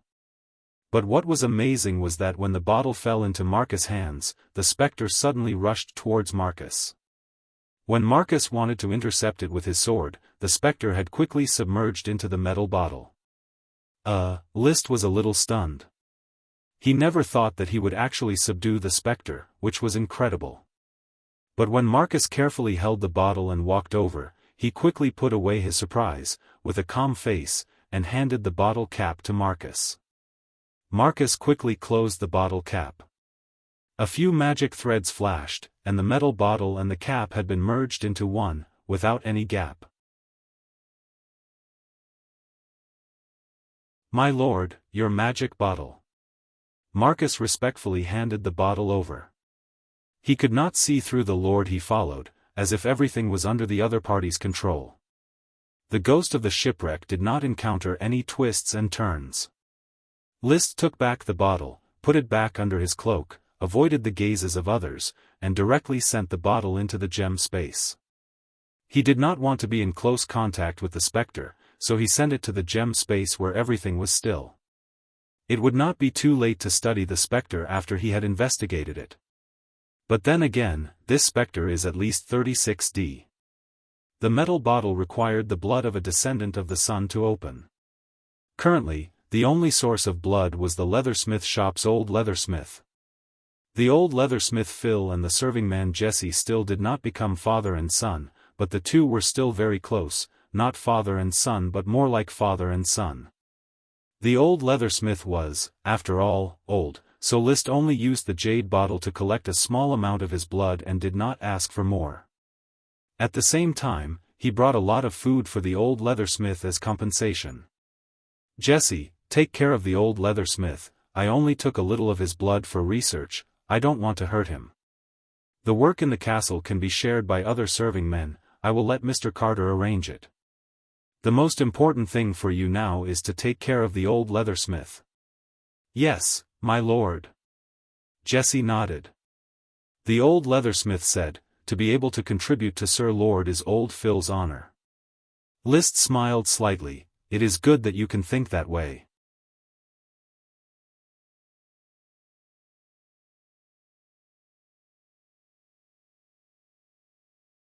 Chapter 121. The shipwreck was settled. The smoke mission was also completed. Mission completed. Reward, a broken bone. There was no doubt that the reward of this mission was the large bone engraved with magic runes found in the keel. The bone was naturally part of List's collection. Its function was still unclear. But, it could be judged that the bone was a magic equipment. It was probably a piece of navigation-related equipment placed in the keel. Subsequently, Captain Costo, who was the most familiar with navigation in Flower Town, answered List's confusion. Sir Lord, this bone is indeed a magic equipment. It is called keel fixer. It can stabilize the ship's keel, thus making the ship more sturdy. However, its biggest function is actually to deter sea monsters. Keel fixer. Deter sea monsters? Costo's tone was fanatical. Most of the keel fixer is made from the bones of high-grade dragons in World of Warcraft. Because it contains dragon bloodline, it can produce a faint dragon might under the stimulation of magic power, thereby scaring away sea monsters. Sir Lord, this keel fixer is tailor-made for the flower. The bones of a high-grade dragon in World of Warcraft. In terms of hierarchy, high-grade dragons in World of Warcraft were even more precious than greater elves. On the islands of the Grand Duchy of Sapphire, there were very few dragons of this level in World of Warcraft. In fact, even high-grade dragons in World of Warcraft were rare in the country. On the Coral Island, there was only one mid-grade World of Warcraft purple sand crocodile. This bone was very precious and had been engraved with magic runes by a wizard. List immediately poured his chi into the keel fixer. The magic runes on it gradually lit up. After a while, it had turned into a sparkling bone staff. A faint, heart-palpitating pressure began to emanate from the bone staff. List had felt this kind of pressure before. It was when he faced the invisible dragon. The dragon might made it difficult for him to operate his chi. However, the dragon might brought by the bone staff was a lot weaker and could not affect his chi operation. This dragon might was amplified by magic runes. After all, dragons in World of Warcraft were not dragons, their bloodline was thin. It's a bit weak. The influence of this dragon might is a bit weak. He's actually not weak, my lord. I'm getting goosebumps all over my body, and I feel like I'm suffocating. Those sea monsters will definitely run as far as they can after sensing the dragon's might, no matter how big or small they are. That was true. The might of a dragon wasn't something that only humans could understand. It was also the natural enemy of World of Warcraft and sea monsters. Sensing the aura of its natural enemy, it was only natural for it to run. This dragon-fixing bone was a treasure. List handed the keel fixation bone to the retainer knight and said to Costo, I'll store it first. When the flower goes to sea one day, I'll decide whether or not to place it on the ship. Costo felt a little regretful, but he still bowed. He did not dare to question the Lord's decision. By the way, Captain Costo, since the shipwreck has a keel, why doesn't the flower have a keel? List suddenly thought of a problem. The technique to create the keel anchor bone was lost along with the destruction of the Cohen family. I once saw a ship pass down from the Cohen family, and only then did I know what a keel anchor bone was. It was a unique magic equipment manufacturing technique mastered by the mages of the Cohen family. The technique to create the keel anchor bone probably lied in the magic runes engraved on its surface. Marquis Cohen was the founder of the Grand Duchy of Sapphire 100 years ago. He was one of the earliest followers of the Sapphire Grand Duke. However, the Marquis Cohen family seemed to have been involved in a palace coup, and then, there was no later. There was no official record of this matter, and after more than 100 years, no one cared about the Marquis Cohen. There were too many nobles that had been lost in history. Only the living were worth associating with, while the dead were forgotten. Mages who mastered the technique. It was estimated that they would follow Marquis Cohen and become a speck of dust in history. It's a pity that the keel anchor bone is still very useful for sailing. If we want to sail to the Devil's Sea, the keel anchor bone will definitely play a huge supporting role. If we can find a dragon skeleton to make a keel anchor bone, I'm afraid that even the most ferocious of sea monsters will have to flee. Legend had it that there were big storms and sea monsters in the Devil's Sea. Without ships, they could only sail on it. List was very curious about the Devil's Sea, or rather, the other side of the sea. Sooner or later, I will recruit mages to study the keel anchor bone technique for me. Start the age of navigation. There were still many unsolved mysteries. Why was there a spectre hidden in the keel anchor bone? How did the spectre kill the woman? Why did the spectre drill into the metal bottle? Could it continue to survive in the gem space? What was its state of existence? Who was it when it was alive? What did it look like? Why did it have such a majestic 36D? These were all questions. However, List did not continue to think about it for the time being. A new mission was waiting for him. Mission: after the rainstorm, the magic power in the Thorn's Ridge is more abundant than ever. A solitary magic ingredient is breeding a fruit that can change the World of Warcraft bloodline.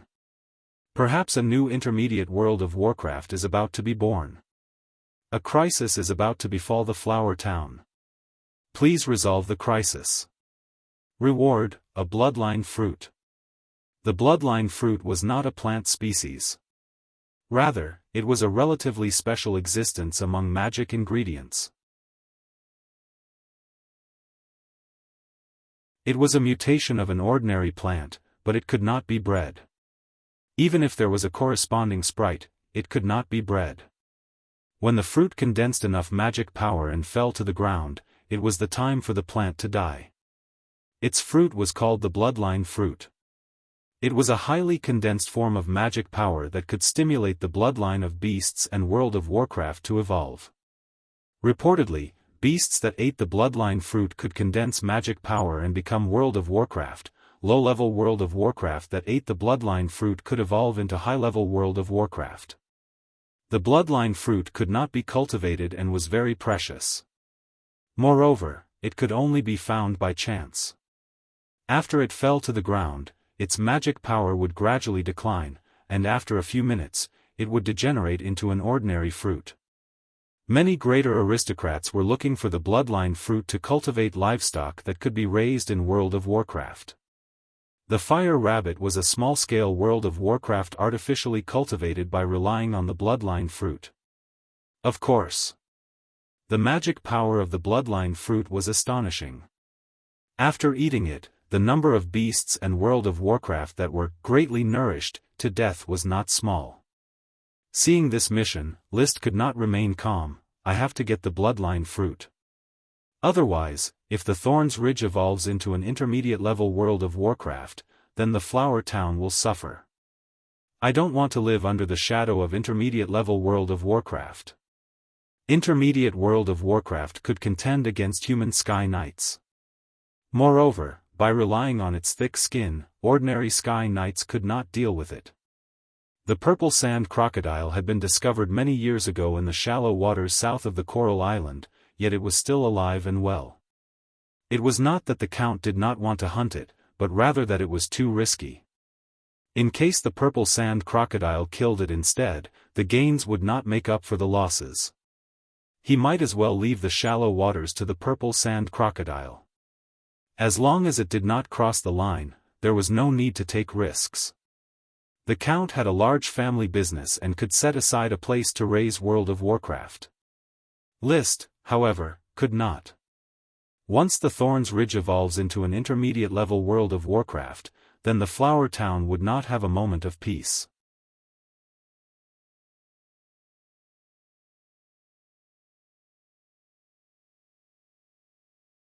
Chapter 122.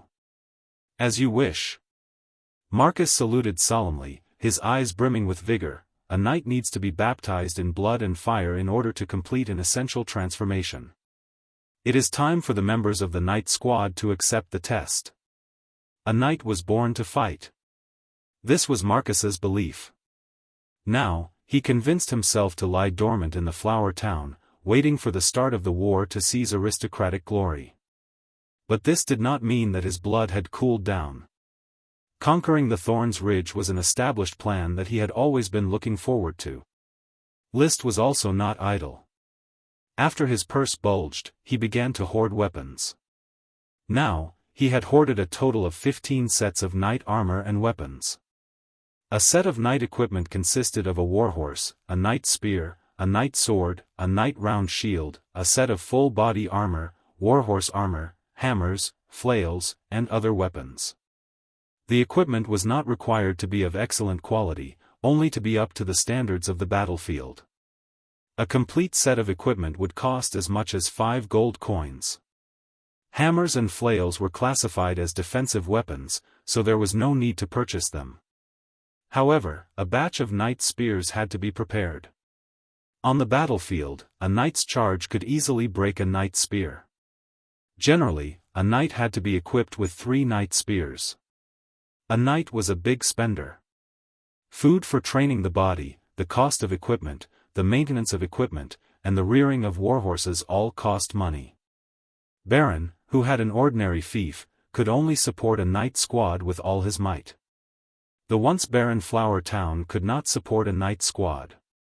But now, with the daily gold coins earned from the seafood business, List could finally nurture his own knight squad. Sir, I heard that you want to exterminate the Thorns Ridge World of War. Karl Hammerstein is willing to lead the patrol team and join the extermination. After hearing the news, the town's defense officer Karl immediately rushed to the castle. Soon after, Insect Affairs Officer Rome Winebarrel also rushed to the castle. The insect protection team is made up of serfs, and their combat power is almost zero.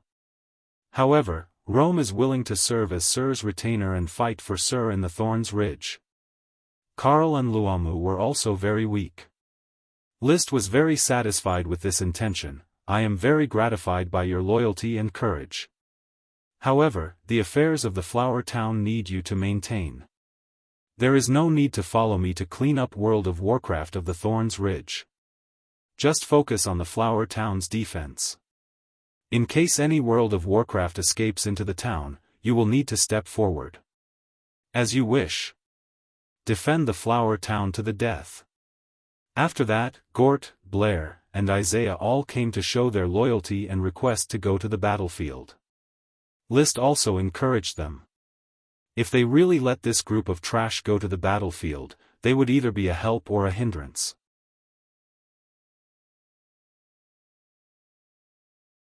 With the urgency of the mission, List had already made preparations. When the sky was clear and the road was still muddy, he was ready to set off. Served by Thomas, he put on a black World of Warcraft leather armor and equipped the gem weapon Redblood sword, and then walked out of the castle. His leather boots stepped on the horse farm's alfalfa that still had a little water. He whistled, and Black Dragon, who was grazing in the distance, galloped over. The 2 retainer knight, Philip and Xavier, came over one after another, carrying List's equipment. The knight didn't carry a spear, only 2 knight swords and a knight round shield. Because they would be fighting in the woods, a spear charge was not suitable. Of course, there was also the bow and arrow. List's archery was second only to Marcus. "Master, this is a smoke-grass flint packet." Thomas handed over a few small paper packets wrapped in thick bast paper. Inside the packets were dried smoke-grass and flint. In a crisis, as long as the flint at the mouth of the packet was slightly rubbed, it could ignite the paper packet and release the smell of smoke-grass. List believed that it could save his life in a crisis. Resolving the crisis that might arise in the Thorns Ridge was no doubt important, but saving his life was even more important. However, the smoke-grass flint packet was just a decoy. Inside his gem space, there was a large bundle of smoke-grass. At any time, he could throw out a bundle of smoke-grass to block World of Warcraft. List put his bow and arrows on his back and mounted his horse. List suddenly saw Dosen wagging its tail at him from the edge of the kennel. List's eyes lit up. Dosen could already skillfully release rock thorns. Its body was strong, and its fighting strength was absolutely not much worse than that of the Earth Knight. It was a very good helper. Most importantly, it had been trained to be very obedient and loyal to him. "Thomas, bring Dosen over." "Are you going to bring Dosen to the battlefield?" "That's right." Thomas untied the rope, and Dosen rushed to Black Dragon's side. Black Dragon was very familiar with Dosen, so it wasn't nervous. Dosen also didn't attack Black Dragon. It just kept wagging its tail. "Dosen, follow me." List spurred the horse forward, and Dosen hurriedly followed. It was very obedient. Everything was ready. When they arrived at the junction of the horse field and the main road, Marcus was already waiting with the night squad to set off. Gort and the others were also standing there to welcome the night squad. Dosen didn't have the slightest stage fright. It followed Black Dragon calmly.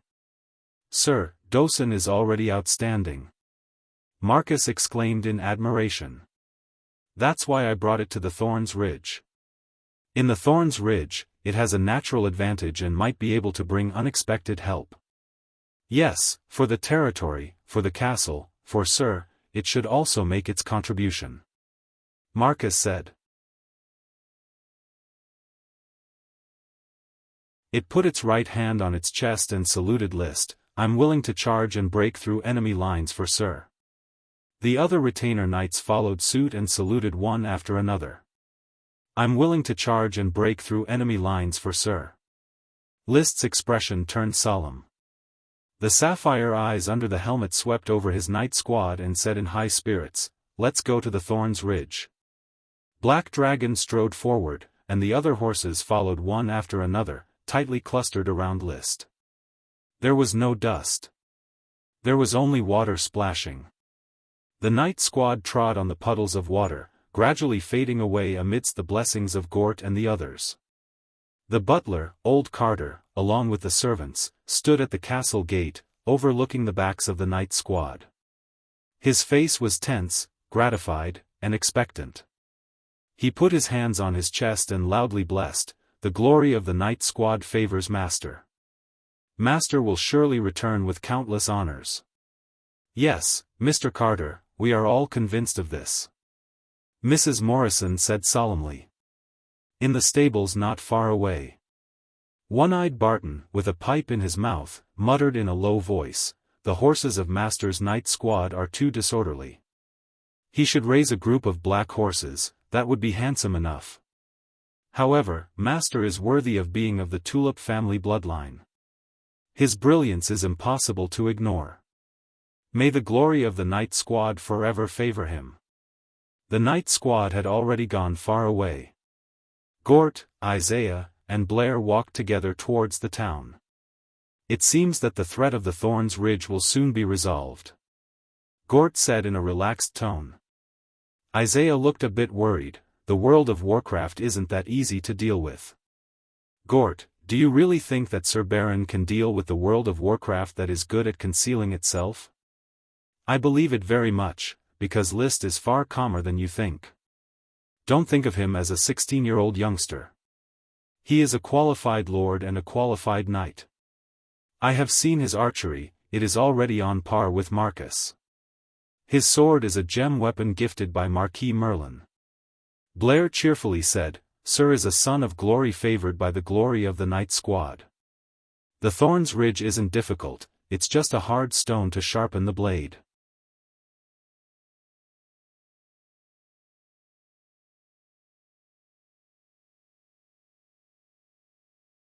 Chapter 123. List decided to spend this period of time in the Thorns. He announced to the outside world that he was going to wipe out World of Warcraft in the Thorns Ridge, and in fact, he was indeed preparing to wipe it out. But the most essential purpose was to snatch the bloodline fruit. A carpet search was essential. All the wild beasts that can be hunted must be hunted clean. The Thorns Forest is destined to be cut down, there is no need to keep the wild beasts. Marcus was the commander of the Knight Squad.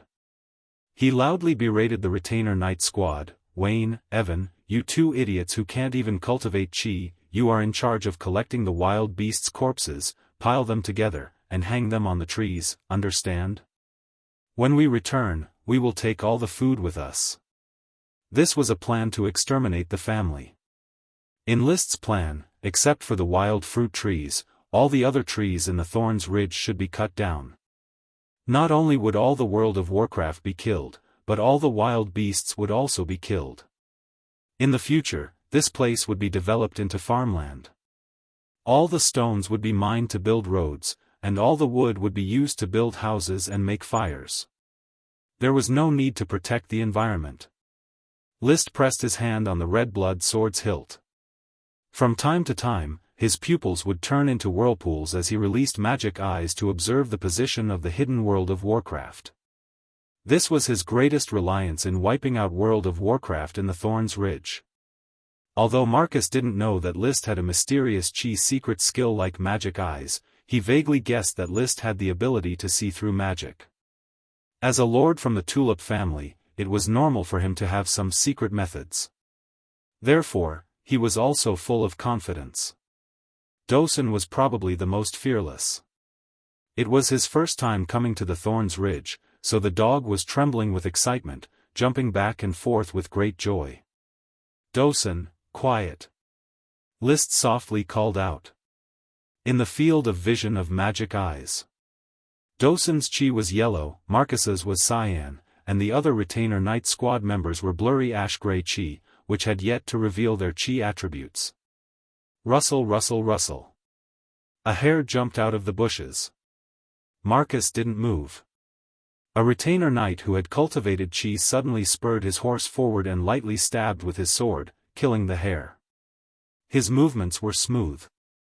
With the help of his chi and the constant training of the knight course, the young squire, who was only 12 years old, was already very agile, far surpassing an adult. The long sword shook, and the wild rabbit's corpse was thrown to the back of the group. Wayne, who had yet to cultivate his fighting energy, hurriedly caught the wild rabbit's carcass. He took out a rope and tied the wild rabbit's legs before throwing it behind the horse. There were already several small animal carcasses hanging behind the horse, the largest of which was a roe deer. Just like that, the night party pushed forward for the entire morning. They did not encounter a single World of Warcraft, but they killed a large number of wild beasts. When there were a certain number of them, they would tie the carcasses together and hang them on the trees. This would prevent most of the wild beasts from stealing the carcasses. There was no lack of food in the town. Some of these wild beasts would be pickled and smoked to be stored in the castle. Some would be distributed to subordinates and their families to win over the hearts of the people. The rest that couldn't be eaten would be sold in the seafood store. The seafood store was the castle's industry, designed to provide seafood for the subjects. List had already determined the price of the wild beasts, which was only a bit more expensive than black bread. This way, the town's residents could taste the wild beasts of the Thorns Ridge. It could be considered as a gift from the Lord. List was a good person, he always thought so. The subjects also thought so. There had never been a lord who gave such preferential treatment to his serfs. Lunch was to roast the wild beasts in the Thorn's Ridge. The retainer knight brought seasonings for the food. After cleaning the meat, they sprinkled seasonings, skewered it on a stick, and roasted it on the spot. The flames quickly roasted the wild beasts until they were tender on the inside and charred on the outside. The aroma spread, stirring people's appetites. It also successfully attracted the nearby wild beasts, which then became the retainer knight's practice targets. In this morning, the retainer knight's swordsmanship rose rapidly. Their combat experience allowed them to grow rapidly, no longer panicking. It will take about 3 days to thoroughly search the Thorn's Ridge in the south. It is inevitable that some will slip through the net. Since they cannot find food in the forest, they are likely to flee to the flower town. Marcus ate the roasted meat while analyzing the consequences of the battle. List didn't let the retainer knight help him roast the meat. He roasted a roe deer leg himself. Using a dagger, he cut open the meat, sprinkled seasonings, and brushed several layers of oil. The skin was roasted until it was golden brown, and the oil and seasoning seeped into the meat. This craftsmanship, which he had tested a few times in the castle, was very good. Aristocrats didn't enter the kitchen, but in the wilderness, it was very common for them to roast meat by themselves. After all, roasting meat was an elegant pleasure. Before setting off, I had already instructed Teacher Gort that the fief's residents, unless necessary, should not rashly go out in the near future. Even if they go out to work, they should go in groups. After this period of time, the logging team will cut down all the timber in the Thorn's Ridge, and the flower town will be completely free of worries. List poked the roe deer leg with a dagger. He felt that the meat was cooked enough. He blew on the golden skin and took a light bite. As if biting a crispy biscuit, the skin was already crispy. The meat was also cooked and could be easily torn apart. The aroma, accompanied by the scalding heat, blossomed on the tongue. It was so hot that List wanted to spit it out, yet he was reluctant to do so. It was too fragrant. List ate the meat while exhaling. Delicious. In his heart, he praised himself fiercely.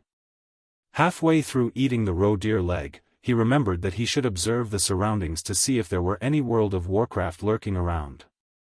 As soon as he released magic eyes, he suddenly discovered that there was a flying dust dog formed of yellow magic power in front of the bonfire. If it wasn't for Dosen snuggling up to his leg, he would have thought that it was Dosen. "Teacher Marcus, do you see the thick tree trunk in front of the left?" He calmly reminded Marcus. He put down the roe deer leg in his hand and touched the bow and arrow on his back. Marcus raised his eyebrows. "I see it. Is there a situation, sir?" "There is a World of Warcraft hidden in the grass on the left side of the tree trunk. It could be a windblade wolf or a flying dust dog." List did not immediately determine what World of Warcraft it was. Marcus nodded. His expression was solemn. He turned to the retainer knight beside him and made a few simple gestures. This was a common way for knight to communicate on the battlefield. After all, they couldn't always rely on shouting. It meant that they should be on alert and that there was an enemy in the direction he pointed. Everyone should pass the message to each other. Without batting an eyelid, all the retainer knights received the signal. They all held their weapons in their hands and began to move slowly toward the grass to surround it. Dosen seemed to feel the tension in the atmosphere. It stood up in a flash, its fur a little stiff.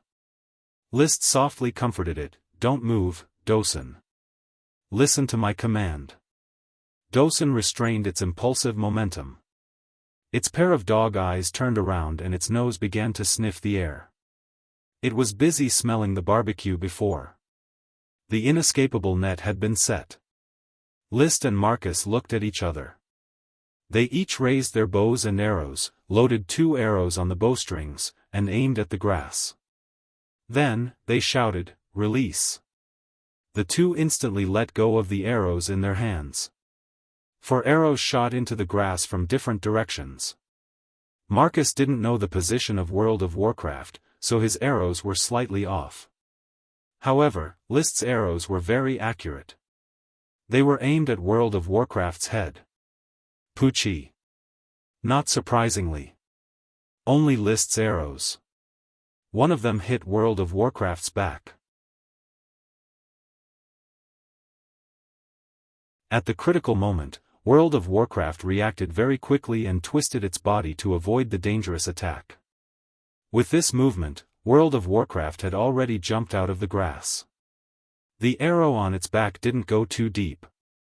It directly pounced on the nearest retainer knight. It still dared to fight back. It's a flying dust dog.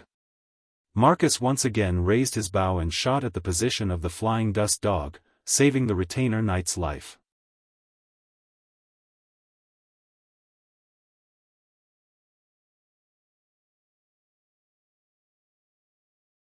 Chapter 124. Flying Dust Dog, King of Thorns Ridge, powerful low-level World of Warcraft. It was likely to be related to Dosun by blood. Dosun's mother was dead, but its father was likely to be the one in front of it. Although it might be a relative, it didn't prevent Dosun from launching an attack under List's command. Mana sprayed out from its mouth, crossed the barrier of space, and accurately gathered at the target location, forming an earth attribute spell, Rockthorn. Whoosh! Rockthorn sprang out from the ground under the flying dust dog's abdomen, almost piercing through it. The flying dust dog quickly dodged the Rockthorn with dexterous movements, and continued to evade the 4 arrows shot at it. Then, it adjusted its posture and once again charged at the retainer knight. The retainer knight got a breather. He was already ready to defend, holding the knight's round shield in front of him. But he suddenly heard the Sir Lord shout, "Zachary, roll." His body involuntarily followed the voice's command, falling to the side and rolling twice on the muddy ground. During the knight training course, Marcus had repeatedly brainwashed them with the idea of, "The Lord is supreme," and had absolutely obeyed the Sir Lord's command. Therefore, Zachary didn't need to think, his body had already produced a conditioned reflex, acting according to List's command. This time, obeying the command saved his life. At his original position, a thick rockthorn pierced out from the ground. If Zachary hadn't dodged, the rockthorn would have fiercely stabbed into his body, most likely from a key part. Cold sweat trickled down his back. Zachary swallowed with difficulty. He was even more grateful to the Sir Lord for reminding him. But he didn't have much time to be grateful. The flying dust dog missed and once again pounced at him. It seemed to have locked onto him, and wouldn't stop until he was bitten to death. "Sir, you shoot the arrows, I'll charge." Marcus couldn't help but shout when he saw that the bow and arrow couldn't hit the flying dust dog. List had no objections to such an order. At this moment, he had completely transformed into a qualified archer. Standing at the back and dealing damage was the most important thing. Moreover, he also had to command Dosun to release magic and remind the retainer knight to avoid the rock thorns. The mission was very important. There was order in the chaotic battle scene. Although the flying dust dog was fierce and its rockthorns were elusive, under the observation of List's magic eyes, its every move could not be hidden. Apart from scratching a squire knight who could not dodge in time, the other rock thorns did not achieve anything at all. It took about 10 minutes. The mana of the flying dust dog had fallen to a low point. Based on Dosun's experience of releasing magic every day, List understood that it would be difficult for the flying dust dog to release rockthorns in a short period of time. He suddenly pulled out the red blood sword. "Charge, kill it." The black dragon horse raised its head high and galloped toward the flying dust dog, who was surrounded and had nowhere to run. Dosun also charged together. It didn't understand what it meant to kill its own kind. List's order was its code of conduct. 2 Earth Knights. 10 Trainee Knight and 2 Odd Job Knights. 14 people besieging the magic-exhausted flying dust dog. The outcome was already decided. All the night had practiced a joint attack routine and firmly stood in their positions. In the end, Marcus faced the attack head-on, while List took the opportunity to attack. Heart of Fire Dragon Drill. The red blood sword, combined with the ultimate meaning of the Fire Dragon Drill, had an unparalleled momentum, completely shrouding the flying dust dog's escape route. The sky was filled with blazing flames. It was List's explosive chi. Awo! The flying dust dog screamed again and again. The King of Thorns Ridge, hunted by the humans, could only nurse a grievance. It didn't take much effort for it to fall. List calmly put away the red blood sword, waiting for the flames to extinguish. He wanted to see the miserable end of the world of Warcraft that he had killed with his own hands.